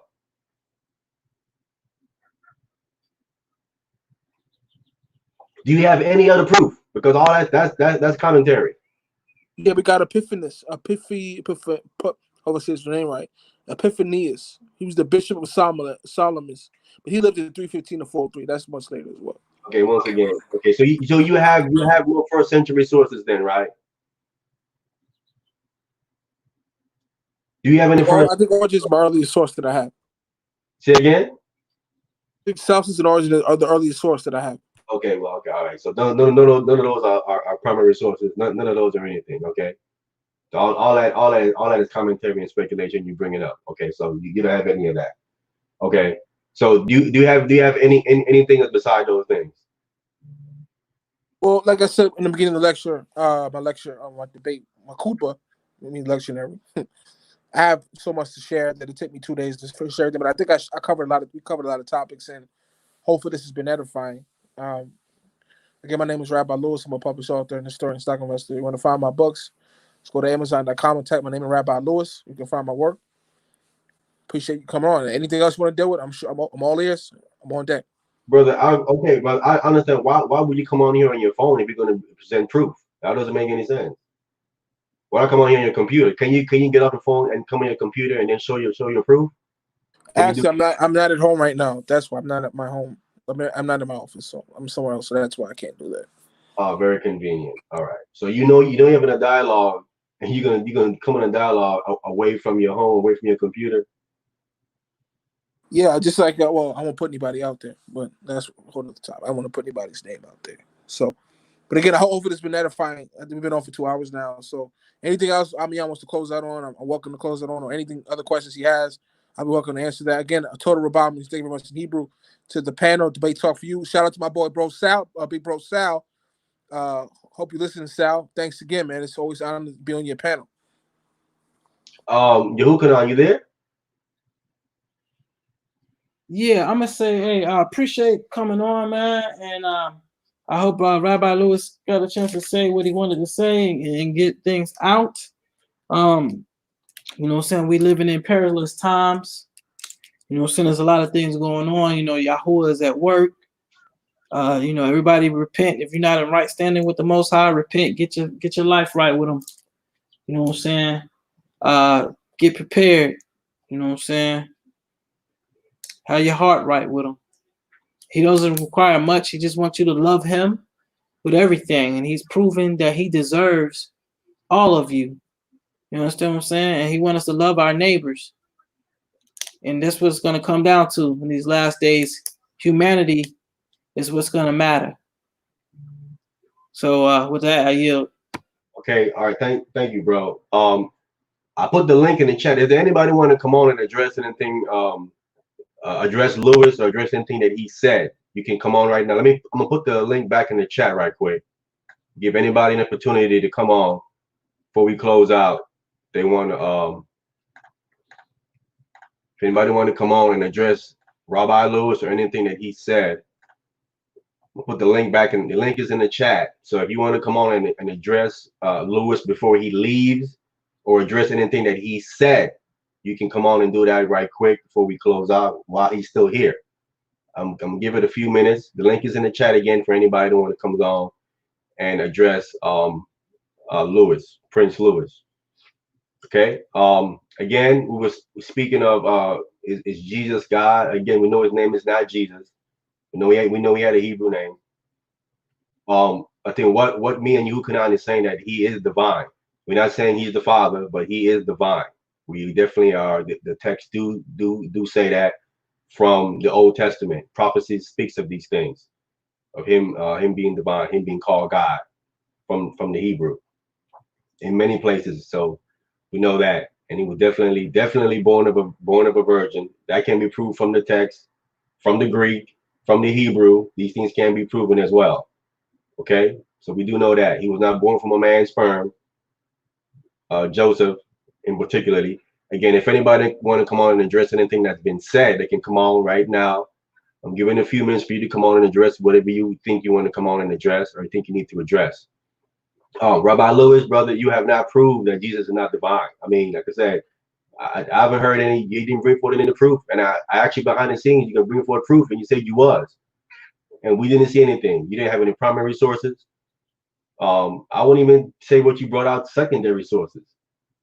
I think it was a whole bunch of commentary and hearsay. These books you quoting and people you talking about, you know, these things is not proof at all. I mean, hopefully next time you know what I'm saying, if God willing we do this again, you at your computer, man, you can bring forth these sources. But I mean, quoting books and this person and that person is not proof, especially if they were not eyewitnesses, they were not there. or you have a source from the first century or anything of that nature. Again, is there anybody that wants to come on and address anything that's being said? People in the chat have been saying a lot of stuff in here. People have been talking this and saying that. This is your chance to come on and address anything you want to come on and address. Anything about Mary, anything about whatever was brought out. Please don't leave it in the chat. This is your chance to come on and address it. I'm gonna give it again a couple of more minutes, and then we're gonna close it out. Rabbi Lewis, Prince Lewis, is there any other thing you want to say in closing other than what you got through saying? Because it looked like no one want to come on and address what you were saying, or to address you or say anything. So we don't want to continue to beat a dead horse and going over stuff that we already went over again. So. Yeah, no. Again, Ramadan Kareem, Ramadan Mubarak, if you're Muslim. You know, I just want to say consider Islam, consider the Holy Quran. My name is Rabbi Lewis again, aka Louis Islam. I'm a published author. Check my books on Amazon.com. Type Rabbi Lewis. I've written over 20 books. I got a YouTube page. Just type in Rabbi Lewis. You can find my work. I just did a video addressing the Gathering of Christ Church about who the sons of God were in Genesis 6, proving that the sons of God were not angels. You know, I thoroughly proved that. You know, no disrespect to them, but they're teaching that the sons of God were angels, which is totally false. I debunked that in my video series. Also, I got a new video series out about the stock market. I'm a stock investor. If people want to get in the stock market, check. I got a free video out for beginners. You know, see a lot more, but that's about it. Oh, shout out to Sal Showtime for the invitation, and we set it up. Finally got a chance to do it. Islam to the family, Islam to the panel, Islam. Okay, brother, that will be a dialogue I'll be interested in about the sons of God. Definitely. Whatever you want to do it, bro. Hit me up. Yeah, we definitely do. Like I say, but if we do it, you got to be on your computer and bring forth PowerPoint, and I'll send you the PowerPoint. We can do it like that. Okay, yeah, okay, all right. And on your PowerPoint has your primary sources and stuff. But let me bring. Yeah, but we'll do it like that. I'll do the PowerPoint, and I'll see you my PowerPoint. We can look at it on the computer.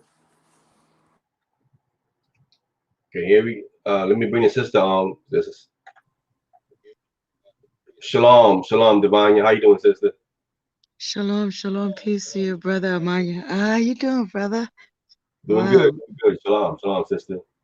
Hold on, peace to everybody on the panel. I got on not too long ago, but very interesting so far, so I have to do the replay. But regarding this, can I ask a question?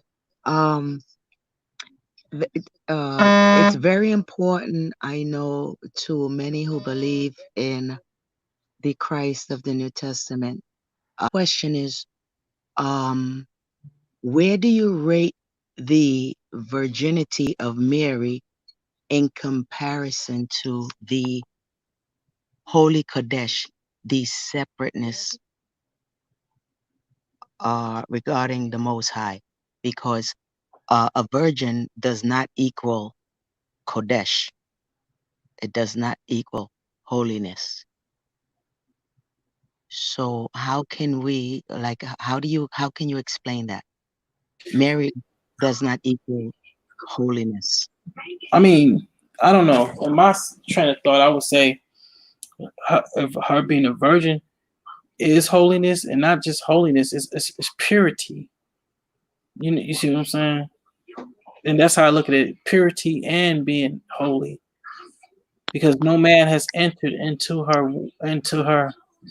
You know what I'm saying? No man has touched her soul. But that's false. How can we say that if Mary had many other children? That's what I mean. If Jesus was the only person that came out of Mary, then I can absolutely see how, okay, apart from her being a virgin, if we want to say that, then that makes her womb holy. But there are many other children that came out of Mary's womb, so her womb is not holy anymore. Because holy means to be set apart. We know that. All right, let me right. So according to the text, the text says she brought forth her firstborn son. So we not. I mean, the text does not say that she is a virgin after that point. You know, she brought forth her when she had Christ, she was a virgin. Of course, he had other children, and then definitely she had to have sex with Joseph after that to have the other children. But as far as the Messiah is concerned, at that particular time frame and point, she was a virgin. So let me ask you, okay, to add on to that, then what is different between a virgin today getting pregnant and having a child, as opposed to Mary? Like what's so special about Mary? She's a virgin, a woman today who has her first child, she's a virgin. The text never says that anybody else, according to the New Testament, no one else but Jesus is perfect. So how can you get, and the Old Testament, the Most High says, nothing perfect can come from anything imperfect, and vice versa. You cannot get But something Uh, unholy from something holy, I, and vice I want versa. to address that. I want to So address if some. so if Mary is a sinner herself, she is a sinner because she's not Christ and all that.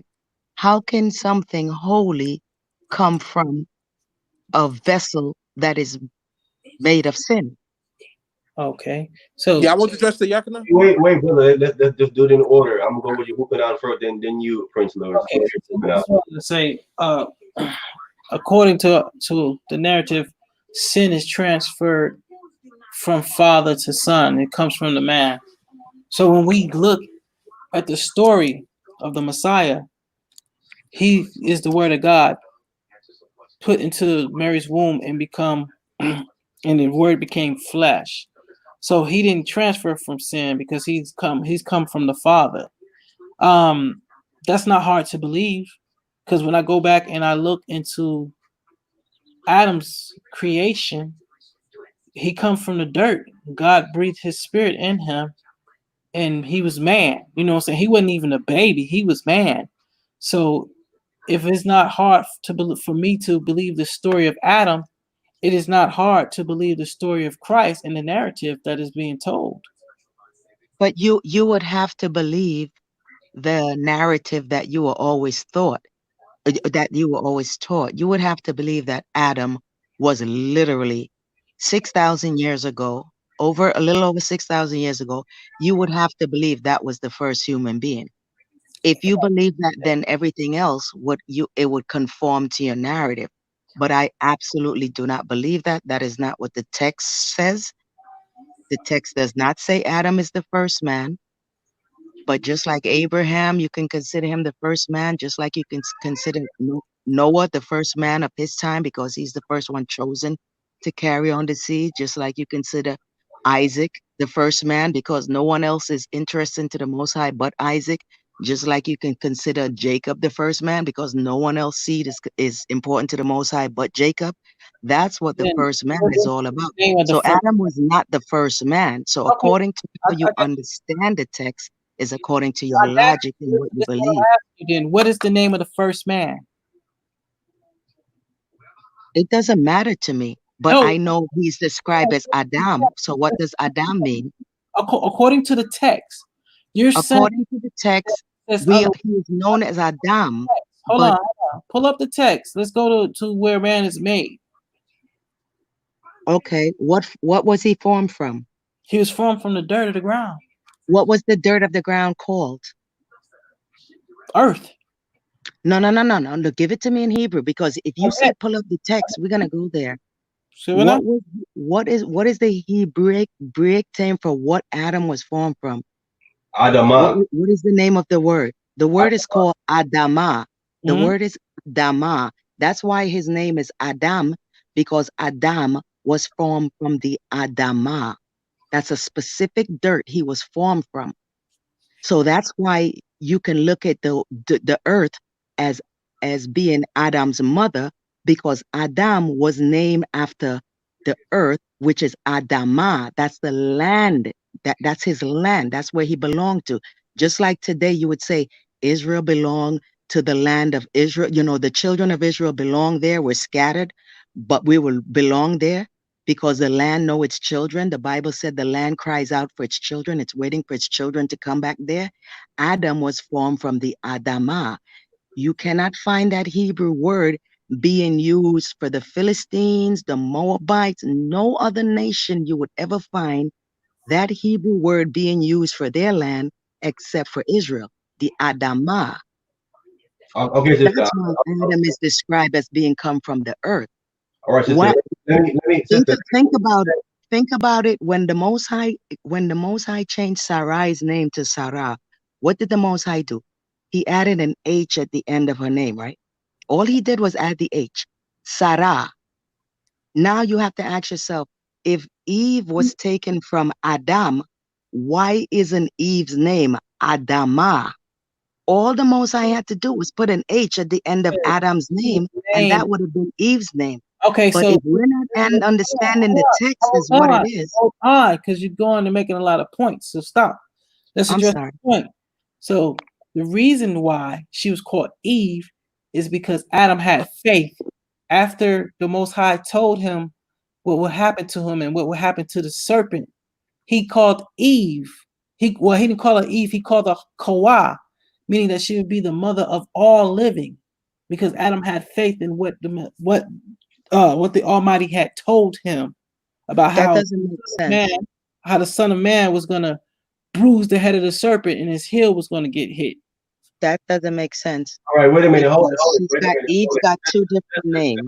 Divine, stop, sister. I want Prince Louis to address what you said earlier, and I give him a chance to. Prince Louis, I want you to address what he said previously, because you guys are on something different now. Louis, you there? Yeah, so yeah, definitely. How you doing, Devon? Nice to meet you. Rabbi, how you doing, brother? We've spoken before, but Okay. good to speak to you again, brother. Yeah, blessed by the best. All right, so two things. In the Quranic narrative, Mary's the only one who has a book named, there's 114 surahs in the Quran. She's the only woman with a surah named after Jesus' mother. She's special. Second thing, she was Herod's Herod's granddaughter, believe it or not. Herod had a granddaughter named Mary, which was Jesus' mother. So Jesus' mother was the granddaughter of King Herod, who was the king of Judea.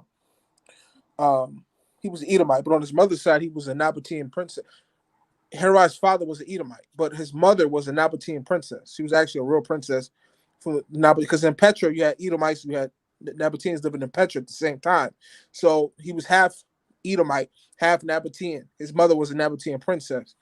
You know, so Mary's so special because she was actually the granddaughter of Herod. A lot of people don't know that. Because people ask me, why didn't Jesus have an issue with Herod being on the throne? Because that was his great grandfather. He was related to Herod. Yeah. So Rabbi, may I cut you off? I don't know if you just heard everything that just came out of your mouth, but you literally told me that Mary is related to Herod and she's related to the Nabateans. Those two races you just Herod's brought up to granddaughter. me. Hold on, Herod's Listen, granddaughter. Go ahead. you just brought up two different races to me. Now we know Herod, according to the text, the Bible tells you Herod is from Idumea. We know the Idumea are Edomites. So you're telling me Mary came from Edom, and then you're telling me she came from the Nabateans. The Nabateans are the same ones who came in there, ran out Egyptians. They ran out the Moabites from that area and the Ammonites from that area. So what you're telling me is Mary came from Herod, which is the Edomites, and she came from the Nabateans, two different races that have nothing to do with Israelites. But you're telling me Jesus is the Israelite, he's the king of the Jews. No, so Is Mary this what was you're part, telling me? no, Mary was part Benjaminite. She was from the tribe of Benjamin on her. Oh, now she's a Benjaminite. No, hold How on, many sister. Hold on, let me seeds explain. does Sister, she let me have? explain. Hold on, please. Hold on. Get some order. Let's go. Wait, sister. I'm sorry. Rabbi Lewis is giving you his opinion. Don't take what he's saying to be factual. He's giving you his opinion, because if you ask him now to show some proof of that, he can't show it. He's not going to show you no proof. I've been sure all I've been doing all night is pulling sources. I got sources for this. Rabbi Lewis, do you have any proof right now that Mary comes from Herod, the Edomite? Right now, you have it? Of course I have it. I'll pull it up right now. Hold on. Okay, all right. Why while he's gonna go put up this phantom source that we know he don't have. So there's no way we know Mary is an Israelite. She don't come from Edomite stock. You know, that's a lie. So you know what I'm saying? He's gonna go pull up some commentary what someone think what they heard. This one said and that one said. He ain't gonna give you no primary sources from the first century at all. He ain't about to bring none of that. Now, sister, you asked a question about what's so special about Mary and different things about Mary. The text just tells us that she was the one that the Most High chose to bring His Son through, and it just said that she's highly favored among women. It's not that she's like better than any other woman, because the text talks about John the Baptist's mother and father that they kept the Most High laws, statutes, and commandment, and they were blameless, both of them, walking in all the Most High commandments and statutes. So it isn't that Mary's will be better than Elizabeth, but she was the one that God chose to bring His Son through. And the text confirms to us that how she got pregnant because she asked the angel that came to her and told her, "How shall this thing be, seeing I know not a man?" And the angel goes on and tell her, Gabriel from heaven, you can find Gabriel again in the book of Daniel, same angel, is telling her how it's going to be done. And he does not mention a man sleeping with her. He said, the power of the highest shall overshadow you, and the power of the highest shall overshadow you, and that holy thing that's be born from you shall be called the Son of God. So we have testimony from an angel of God from the Old Testament and in the New Testament telling how Mary got pregnant, and he does not mention a man. So my thing, if those that believe in the Tanakh, the Old Testament, and they believe that Gabriel is a righteous angel from the book of Daniel, and he's the same one telling Mary how she's going to get pregnant, you would have to accept the testimony from Gabriel how she got pregnant as something divine.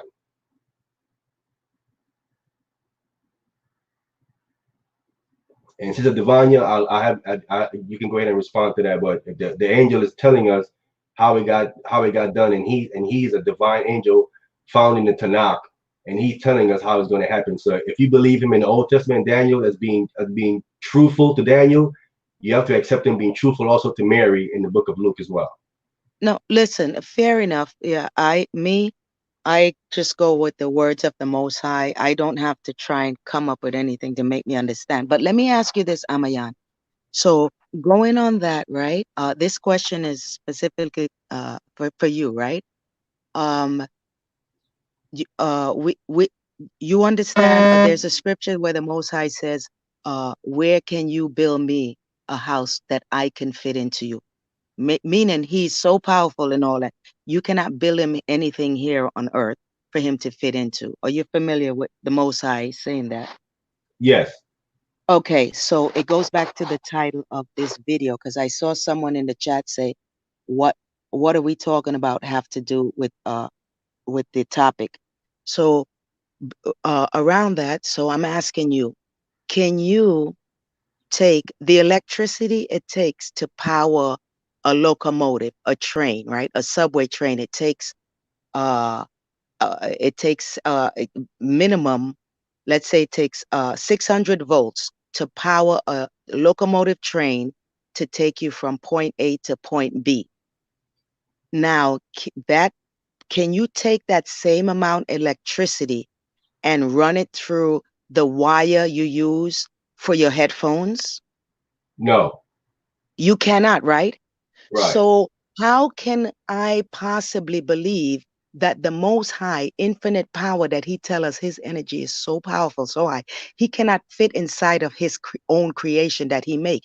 He can do something like what we call nowadays, when you transpose yourself, what do they call those things now? But anyway, you can transmit yourself to someplace, but to take all your energy and put it into a local something smaller than that can contain your energy. You cannot put that much electricity inside of that small of a wire. So it's very hard for me to believe the eternal, most powerful creator of the whole universe, who even told David and told them, "You cannot build a house that can contain me." That electricity, that power, everything. That's why He says, "If you see me, you shall die." That much energy, how is it that the Most High can fit Himself into a human body that is something that is skin, something that can deteriorate, something that melts, something that decays and all that. How can so much energy, the creator of everything, fit into something decayed, something that comes from man who is already sinful and possessed? That's why I brought back Mary. If Mary is not holy Kadesh and she's not a purified, a virgin doesn't mean you're holy. It just means you didn't have sex before. All right, It doesn't mean you're holy. Okay. So Okay. how can let me God ask you a put question. himself Point. into a human creature? How can so much energy that Let me can power a get locomotive fit itself into a headphone and okay. Mary didn't explode? Okay, we're not saying that Jesus is the Father, the author of the creator of all things. We're not saying he is the Father at all. We're saying that he is divine. He's a God, but he's not the Father. We're not saying he's the Father. I can say that about you, Amayan, because of me listening to you and listening to a lot of your teachings. I love to anytime I hear you're doing a debate, I listen in because I respect you. You're one of the strongest brothers out there. Let me say that. You're one of the strongest brothers out there fighting for what you believe in. And I think you're very difficult for anybody to battle. So I really appreciate this about you. That is actually why I tuned in, because I really respect, you know, how you fight, and I know you are a champion of the Most High. Well, let That me ask I you a question, Divine, Thank and you, sister. let me ask you a quick question. I mean, and it's not whether you believe in the virgin birth or not. Is God capable of that? Is God capable of putting His word into a woman's womb and it basically uh produces a child? His word, yes, not himself, because then Well, he would be lying on himself when he says, "You cannot build me any house that can contain me." well, see, I would have to disagree with you because God is in all of us. You understand what I'm saying? Like That's God is. true. Hold on, listen. God I'm- is in every human being. Even when His spirit was on uh His spirit was on Saul. Saul became brand new. He might not have completely dwelt in Saul, but his spirit, a part of him was in Saul. Absolutely. The scripture says that, but the problem where I think you're getting confused is just because a part of the Most High was in Saul, all of the Most High wasn't in Saul. That's the problem. The Most High put his spirit on him. He can put his spirit. That's how the word, when you read Genesis 1, he said, where Ruach Elohim merahepet al pene tehom, al pene maim, his spirit vibrated above the waters, meaning above the people. So his spirit can flutter and entice man from east coast, west coast, anywhere you're at. The Most High can have one guy rising up, preaching in the east coast, in the west coast, that's his spirit. It's able to travel everywhere. But to say that his spirit is gonna go completely, all of it, into the womb of a woman, like I'm not accusing you guys of that, but I've heard some people saying that Jesus is God, and I'm saying if God put his entire spirit into the womb of a woman for 9 months, who is holding up the earth? Who's controlling the angels? Who's doing all of that? Like, So what's your as paradigm of God God? has, What is your paradigm? I'm gonna ask you, like Lewis, when you say God, what is your paradigm of God? well, Yah, I know his name is Yah, and the Most High he's the creator of the heaven and the earth. He's the creator. He's the one that made the pact with Abraham, Isaac, and Jacob, and his children. What's your see? That's what I'm saying. You not listening to me. What is your paradigm of God? Like, what is a God to you? Like, describe, give it. I mean, what is God to you? Like, what? Do you understand what I'm saying? I don't know what you want me to say. He's the one that created you, me, water, air, Okay, every what's a man? element Give me on a earth. definition of a man. What is a man?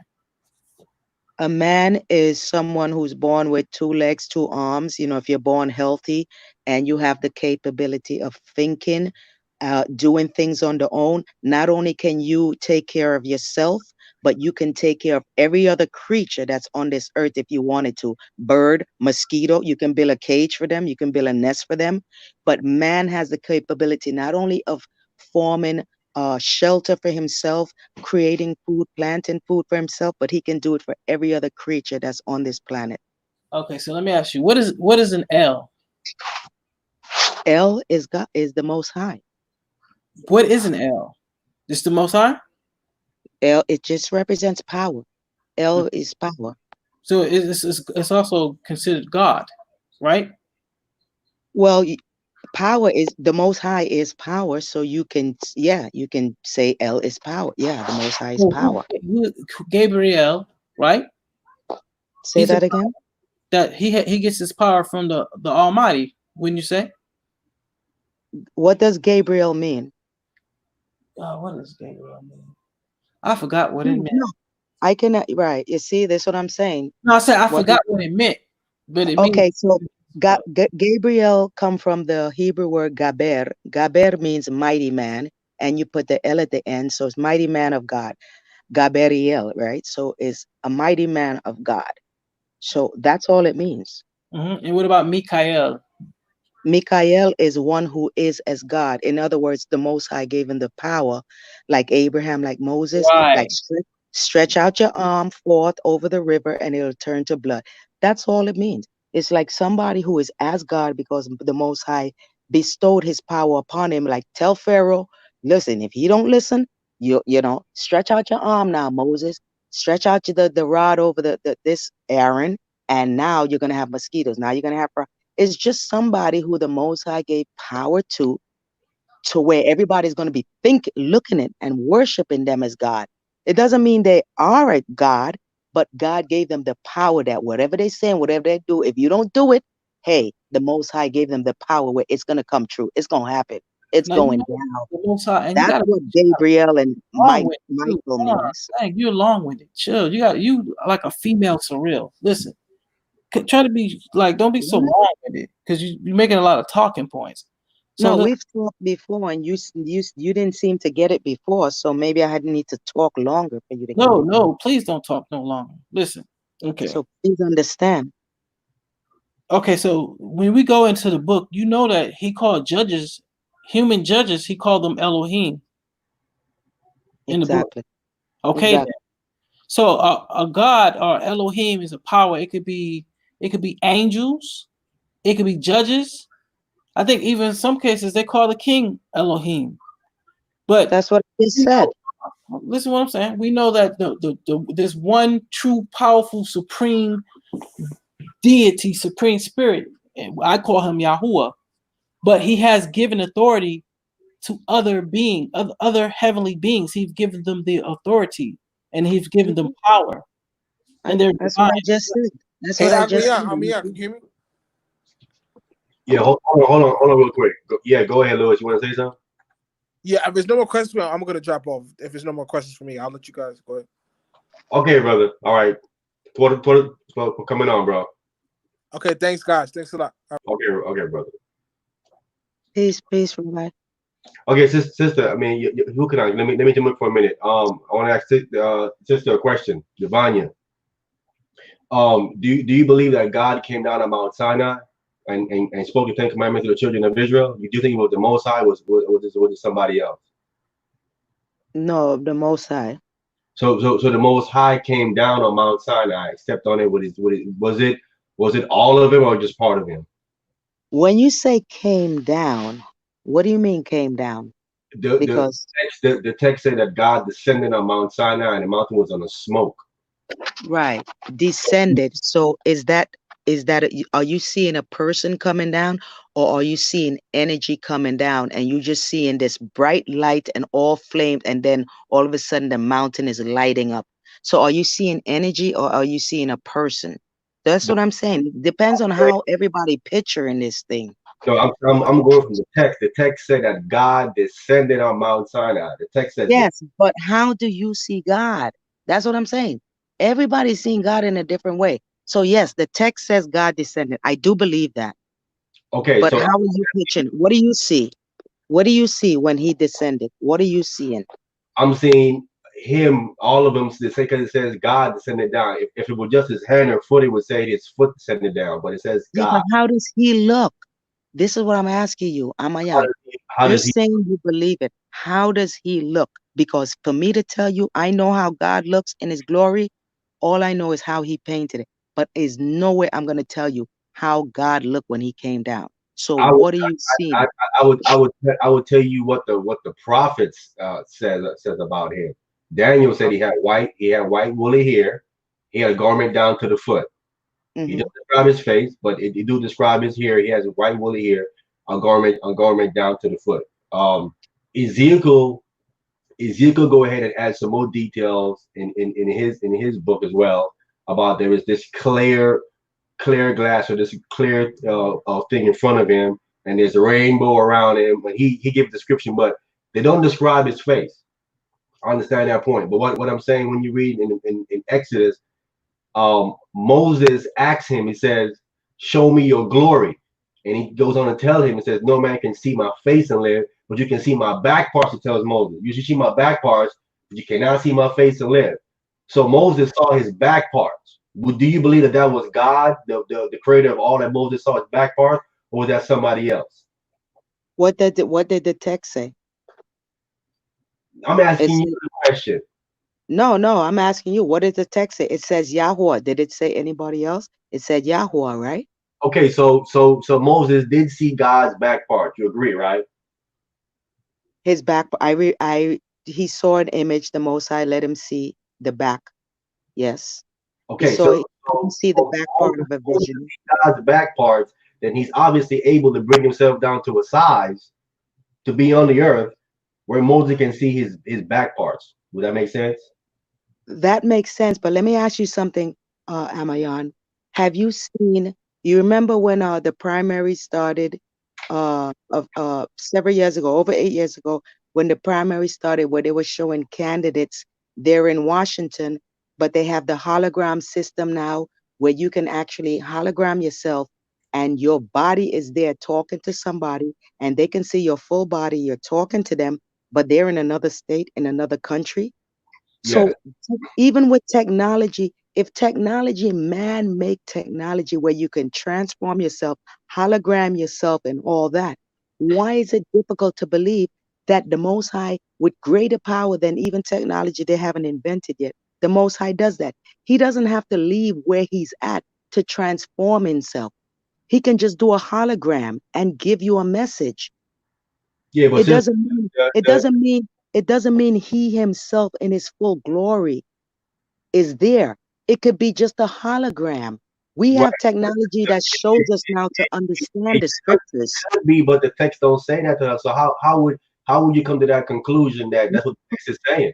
I'm not coming to that conclusion. I'm just saying, before I can imagine the Most High in all his glory, putting his whole body and leaving the whole heavens and all the angels up there, leaving them to themselves, and him coming down to earth just to show himself, I would believe the Most High can a telepath put himself, hologram himself, just like he did in all other situations. He's not leaving his glory.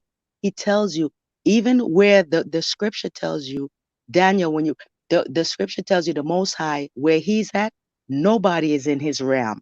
Below him are the cherubims and the seraphims. They are below his realm. They're in another heaven. And then below them, you got the angels. Then below them, we have us.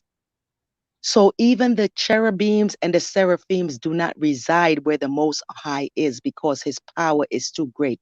They protect him at all times. He has power surrounding him.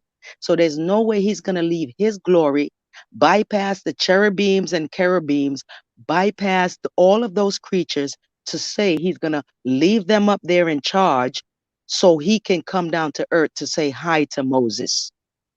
Okay, so No, wait, all wait, he has to do is do a so, projection of himself, okay, sister, a projection of himself. wait, sister, okay. Now, if you're saying that, then again, that's what you're saying. You're saying that when Moses saw his back parts, That wasn't him. That was a projection of him, is what you're saying. Because you're saying that he would not leave where he is up there and come down here to say hi to Moses. That's what you're He saying. cannot. He cannot. He Okay, cannot fit so, into his. so, Yeah. so you're saying then what Moses saw was a hologram, correct? No, I'm saying for my lack of understanding, the best way I can describe it to understand it, it is the Most High showing an image of himself, because he plainly tell you, if anybody see me in my glory, they will die. He said he cannot see my So face and live. you cannot see my face. Exactly. Okay, The not glory. his glory, but his face. It's a difference. Yeah. So what happens? What happened when Moses went up on the mountain? Did he spend 40 days, 40 nights the first time? He came back down. His face was shining. That's why we're called the children of light. Once we start living around the Most High with all his glory, just being around him with all his truth and his laws and his glory, we start to shine ourselves, just like Moses did when he came off that thing. That's what we're trying to get back to, Well, children of light. so I'm trying to understand. So when Moses was up in the mountain for that long, was he up there with God in that mountain? That was the Most High he was up there with. Yes. Okay, he was with the Most High up in the mountain. So was that the Most High in his hologram? Was it a hologram of him, or was it him himself there? That was the Most High in his glory, but the Most High's face, Moses could never see. Okay, so So now you admit that Most High did come down to the earth then on Mount Sinai, then, right? I said that the Most High was there with Joshua. The No, Most High, the same way he appeared. you said earlier he would not leave from where he is up there and leave the angels up there by himself and come down here and say hi to Moses. You said he would never do that. But now you're saying he was down here with Moses on Mount Sinai. But you're telling me you can't transpose your energy. You can't tell the babysitter, hey, listen, make sure my kid do this and that. Tell him if I do this and that, and you're gone to work.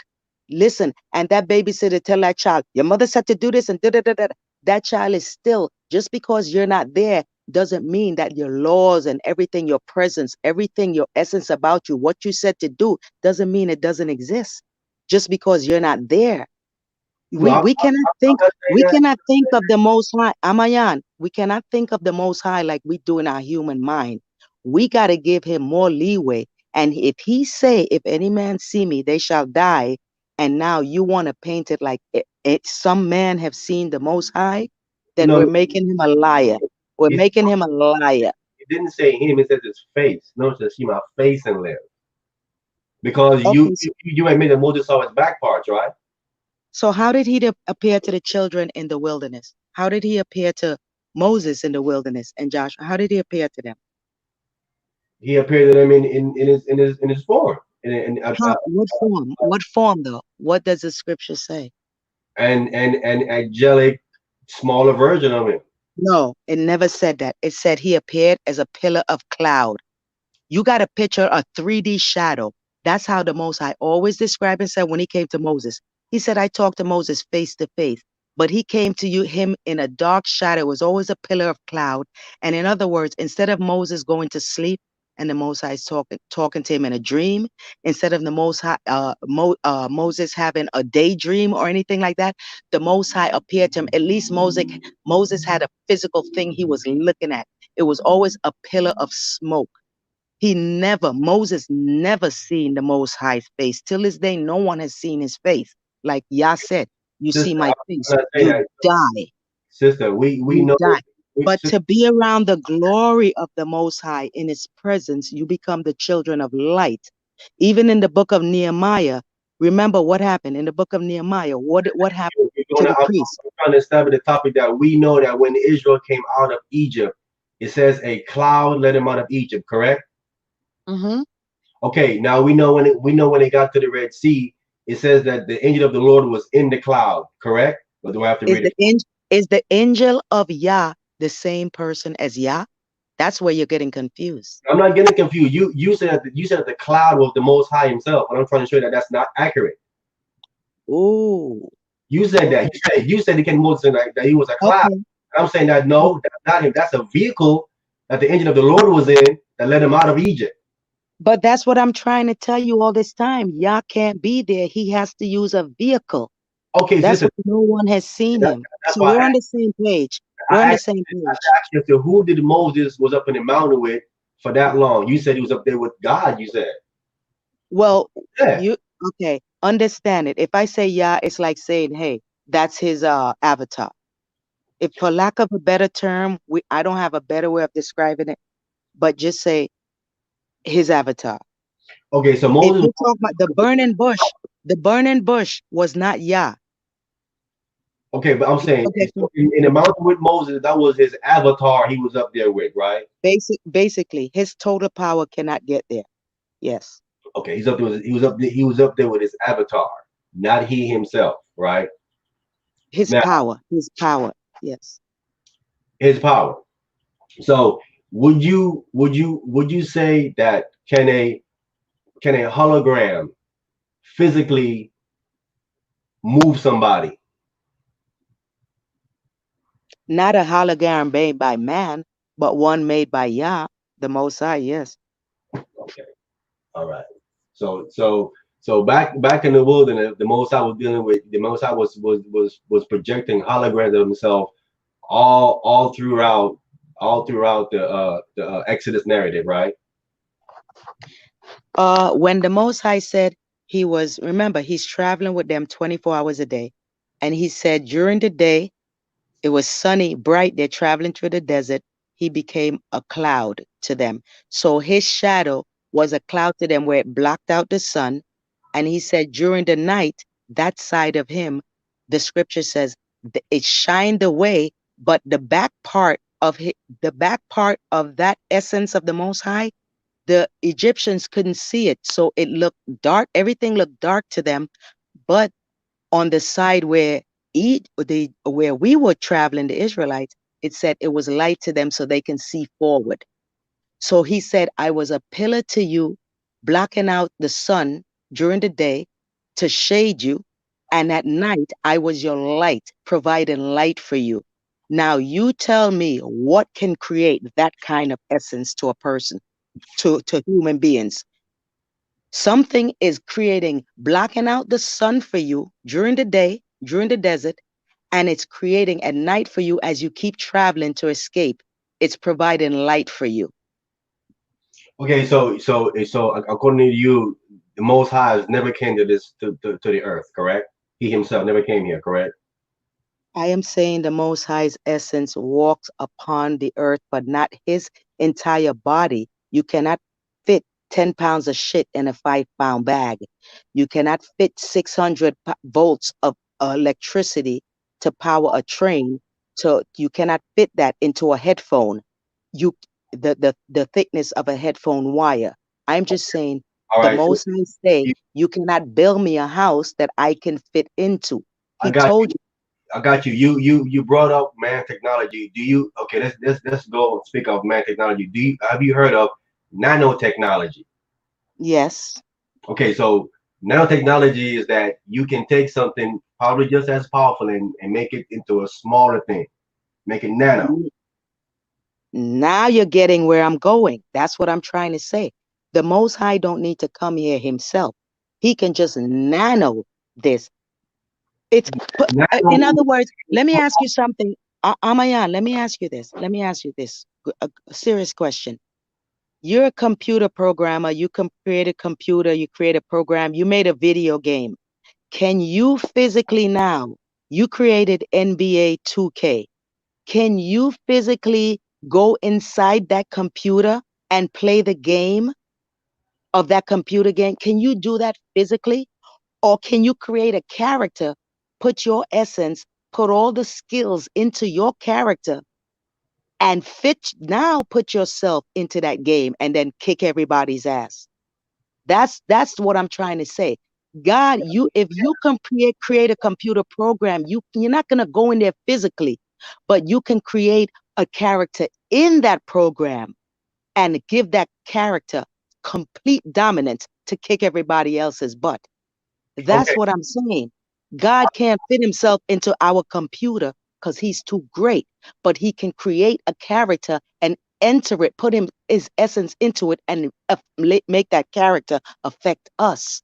That's what he uses man for. Okay, I That's want to Moses told all of us Bible to. verse. I want to read Bible verse and tell me what you think this is saying. I want to read the book of Hosea chapter 5 verse 15. I'm gonna read Hosea chapter 5 verse 15. Hold on, let me get there. I can read many other verses like this as well. I'm gonna just read this one here though.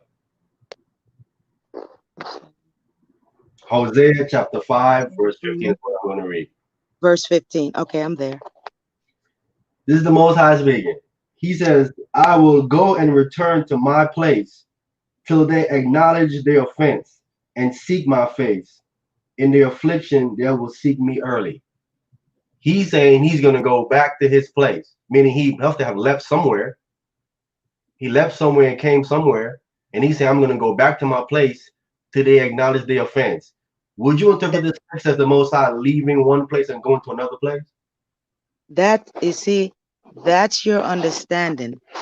I have children right now. I have one child in particular right now that I told the same thing. You cannot come to me for anything right now. For everything you've been doing.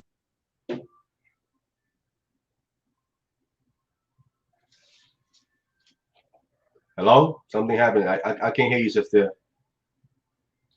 Something must have happened. Just Devanya, if you're talking, we cannot hear you. You probably got to go out and come back in. Hello?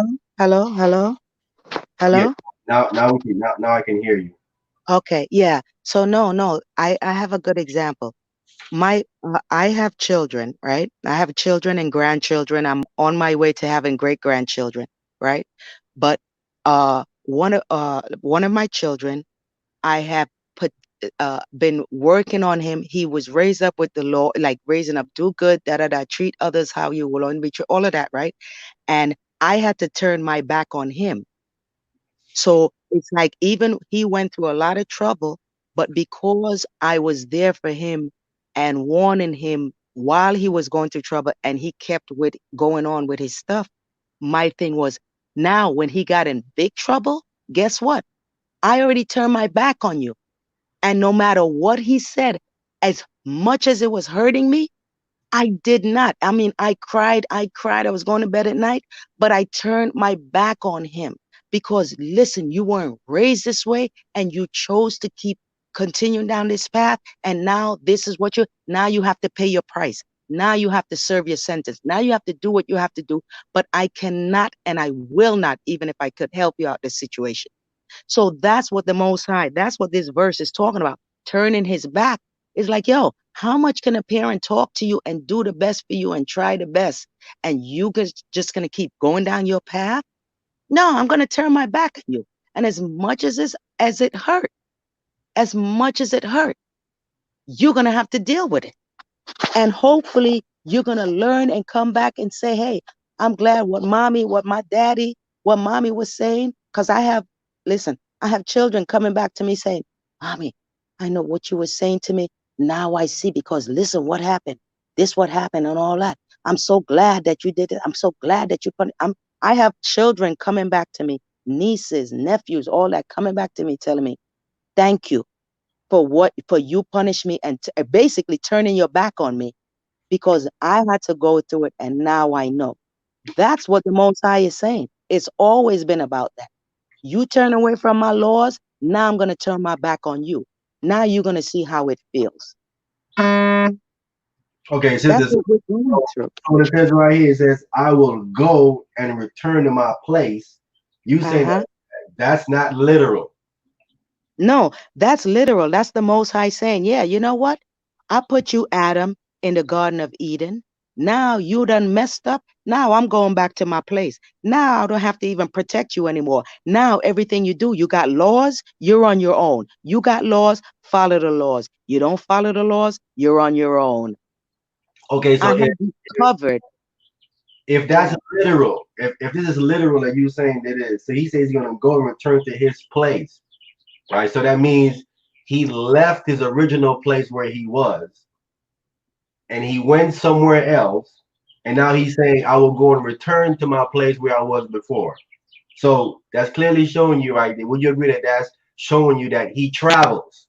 Would you agree to that? That Most High travels from place to place. Would you agree to that? I absolutely agree with that. I absolutely agree that The Most High is holy and he lives in a separate place than us. So Okay, wouldn't that make sense? Wouldn't that make sense? it makes sense. Is it possible for him to shrink himself down to a certain size and come to the earth? Is that possible? Man, you reminded me of back in the days of Gazoo on the Flintstone. Here come Gazoo, you know, a little alien. He's going to shrink himself down.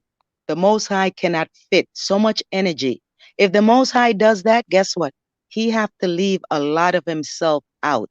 He can only use some of his energy because he is too powerful to fit all his energy to go inside of a creation that he made. You can't create a cell and So then put you yourself put it, into the cell, Amayan. you, Amayan, you're you putting limits cannot on the create Most a High now. cell and put I'm yourself saying, into the cell. but you putting limits on the Most High now, saying what he can't do. I'm just saying energy, we have common sense. The Most High gave us common sense. And he told us, what house can you build me that I can fit in? There's nothing you can build me that I can fit in. But he says, if you build it this way and you make it holy and I sanctify it and you build it according to my specifications, then I can put my essence in there and visit you. He said, then I can visit you like that.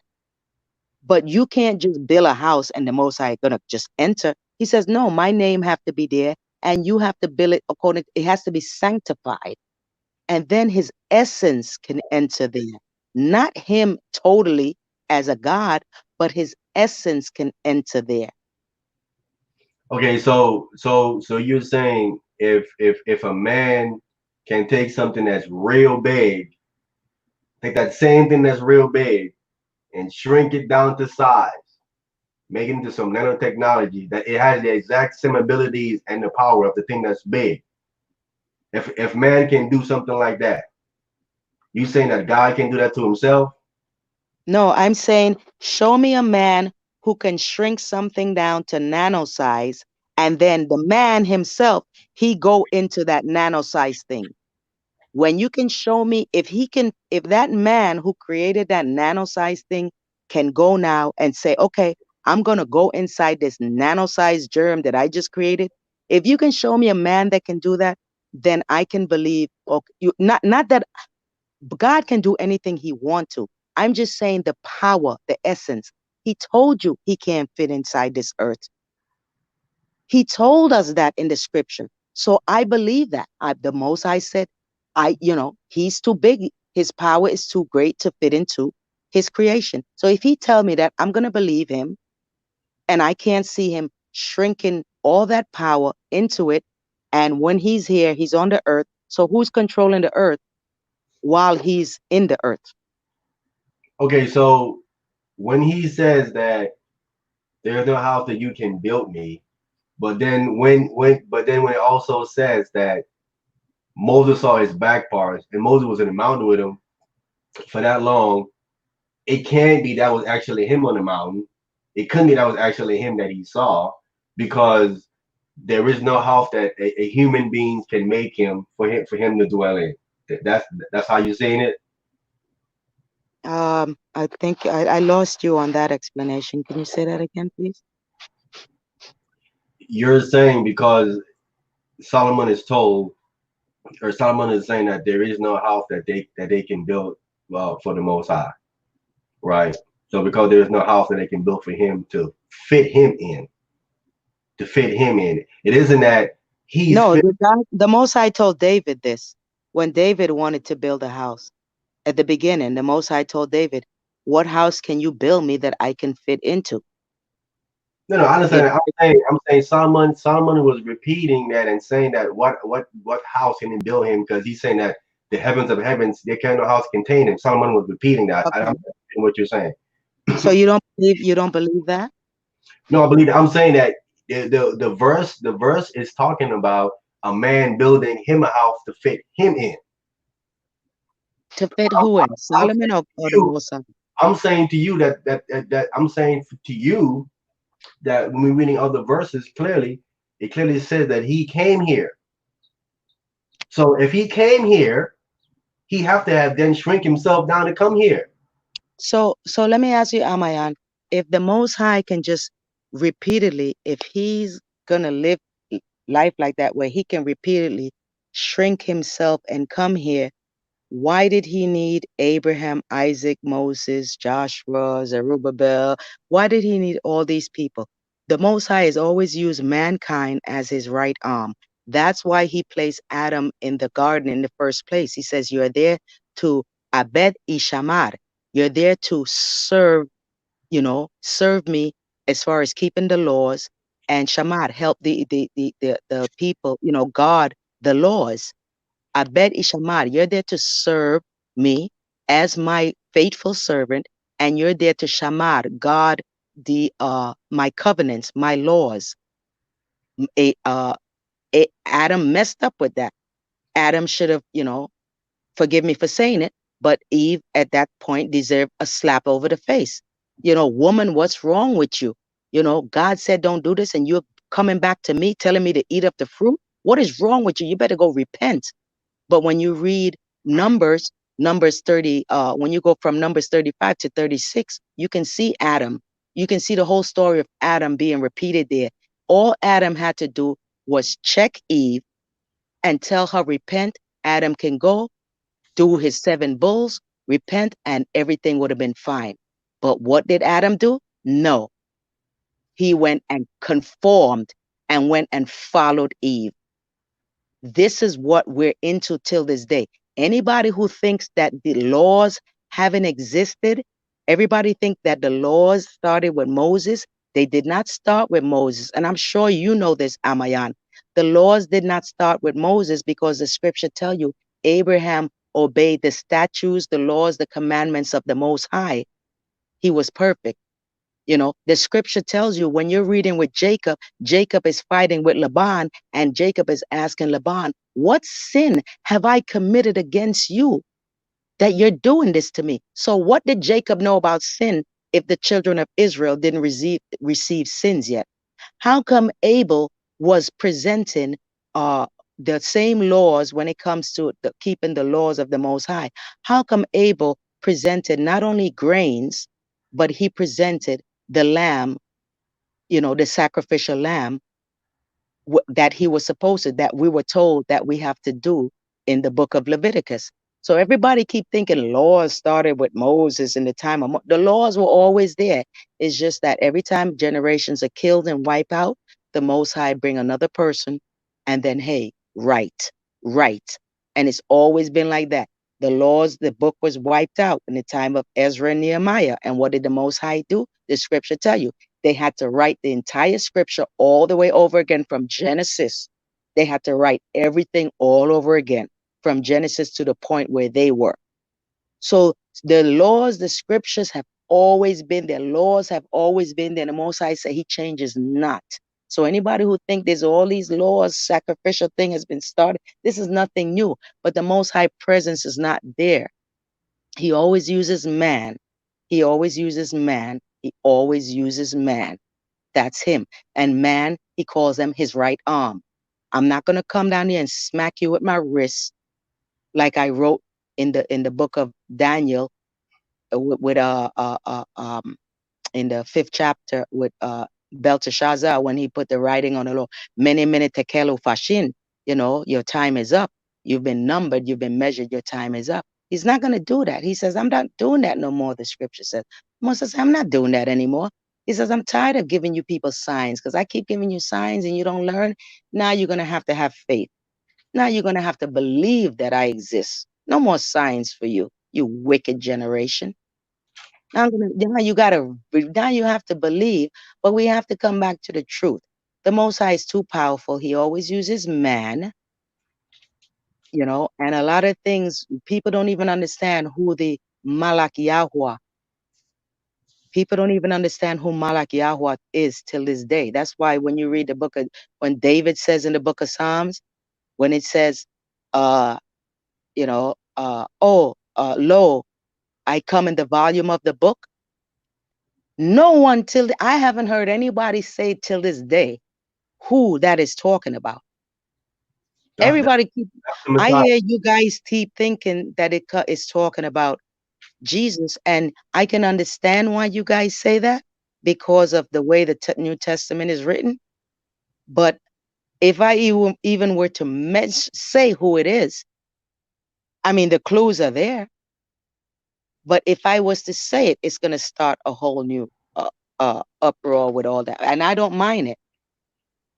But the person who wrote the book, if he's telling you, lo, I come in the volume of the book, then right there, that's who was there. That's who Malak Yahweh is.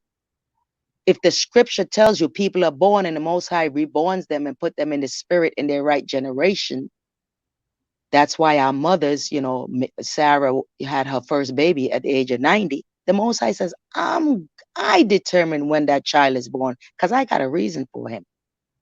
So Okay, Malak Yahweh, since I got yes, something for you, who is the person sitting next to the Most High in Psalms 110? that's David. Okay, so you're saying that who wrote the psalm? David. So David wrote the psalm and called himself my Lord. Have you, I don't know if you if just go back even in the English. Just go into English and start from 1 Samuel again and start reading and notice every single person, every time they're talking to David, they address him as my Lord. Just read it. No. So Sister, you said no. David wrote the psalm. So if he wrote the psalm and he's the one that's sitting next to the Most High, then he's calling himself my Lord because he wrote. Oh, I'm sorry. Oh, you're talking about that particular psalm. No, the scripture tells you some of the psalms are written by David, and some of the psalms it's written by the Israelites who, during wherever trip or journey or battles they're in, they write things and they bring it to David, and David composes it and puts it into song. Okay, So who even the Psalms tell you that not everybody, Psalms tells you not everybody wrote all the Psalms. got you? But So who wrote Psalms 110? Psalms 110, let's read it. You want to go to it? Because it says, and the Lord said to my Lord, every time you're reading in the book of Samuel, Samuel 1, Samuel 2, when you're talking about David, every time they're talking, they always say, and the Lord, they always say the same thing. They always address David as my Lord. And my Lord said to say, and my Lord said, and my Lord King David, and my Lord King David. So when you're reading it, it's somebody who's writing, somebody who was in the battle at that time, or who was in that situation, and they're writing what my Lord, they're saying what my Lord, what the Most High said to my Lord, King David, because they used to calling King David, my Lord, my Lord, my Lord. So Sister, now this who person wrote a psalm wrote the? that's saying listen, for me, it doesn't matter. It could be Asaph. It could be when you go and read the book of Chronicles and it talks about all the singers and all those who brought songs and psalms to David for David to compose into songs.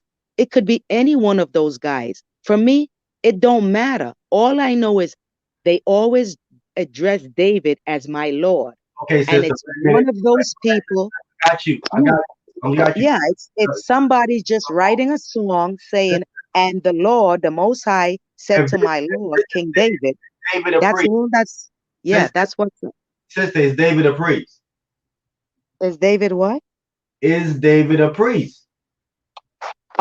David is the only one who did priestly things that the Most High never killed for it. Is David a Levite? David is not a Levite, but Okay, so the Levites were the priests, yes or no? the Levites were the priests, yes. Okay, in Psalms 110, it calls this person a priest after the order of Melchizedek, correct? That's correct. So was when David lived, did David officiate in the temple? David officiated as a priest. Did he officiate in the temple? David officiated as a priest. The title we want to know is priest, right? Did the Most High accept David? That's not the question. The question Amayan, is in the temple. Amayan. Did the Most High, let me ask you, did the Most High Okay, accept you're not David as a answering priest? my question. So you're not gonna answer. No, did the Most High accept David as a priest? Can you No, please answer me that? Yes or no? No? no. The Are answer you is saying no. no? The answer is no. The answer is no? Yes, the answer Okay. is no. No, no, no. I'm gonna Okay, we're gonna have to pull up scriptures on this. You can put What did? Let me ask you something. you put it Who are the?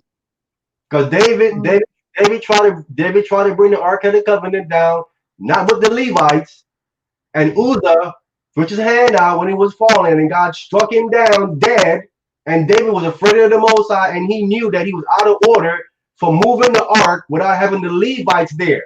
If God said as a Levite, he would be able to bring that Ark down. He couldn't do it because he didn't follow Torah.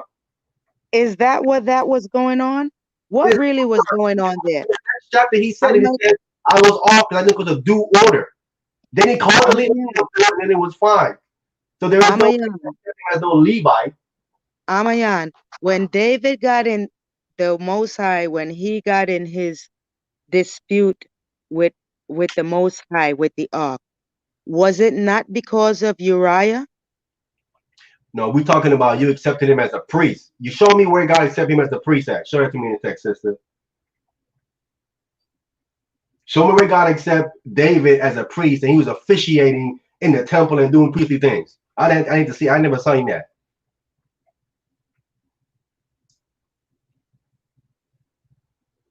Please don't go where he bought that threshing floor from Uruna, because I'm going to go into the text and show you that was a barn. The Hebrew word they say is a barn floor. And the next one in Chronicles tell you there was two purchases there. So if you go in there, I'm gonna show that there's two different purchases that David purchased there from Aruna the Jebusite. And he didn't offer no sacrifices at all neither. I'm gonna show you that too in Chronicles. He never did that. So show me where David was accepted as a priest in the Old Testament. I've never seen that. Amayan, okay, Amayan. I don't know how much studies you've done, but let me ask you something. That where the same temple. Okay, let me ask you something. What does the law say about anybody except from the seed of not just a Levite? You can't just be a Levite. You have to be from Aaron's loins. You have to be from Aaron's genes. What does the law say about anybody to put on an ephod and sacrificing to the Most High other than a Levite from Aaron's seed? What does the law say about that? You talking about when they came out of Egypt, from that point on forward, correct? I'm saying the laws, exactly. Go back to the book of Leviticus. You read it in Numbers, Deuteronomy. What does the law say about anybody other than a Levite from the seed of Aaron serving as a priest, donning an ephod and sacrificing for the children of Israel? What does the law say about that? They'll be put to death. Thank you very much for saying that.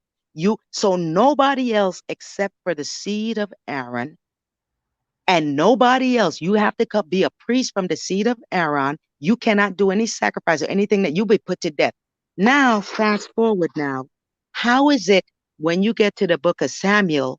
How is it Daniel, the same thing that you're saying? Don't even tell me about the book of Arun and all that. But guess what? How is it David is the only king, the only person outside of the tribe of Levi, how is it he donned an ephod according to the scripture? And how is it said, because the Most High was going to destroy Israel that day? How is it David donned the ephod and sacrificed a bull and everything? He did all the acts of a priest, and the Most High accepted it and calmed himself down and spared Israel that day. Where, sister? Where's this verse you talking about?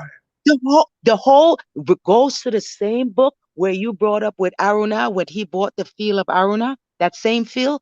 If you don't realize that same field that he bought is the same location when the Most High told Abraham, go, and Abraham went, and Abraham set up his same pillar where it calls what's it called? Shekesh, right? Where he set up the first pillar, where Abraham set up his first pillar in the land of Canaan. That is the exact same spot that David bought that day. These places don't come up and pop up. It's the same identical spot. As a matter of fact, when you read where Abraham took Isaac to sacrifice him, guess what? It's the same identical land that David went and built up that temple and put on the ephod and did the sacrifice. So the same spot that's been going on since the book of Genesis, it carried all the way down to the book of David. But if we're not reading and seeing everything properly and paying attention, we lose the power that's going on. And guess what? That's the same place where the temple, our temple was built.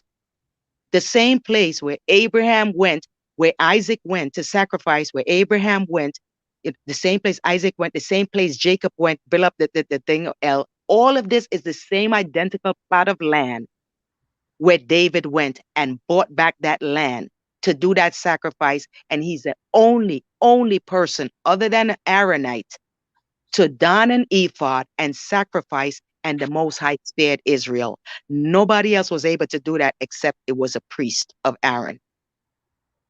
So yes, if you want to put anybody who came in the order of Melchizedek, it's David, because he's the only one who can do something like that, and the Most High didn't kill him. The Most High accepted it and spared the children.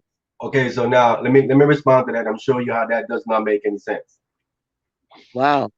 Here's why I'm gonna read the verse where it clearly said that the Levites did that and not David. I'm gonna read the verse. So I'm not saying stuff without putting my scriptures. I'm in First Chronicles chapter 15. This is him now going to get the priest and bringing the Ark of the Covenant up, because he tried it without the priest, and Uzzah died because he out of order. So he goes and he get the priest and now bring the Ark of the Covenant up. It's the exact same story recorded in Samuel, 2 Samuel, but 2 Samuel is making you think that David sacrificed these animals, but First Chronicles making it clear that it was the priest that did it.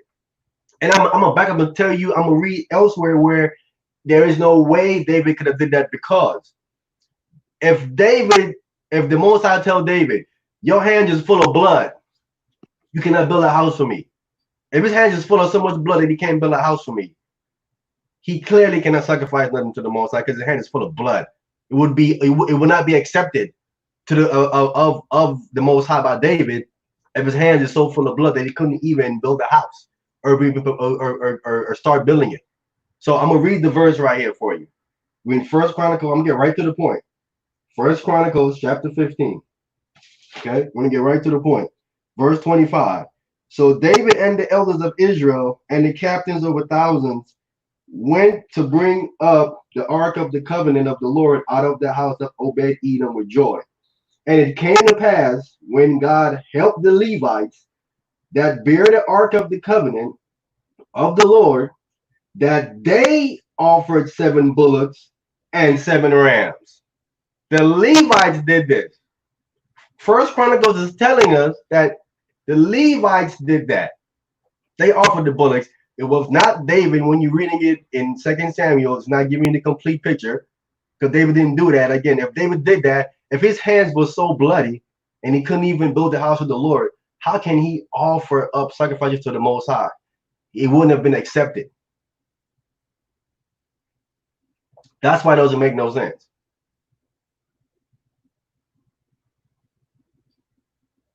His hands was full of blood, sister.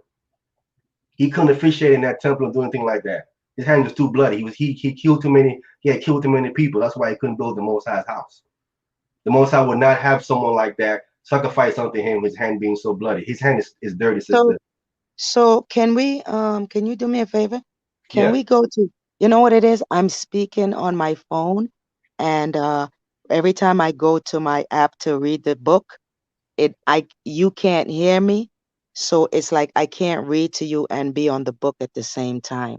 So pardon me for the delay.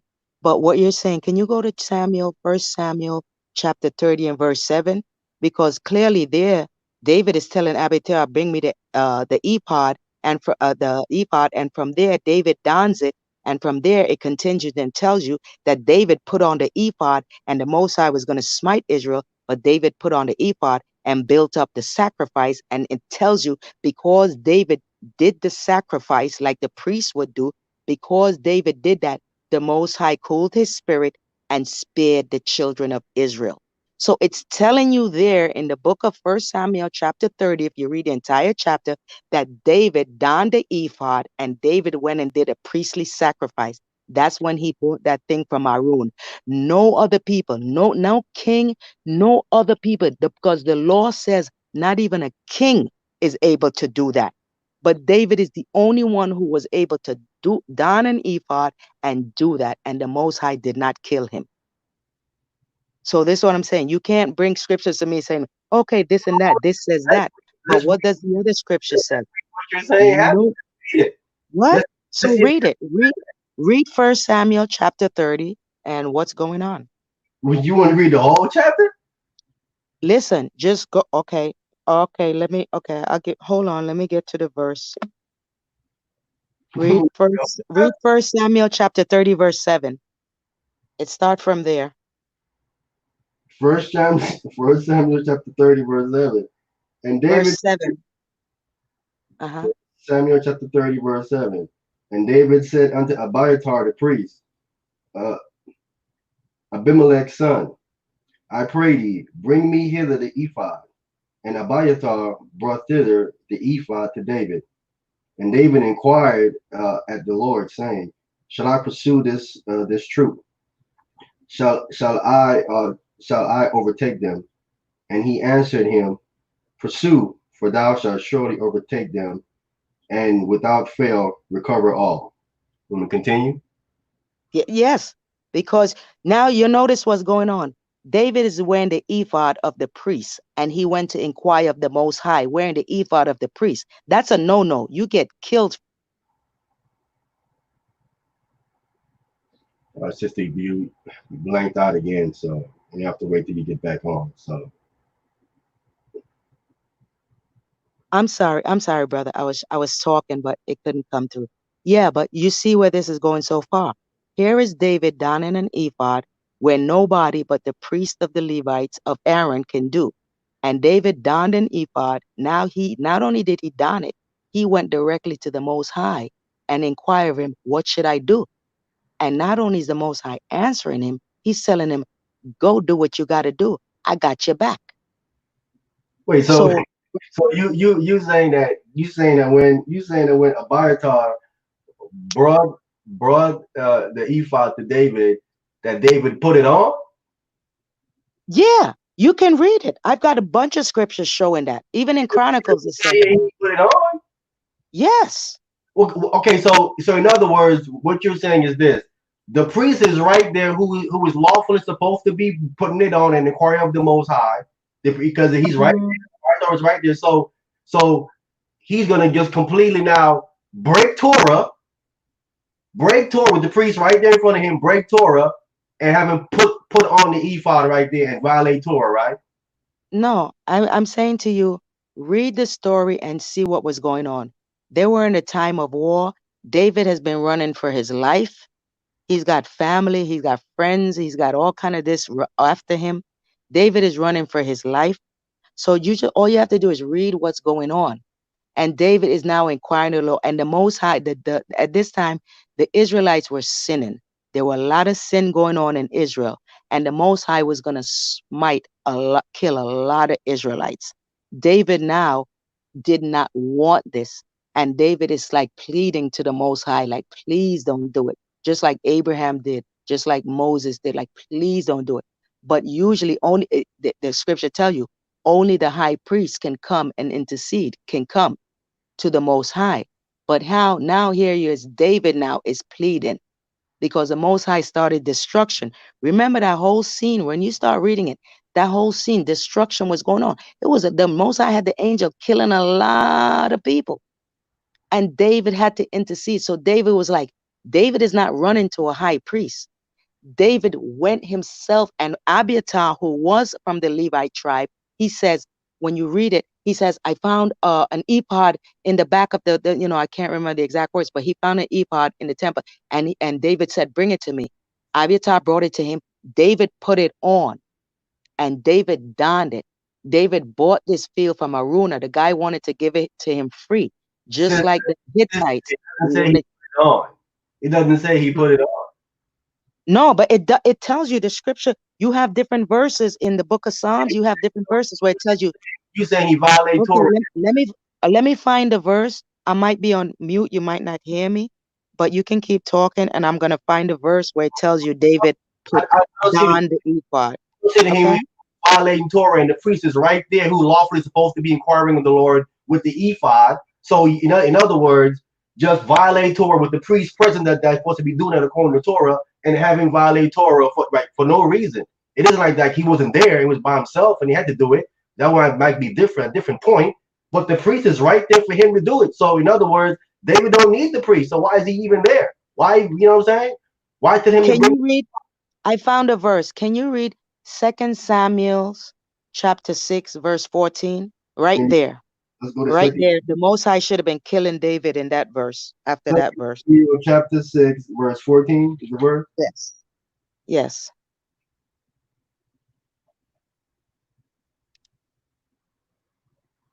Second Samuel chapter 6, verse 14. And David danced before the Lord with all his might, and David was girded with a linen ephod. Boom. Right there. Right there. David was girded with the linen ephod. David did a sacrifice at Arunan, at that place. David bought that place and did the sacrifice. Ain't nobody supposed to be doing sacrifice for the children of Israel but the high priest. What But the, David did it, and the Most High accepted it. And he said the Most High stayed his anger from the children of Israel and spared their life. Only the priests can do that, and only the priests can wear ephod. But David was able to hold back the that's not arm of the right hand, smiting the children of Israel, and he donned the ephod, and not only donned it, danced, and the Most High didn't kill him. so. Your first point is that only the Levites can wear a ephod. Am I right or The, wrong? it has to be the high priest. Yes, Okay. that's what the laws tell you in the book of Leviticus. So the other priests who are not from Aaron's line can't wear ephods. There shouldn't be any other priest from the line of ephod. The only high priest you can comes from the line of ephod. Everybody else, they're Levites, but there's just servants.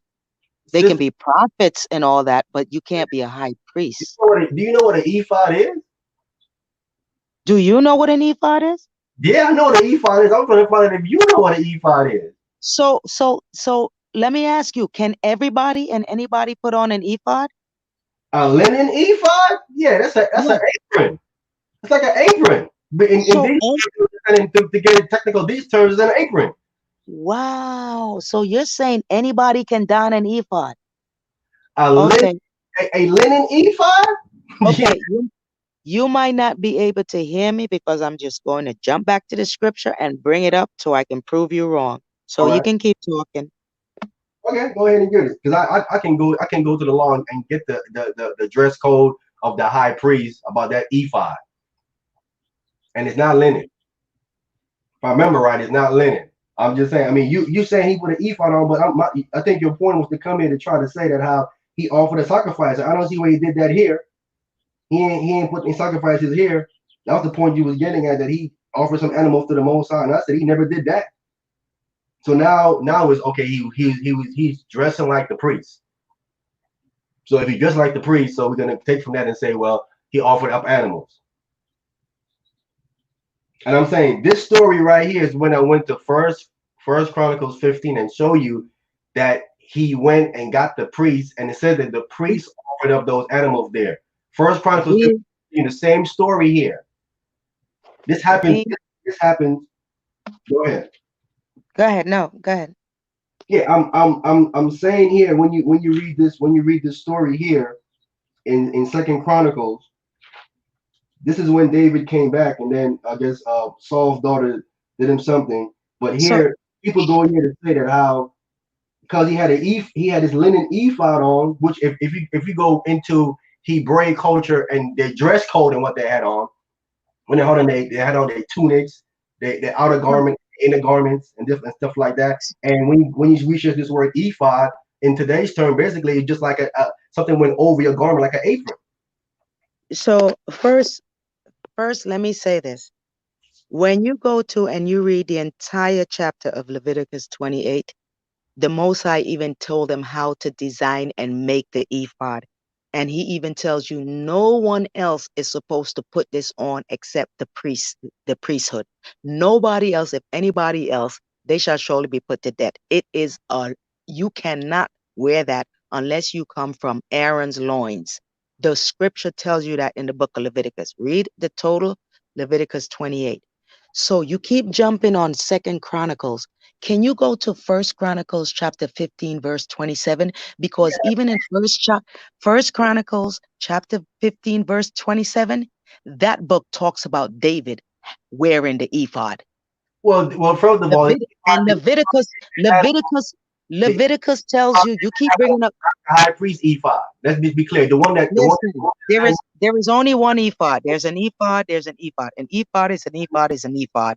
The You know, ephod that's like saying an apple, you know. that Moses Ain't made. no yellow apples or green apples here. We're talking an ephod is an ephod is an ephod. I'm saying that the ephod that Moses made for Aaron was not what David put on. Let's be clear. That's not what he put on.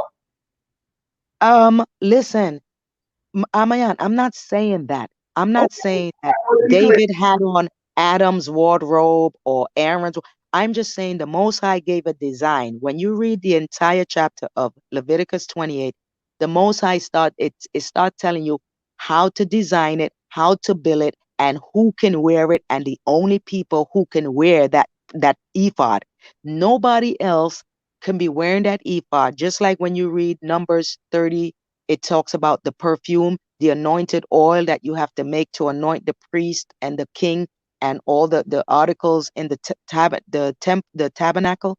That's a unique oil. So the ephod is a unique garment only that the high priest can wear. Nobody else can be walking around with something called an ephod because it's a specific design that the Most High told them how to build it and who can wear it. So no matter if it was 200 years later, it's still an ephod. It's still an ephod. It's a priestly robe, and David wore it, and the Most High accepted it. So now, can you please read First Chronicles, because you went to Second Chronicles. Can you read First Chronicles, chapter 15, verse 27, please?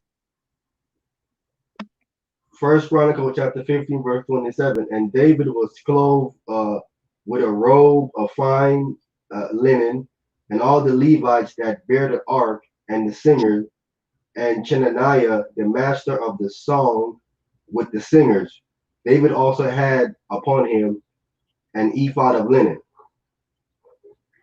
There you go. There you go. So David is the only person in the entire Old Testament who literally you can recognize in the Most High except him doing priestly work and also kingly work. So Okay, he is the only one we can say came in the order of Melchizedek. so No one else. David is here with the Levites. Yes, He- Devon Akpum in the chat. Yes, Leviticus 28.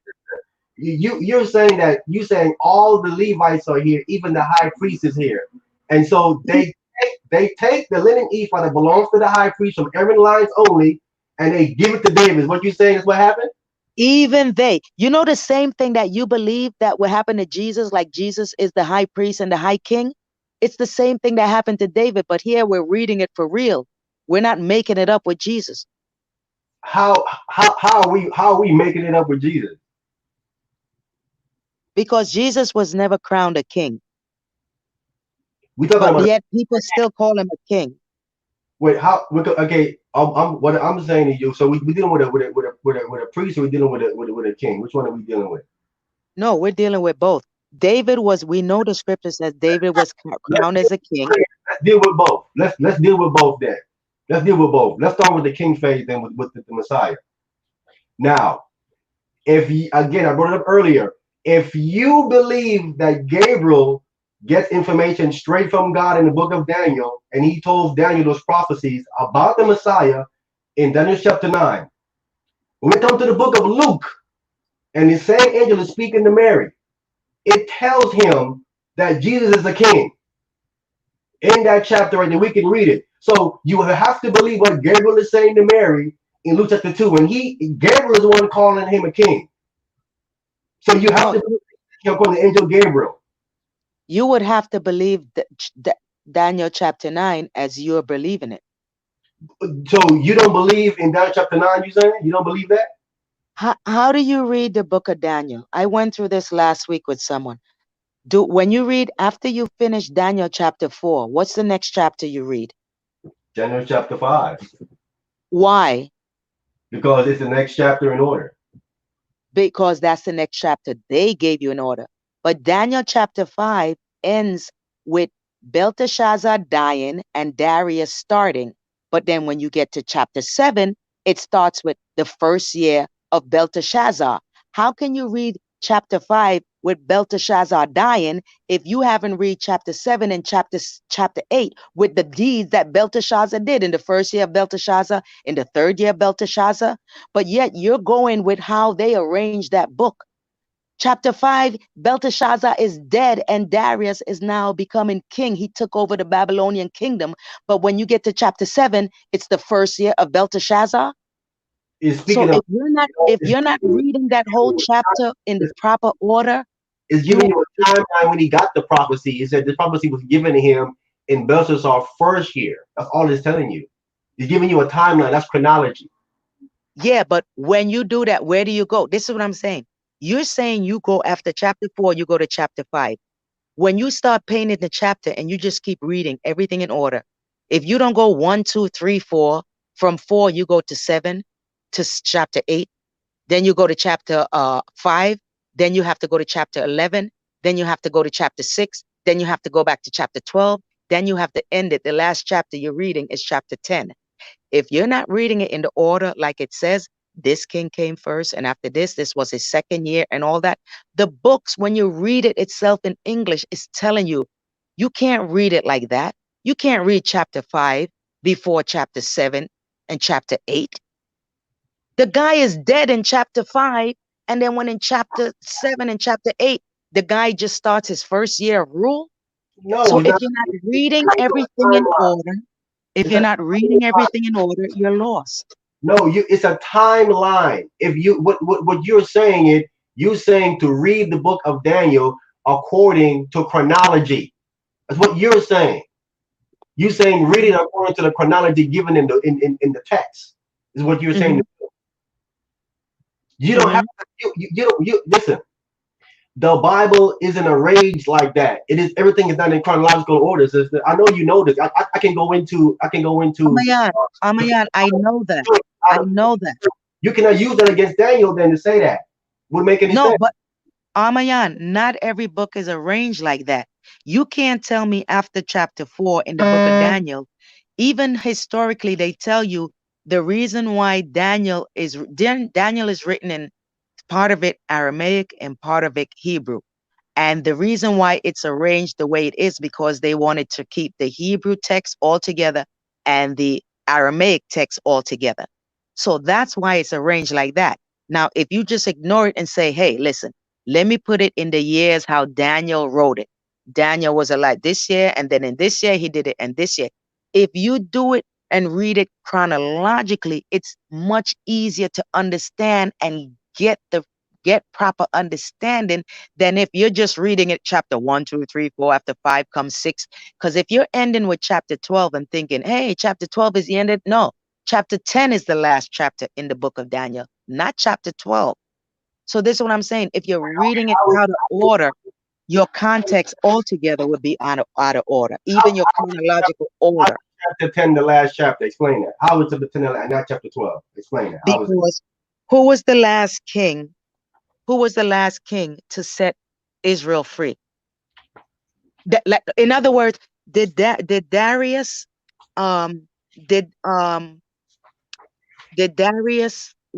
Darius and Belteshazzar rule before Cyrus? No, sister, we talking about. You said that chapter 10 of Daniel is the last chapter. How is that the last chapter? I don't understand that. Okay, because who was the last king to rule in the book of Daniel? Was it Belteshazzar? Was it Darius? Or was it Cyrus? You're talking about the last Babylonian king? No, we're talking about the book of Daniel. The Okay, book of Daniel have 3 different kings in it. The book Okay. of Daniel, no, 4 different kings. You have Nebuchadnezzar, you have his son Belteshazzar, you have Darius, and then you have Cyrus. So if you were to do it in order, are you going to start reading the book of Cyrus before you finish off with the book of Darius, who came before him? No, you're going to read it in order. Oh, you know what? Darius was before, because Belteshazzar was Nebuchadnezzar's son. He took over after Nebuchadnezzar. So I'm going to read after chapter 4, I'm going to read chapter 7, because chapter 7 says, in the first year of Belteshazzar, chapter 8 talks about Nebuchadnezzar and Belteshazzar in the 3rd year. When you go to chapter 5, it talks about Belteshazzar and him dying, and then Darius taking over the Babylonian Empire after Belteshazzar. Sister, So this is what I'm saying. You can't read chapter 5. Chapter 5 doesn't make no sense if you didn't read chapter 7 and chapter 8 first in the book of Daniel. That's what I'm trying to say. Because chapter 5, the king is dying, but in chapter 7 and 8, it's telling you about the king's first year and his 2nd year. That's what I'm trying to say. Sister, I'm trying to figure out, how is Daniel chapter 10 the last chapter in Daniel? How is that? Because Cyrus was the last king who, after we went through Nebuchadnezzar, after we went to Belteshazzar and Darius, Cyrus was the last king who granted Israel, who was anointed, it's talked about in Isaiah and all that, who gave Israel their freedom to go back to the land of Jerusalem and rebuild the temple. He's the last king he's one of the kings but he's talked about in chapter 10. But it's because the way that things are ordered, because of language, why it's arranged like that. But Cyrus is the last king. Darius didn't give Israel freedom. Belteshazzar didn't give Israel freedom. Nebuchadnezzar didn't give Israel freedom. But the last king who was ruling, who beat the Babylonians, was the Persian and Medes. And it says Cyrus was the king who finally gave Israel their freedom to go back. So if you're reading about Cyrus and then you're gonna go read about Darius, then you're reading it. How is Daniel chapter 10 the last chapter in the book of Daniel? It's not. It can't be. The next chapter talks about Alexander in chapter 11. He's after Cyrus. All right. Who's after Cyrus? Alexander the Greek. Listen. We're not talking about Alexander. We're talking about the kings. We're not talking about the prophecies that are in the book. We're talking about the kings that are in the book. The last chapter in the book. Amaya, doesn't it talk about Daniel and the king who he's under? Every chapter talks about Daniel and the king he's serving. Daniel was under Cyrus too. What are you talking about? I know. But okay, how is it the 10th chapter, the last chapter of book of Daniel? Then how's it the last chapter in the book of Daniel? Because of the order. Why don't you just go to the book of Daniel? We can walk through it together. I'm here because I'm saying in Daniel chapter 11, he talks about Alexander, which is after Cyrus. Hold on, I'm trying to pull up my book. Book of Daniel. And let me switch it over to English.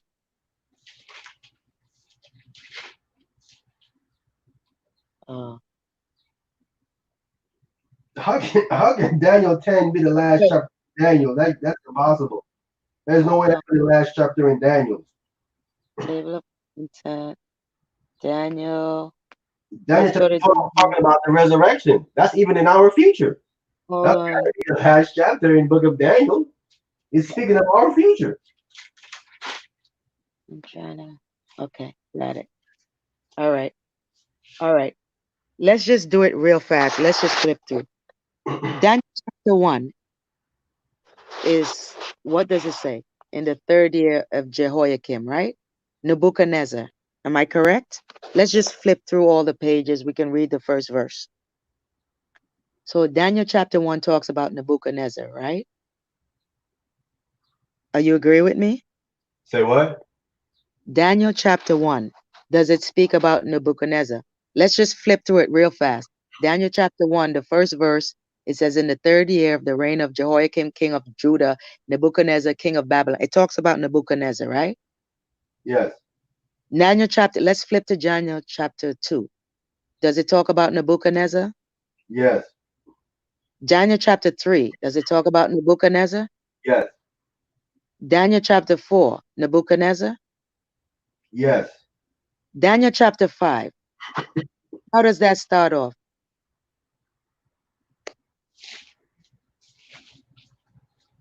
Belshazzar, the king made a great feast. Talks about Belshazzar.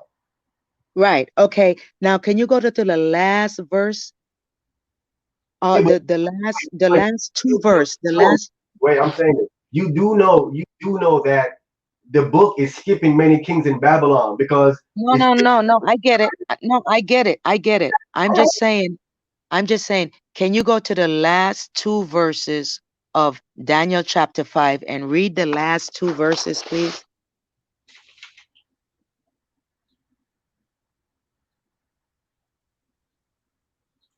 the last two verses in Daniel chapter 5. It says, Pharez, thy kingdom is divided and given to the No, Persians. no. The last two verses, verse 30 and verse 31. In the night was Belshazzar, the king of the Chaldeans, slain, and Darius the Median took the kingdom, being about 62 years old. Now, you see how chapter 5 is ending?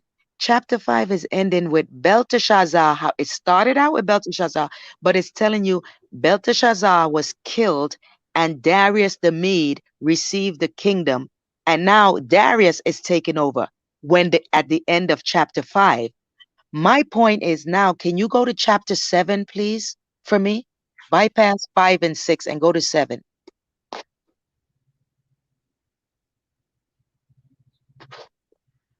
Sister, I hear what you're saying. You're dealing with the chronology of the last king of Babylon. No, I'm saying now when you go to chapter 7, it starts with in the first year of Belteshazzar. Shouldn't we be reading everything that happened in chapter 7 and chapter 8 before we read about him dying in chapter 5 and Darius taking over? If you want to read it according to the chronology of his reign, yes. But isn't that how we get proper prophecy? If you're reading everything out of chronology, then you can insert anybody and make them fit into prophecy. We're not inserting anything. How are you going to insert something when it's telling you the timeline, what happened in that particular timeline? It's saying that this prophecy given to Daniel in chapter 7 about these four beasts happened in Belshazzar first year. It's just giving the timeline when it was given to him.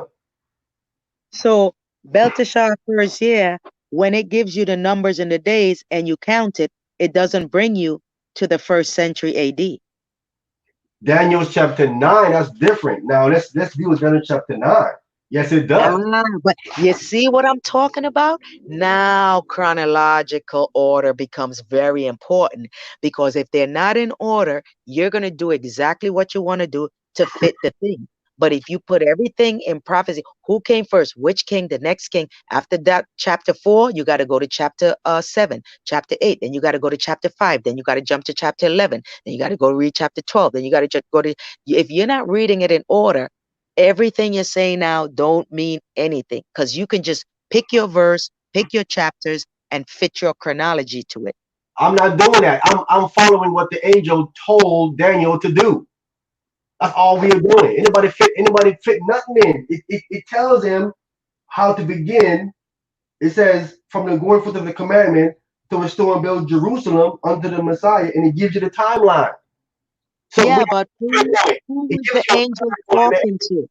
What? Who was the angel talking to on what timeline? You're fitting into an AD timeline. Daniel, it says from the going forth of the commandment to restore and build Jerusalem. That's a beginning point.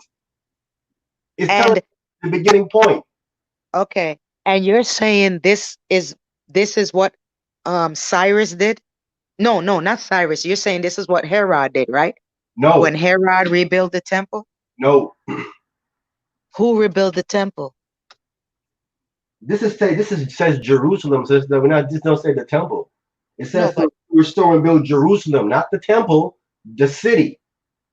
so you're telling me the Most High gave his blessings and everything to, hey, rebuild the city, but don't worry about the temple that they tore down. Just rebuild the city, you sinful people who I'm having mercy on. I'm dealing with what. Rebuild the city, but don't rebuild the temple? So, so you don't believe what Gabriel told Daniel then about rebuilding Jerusalem here? Yeah, but though not the way you're understanding it. What you mean?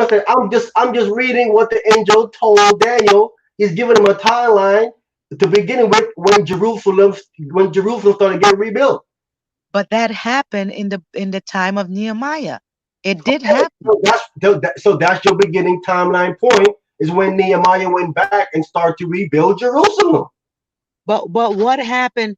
How was that temple built, Amayan? We're not Have dealing you with the temple. Genesis 9, not dealing with the temple, sister. This is dealing with the city. You're adding stuff to the text here. This is not addressing the temple. It's addressing Amayan, Jerusalem, the city. Let's stick with that. Amayan, was not when in the book of Nehemiah and Ezra, did they not rebuild the temple where it even said those who knew the temple from before, some cried and others rejoiced? Did they not rebuild the temple also? You're making it sound like they just built the walls and the city, and the Most High is like, yeah, don't even build a place for you guys to worship for me. Just rebuild your city and have fun. Did they not rebuild the temple also they started rebuilding the temple in the book of Nehemiah? Yes or no? Sister, they Yes or no? they started rebuilding the temple when Zerubbabel came back. He was the one that was. Exactly. But we're not dealing with that here. We're dealing with Jerusalem. You addressing something I'm not even addressing about. Daniel 9 is not addressing the temple here.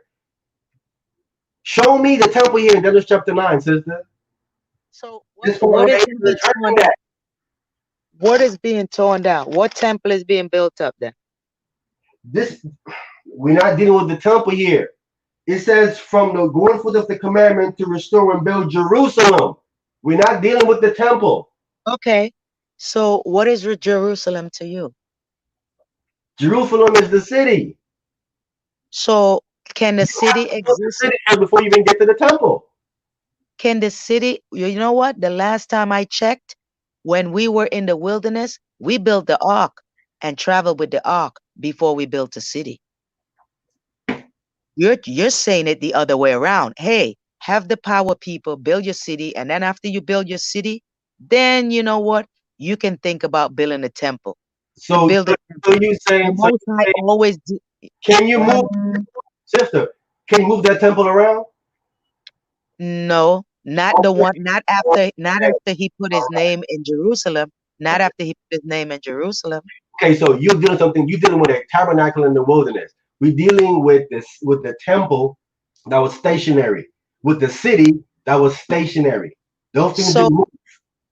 so when Nehemiah and them were building back the city, were they building it back righteous? Were they building it back according to how it was built before, more or less, right in righteousness? Yes. They were. So can you explain to me how is it when you're reading those books, it's talking about gates? Now we know we had gates for the Israelites, but when you're reading the book of Nehemiah and the book of Ezra, it's talking about horse gate.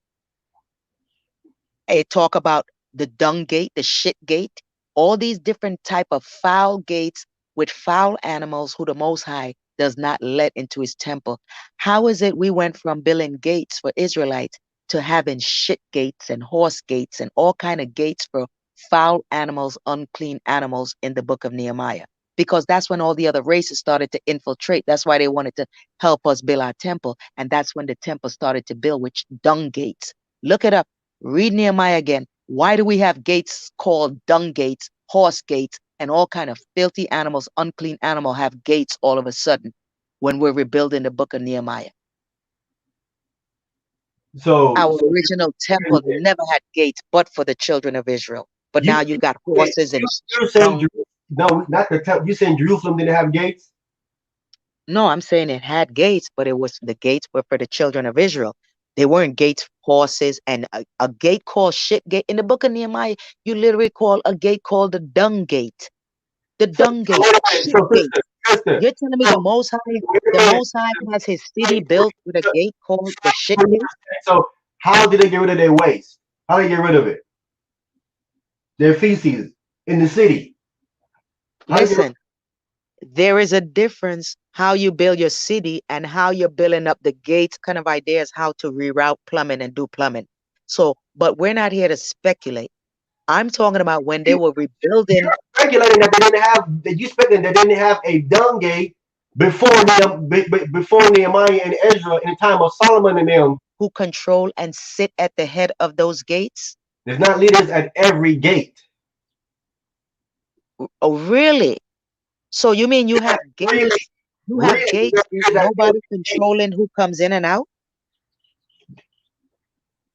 Show That's me the that. front. That will be the front.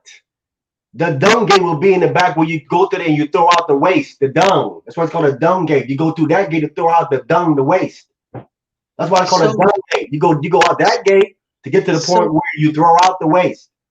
so listen, I'm an architect, right? I'm an architect and I'm looking right now at your blueprint and I'm saying I have a city and the city is 10 miles wide, let's say, and we have a dung gate over at the north and the north southeast end.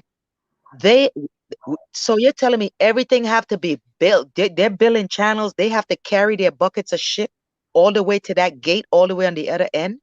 Yes, that's because it's called a dung gate. Wow, you mean to tell me I gotta carry my shit for 10 miles just to dump it? That's in the By the 10 time miles. I get back home, I have to dump a load again. You're not Okay, making sense. how did they get rid of it then? You're not making. You Okay, don't need a gate. you the You architect, how did they get rid of it then? the same way we did in all the islands you do. You build a latrine, you build a hole, and the earth replenishes itself. You dig a Okay, hole like a all right. well, and you Hey, put shit show, in that. You okay, bury it. show that Just like what do animals do when what do animals do? text now. What do animals do when they take a Wait a dump? minute, I'm asking What you, do show that from the text they now. cover it up? You cover it up. You don't need to You, try. I you, don't need to you, take you a saying, 10-mile trip to go dump Nehemiah my load. Nehemiah is adding stuff to the city that wasn't there. Nehemiah's building was already just building it back up. He didn't add nothing to the city.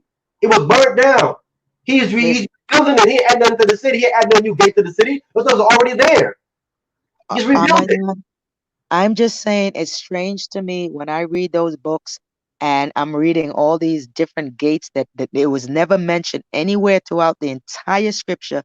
You don't see all these different gates to our city, but we see it there. And at the same time, we start You seeing are we accusing no, them of adding to the listen, city then. no. And at the same time, through those books, it's showing you that there are a lot of other people who were mixing and infiltrating where you had to weed them out and get rid of the wives and the children. So it's telling you there were a lot of people at that time infiltrate. It even tells you when you're reading the book, Nehemiah, read and it tells you, it start naming out some of the people who were working on certain gates and read out the person whose name who was in charge of working on the dung gate.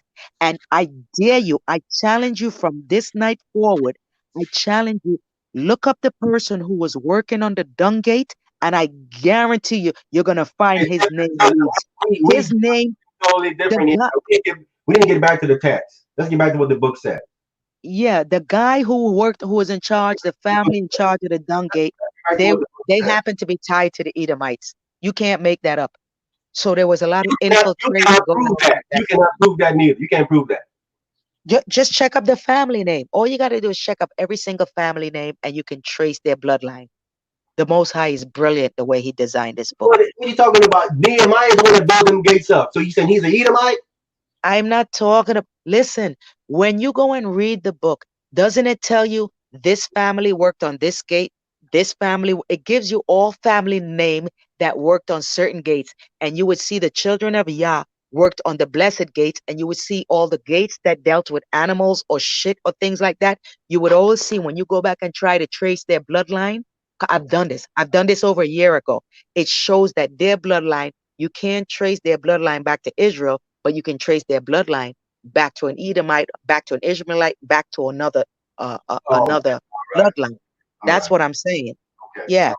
Okay. Just check that out. I think you'll find it Okay. fascinating. I Let's thought get it back was to Christ. I fascinating. just showed you that the angel Gabriel said Christ would be king over Israel. So that's the angel Gabriel saying that. Oh, So yeah, we I mean, there. but So I we have can't that. see that in the Old Testament, in the original Testament. Okay. So So then you don't believe God no more then, because that information come from God. God told that to the angel Gabriel to no, tell I the Jews, you do. don't believe the Most High no more then. No, I do believe God. That's why I think, because nowhere God told me that he told me he was jealous. He said he's a jealous God. He don't want Israel going to no other God but him. So you have to explain to me how he gonna, oh, you know what? I'm so jealous. I'm gonna create a son, and I want you guys to go and pray to him, and you guys gonna be thinking more about him than me. Yeah, you guys still love me and I'm still there, Was but the angel I'm was the so angel Gabriel lying? I'm asking the question I, simply. Was the angel Gabriel lying? listen, you believe in the That Gabriel, question because you know you be- you're wrong. Angel sweetheart, Gabriel lying. That you means believe in Gabriel. I don't. the gate to the angel there. You believe in the angel of Gabriel. I don't. So then angels are messengers from God. They're bringing God's word. So you don't believe in God's word then. I do. I You do don't. believe in the If Most High's Gabriel word. said that the Messiah would be a king, and you don't believe that, because that's God's word from the angel. You don't believe God's word anymore then. No, Amayan, the problem is, I can believe exactly what you just said, but the problem is you believe Jesus is the king. I believe David is the king. The So it's not that angel I'm Gabriel, doubting the words, sister, the angel Gabriel said he would be the king. but Not he said that in the Gabriel he, said. he said it in the New Testament, not the Old. That's the Okay, problem. so my point is then you don't believe the angel Gabriel. You believe him in the Old Testament in Daniel, but you don't believe him in the New Testament then. Is that correct? No, I don't believe there is such an angel called Gabriel. You don't believe that there is an angel called Gabriel. I can explain it if you give me a chance, but no, I don't believe in these names, Gabriel and Michael. I don't believe in it. Okay, there we have it. You can ask me to explain it. Sister, no, you need to explain it because then you're saying that the book of Daniel is not canon. Okay. That it's No, lies. let me ask you something.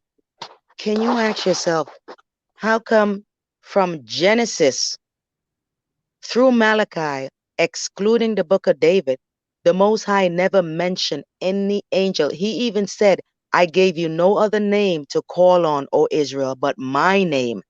And all of a sudden, the Most High in the book of Daniel, the Most High is giving you names of angels, where till this day, you have these pagan churches worshiping the angel Michael, the angel Gabriel, the angel, all kind of angels and all this. And the Most High said, I gave you no other name but my name, Yah.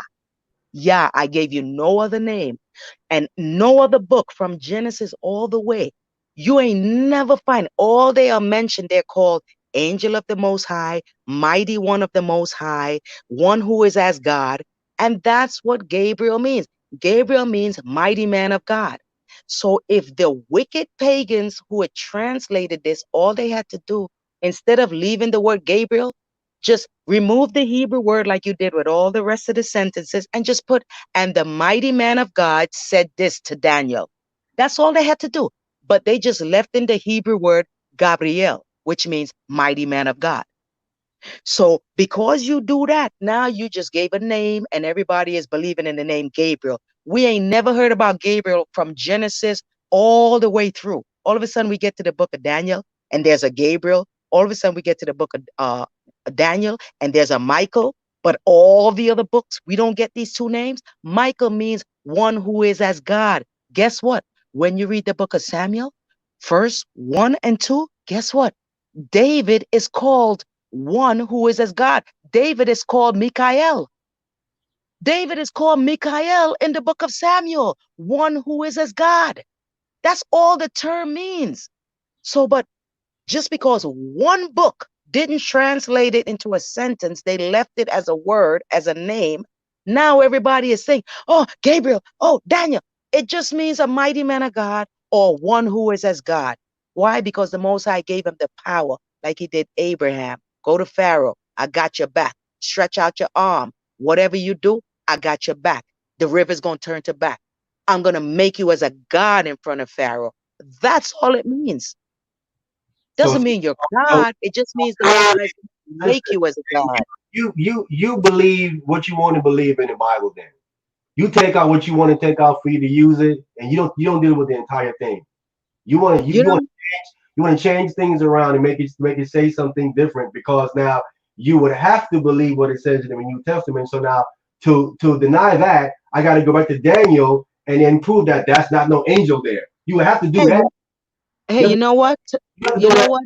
because you I'm, have to believe in the Messiah in the New Testament. So to not believe in him, you have to go and fabricate something here now that there ain't no angel named Gabriel no more. There ain't no angel named Michael, and that's all fabrication.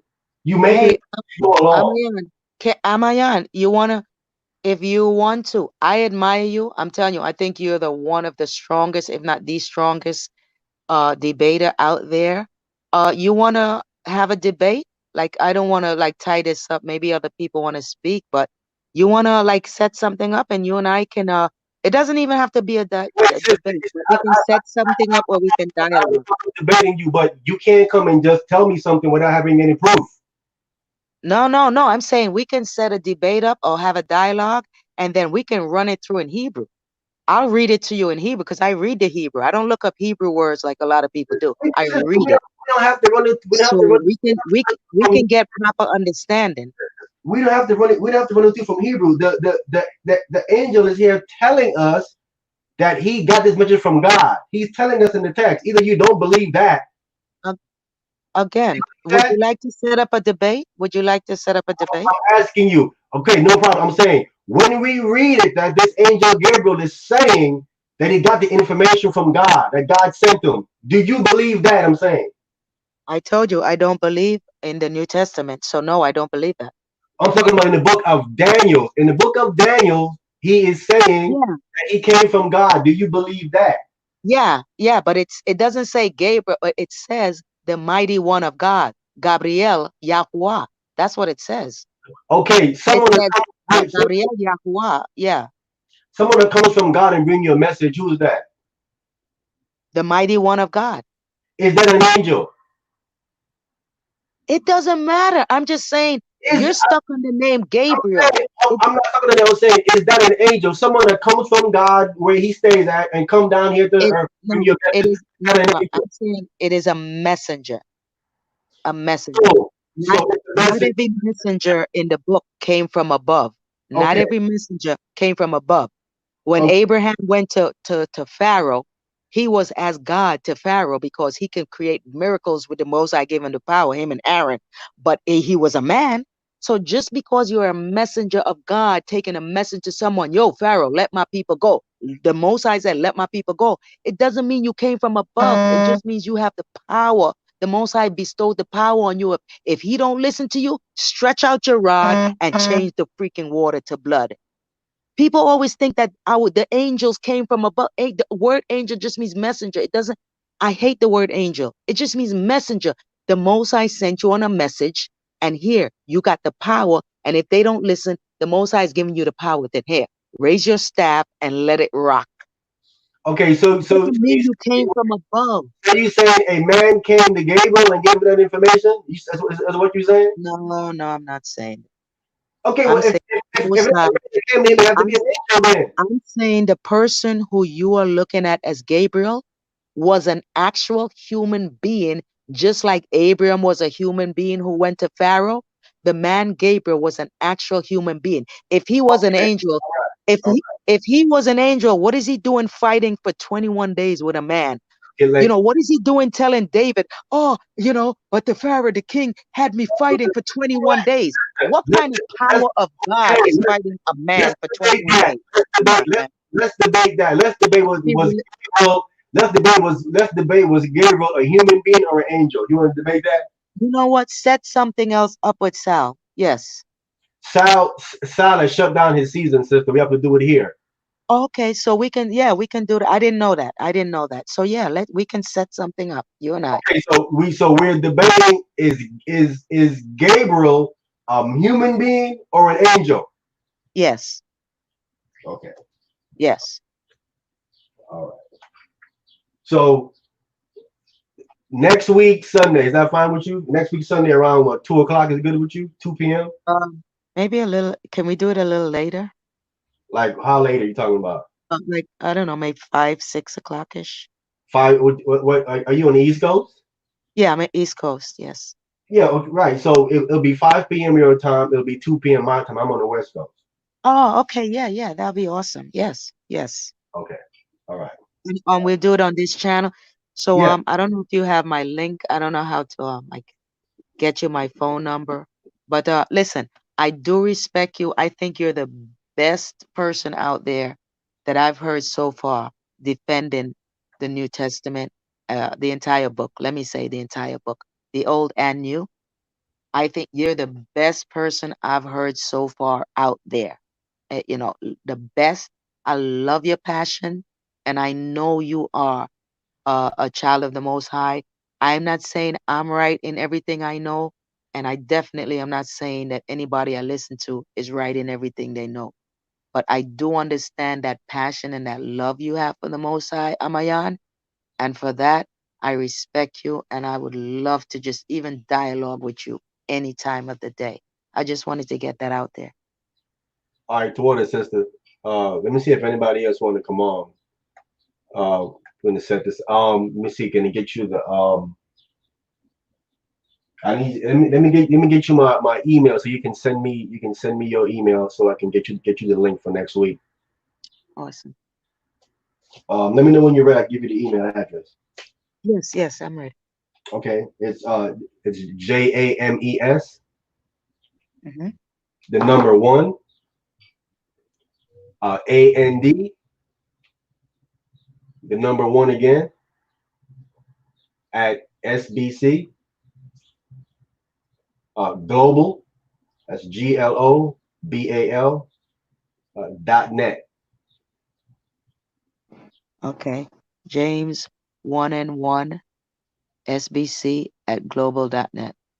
James 1 and 1 at SBCglobal.net. At SBC. Okay. Got it. Global.net. Yeah. Anyway, Yeah. let me Just get you. email me your email so I have it that I can when next week come I can email you the link and set it up. So it'll be next week 2 p.m. Pacific time, 5 p.m. Eastern time. Put the link back in Awesome. the chat. Anybody else want to come in before we shut this down? Because we had four, we went over 4, going on 5 hours. Anybody want to come in briefly and speak a piece, and then before I shut it down? Sister, I want to thank you for coming on. It was a very interesting dialogue that we had. I think we kind of got off. We went to different places, but didn't kind of stay on topic really. But it's all good. Um, and I hope we have a fruitful. People get edified next week with the information going to be brought out, I guess, on both sides. It's all about edifying the people at the end of the day. Awesome. Thank you so much, brother. And stay safe. You too, sister. Peace to you. Blessings. All right, bless. Okay, is there anybody else that want to come on before shut it down? So we have a debate set up between me and the sister next week. Is Gabriel a human being or is he an angel? I think that's a no-brainer, really. Um, I'll give it a couple of minutes. Anybody wants to come in and speak their piece real quick before I shut it down? Make sure I shut this down at the 5 hour mark. Again, let me put this out in the disclaimer from Sal. Anything you hear live via archives, it's not the belief of the owner of this channel. Anything you hear, do your own studies and research on both sides to ascertain the truth for yourselves. Okay, nobody's coming on. I'm gonna give it a couple of minutes. Let me get some nobody in the back chat. There's nothing back there.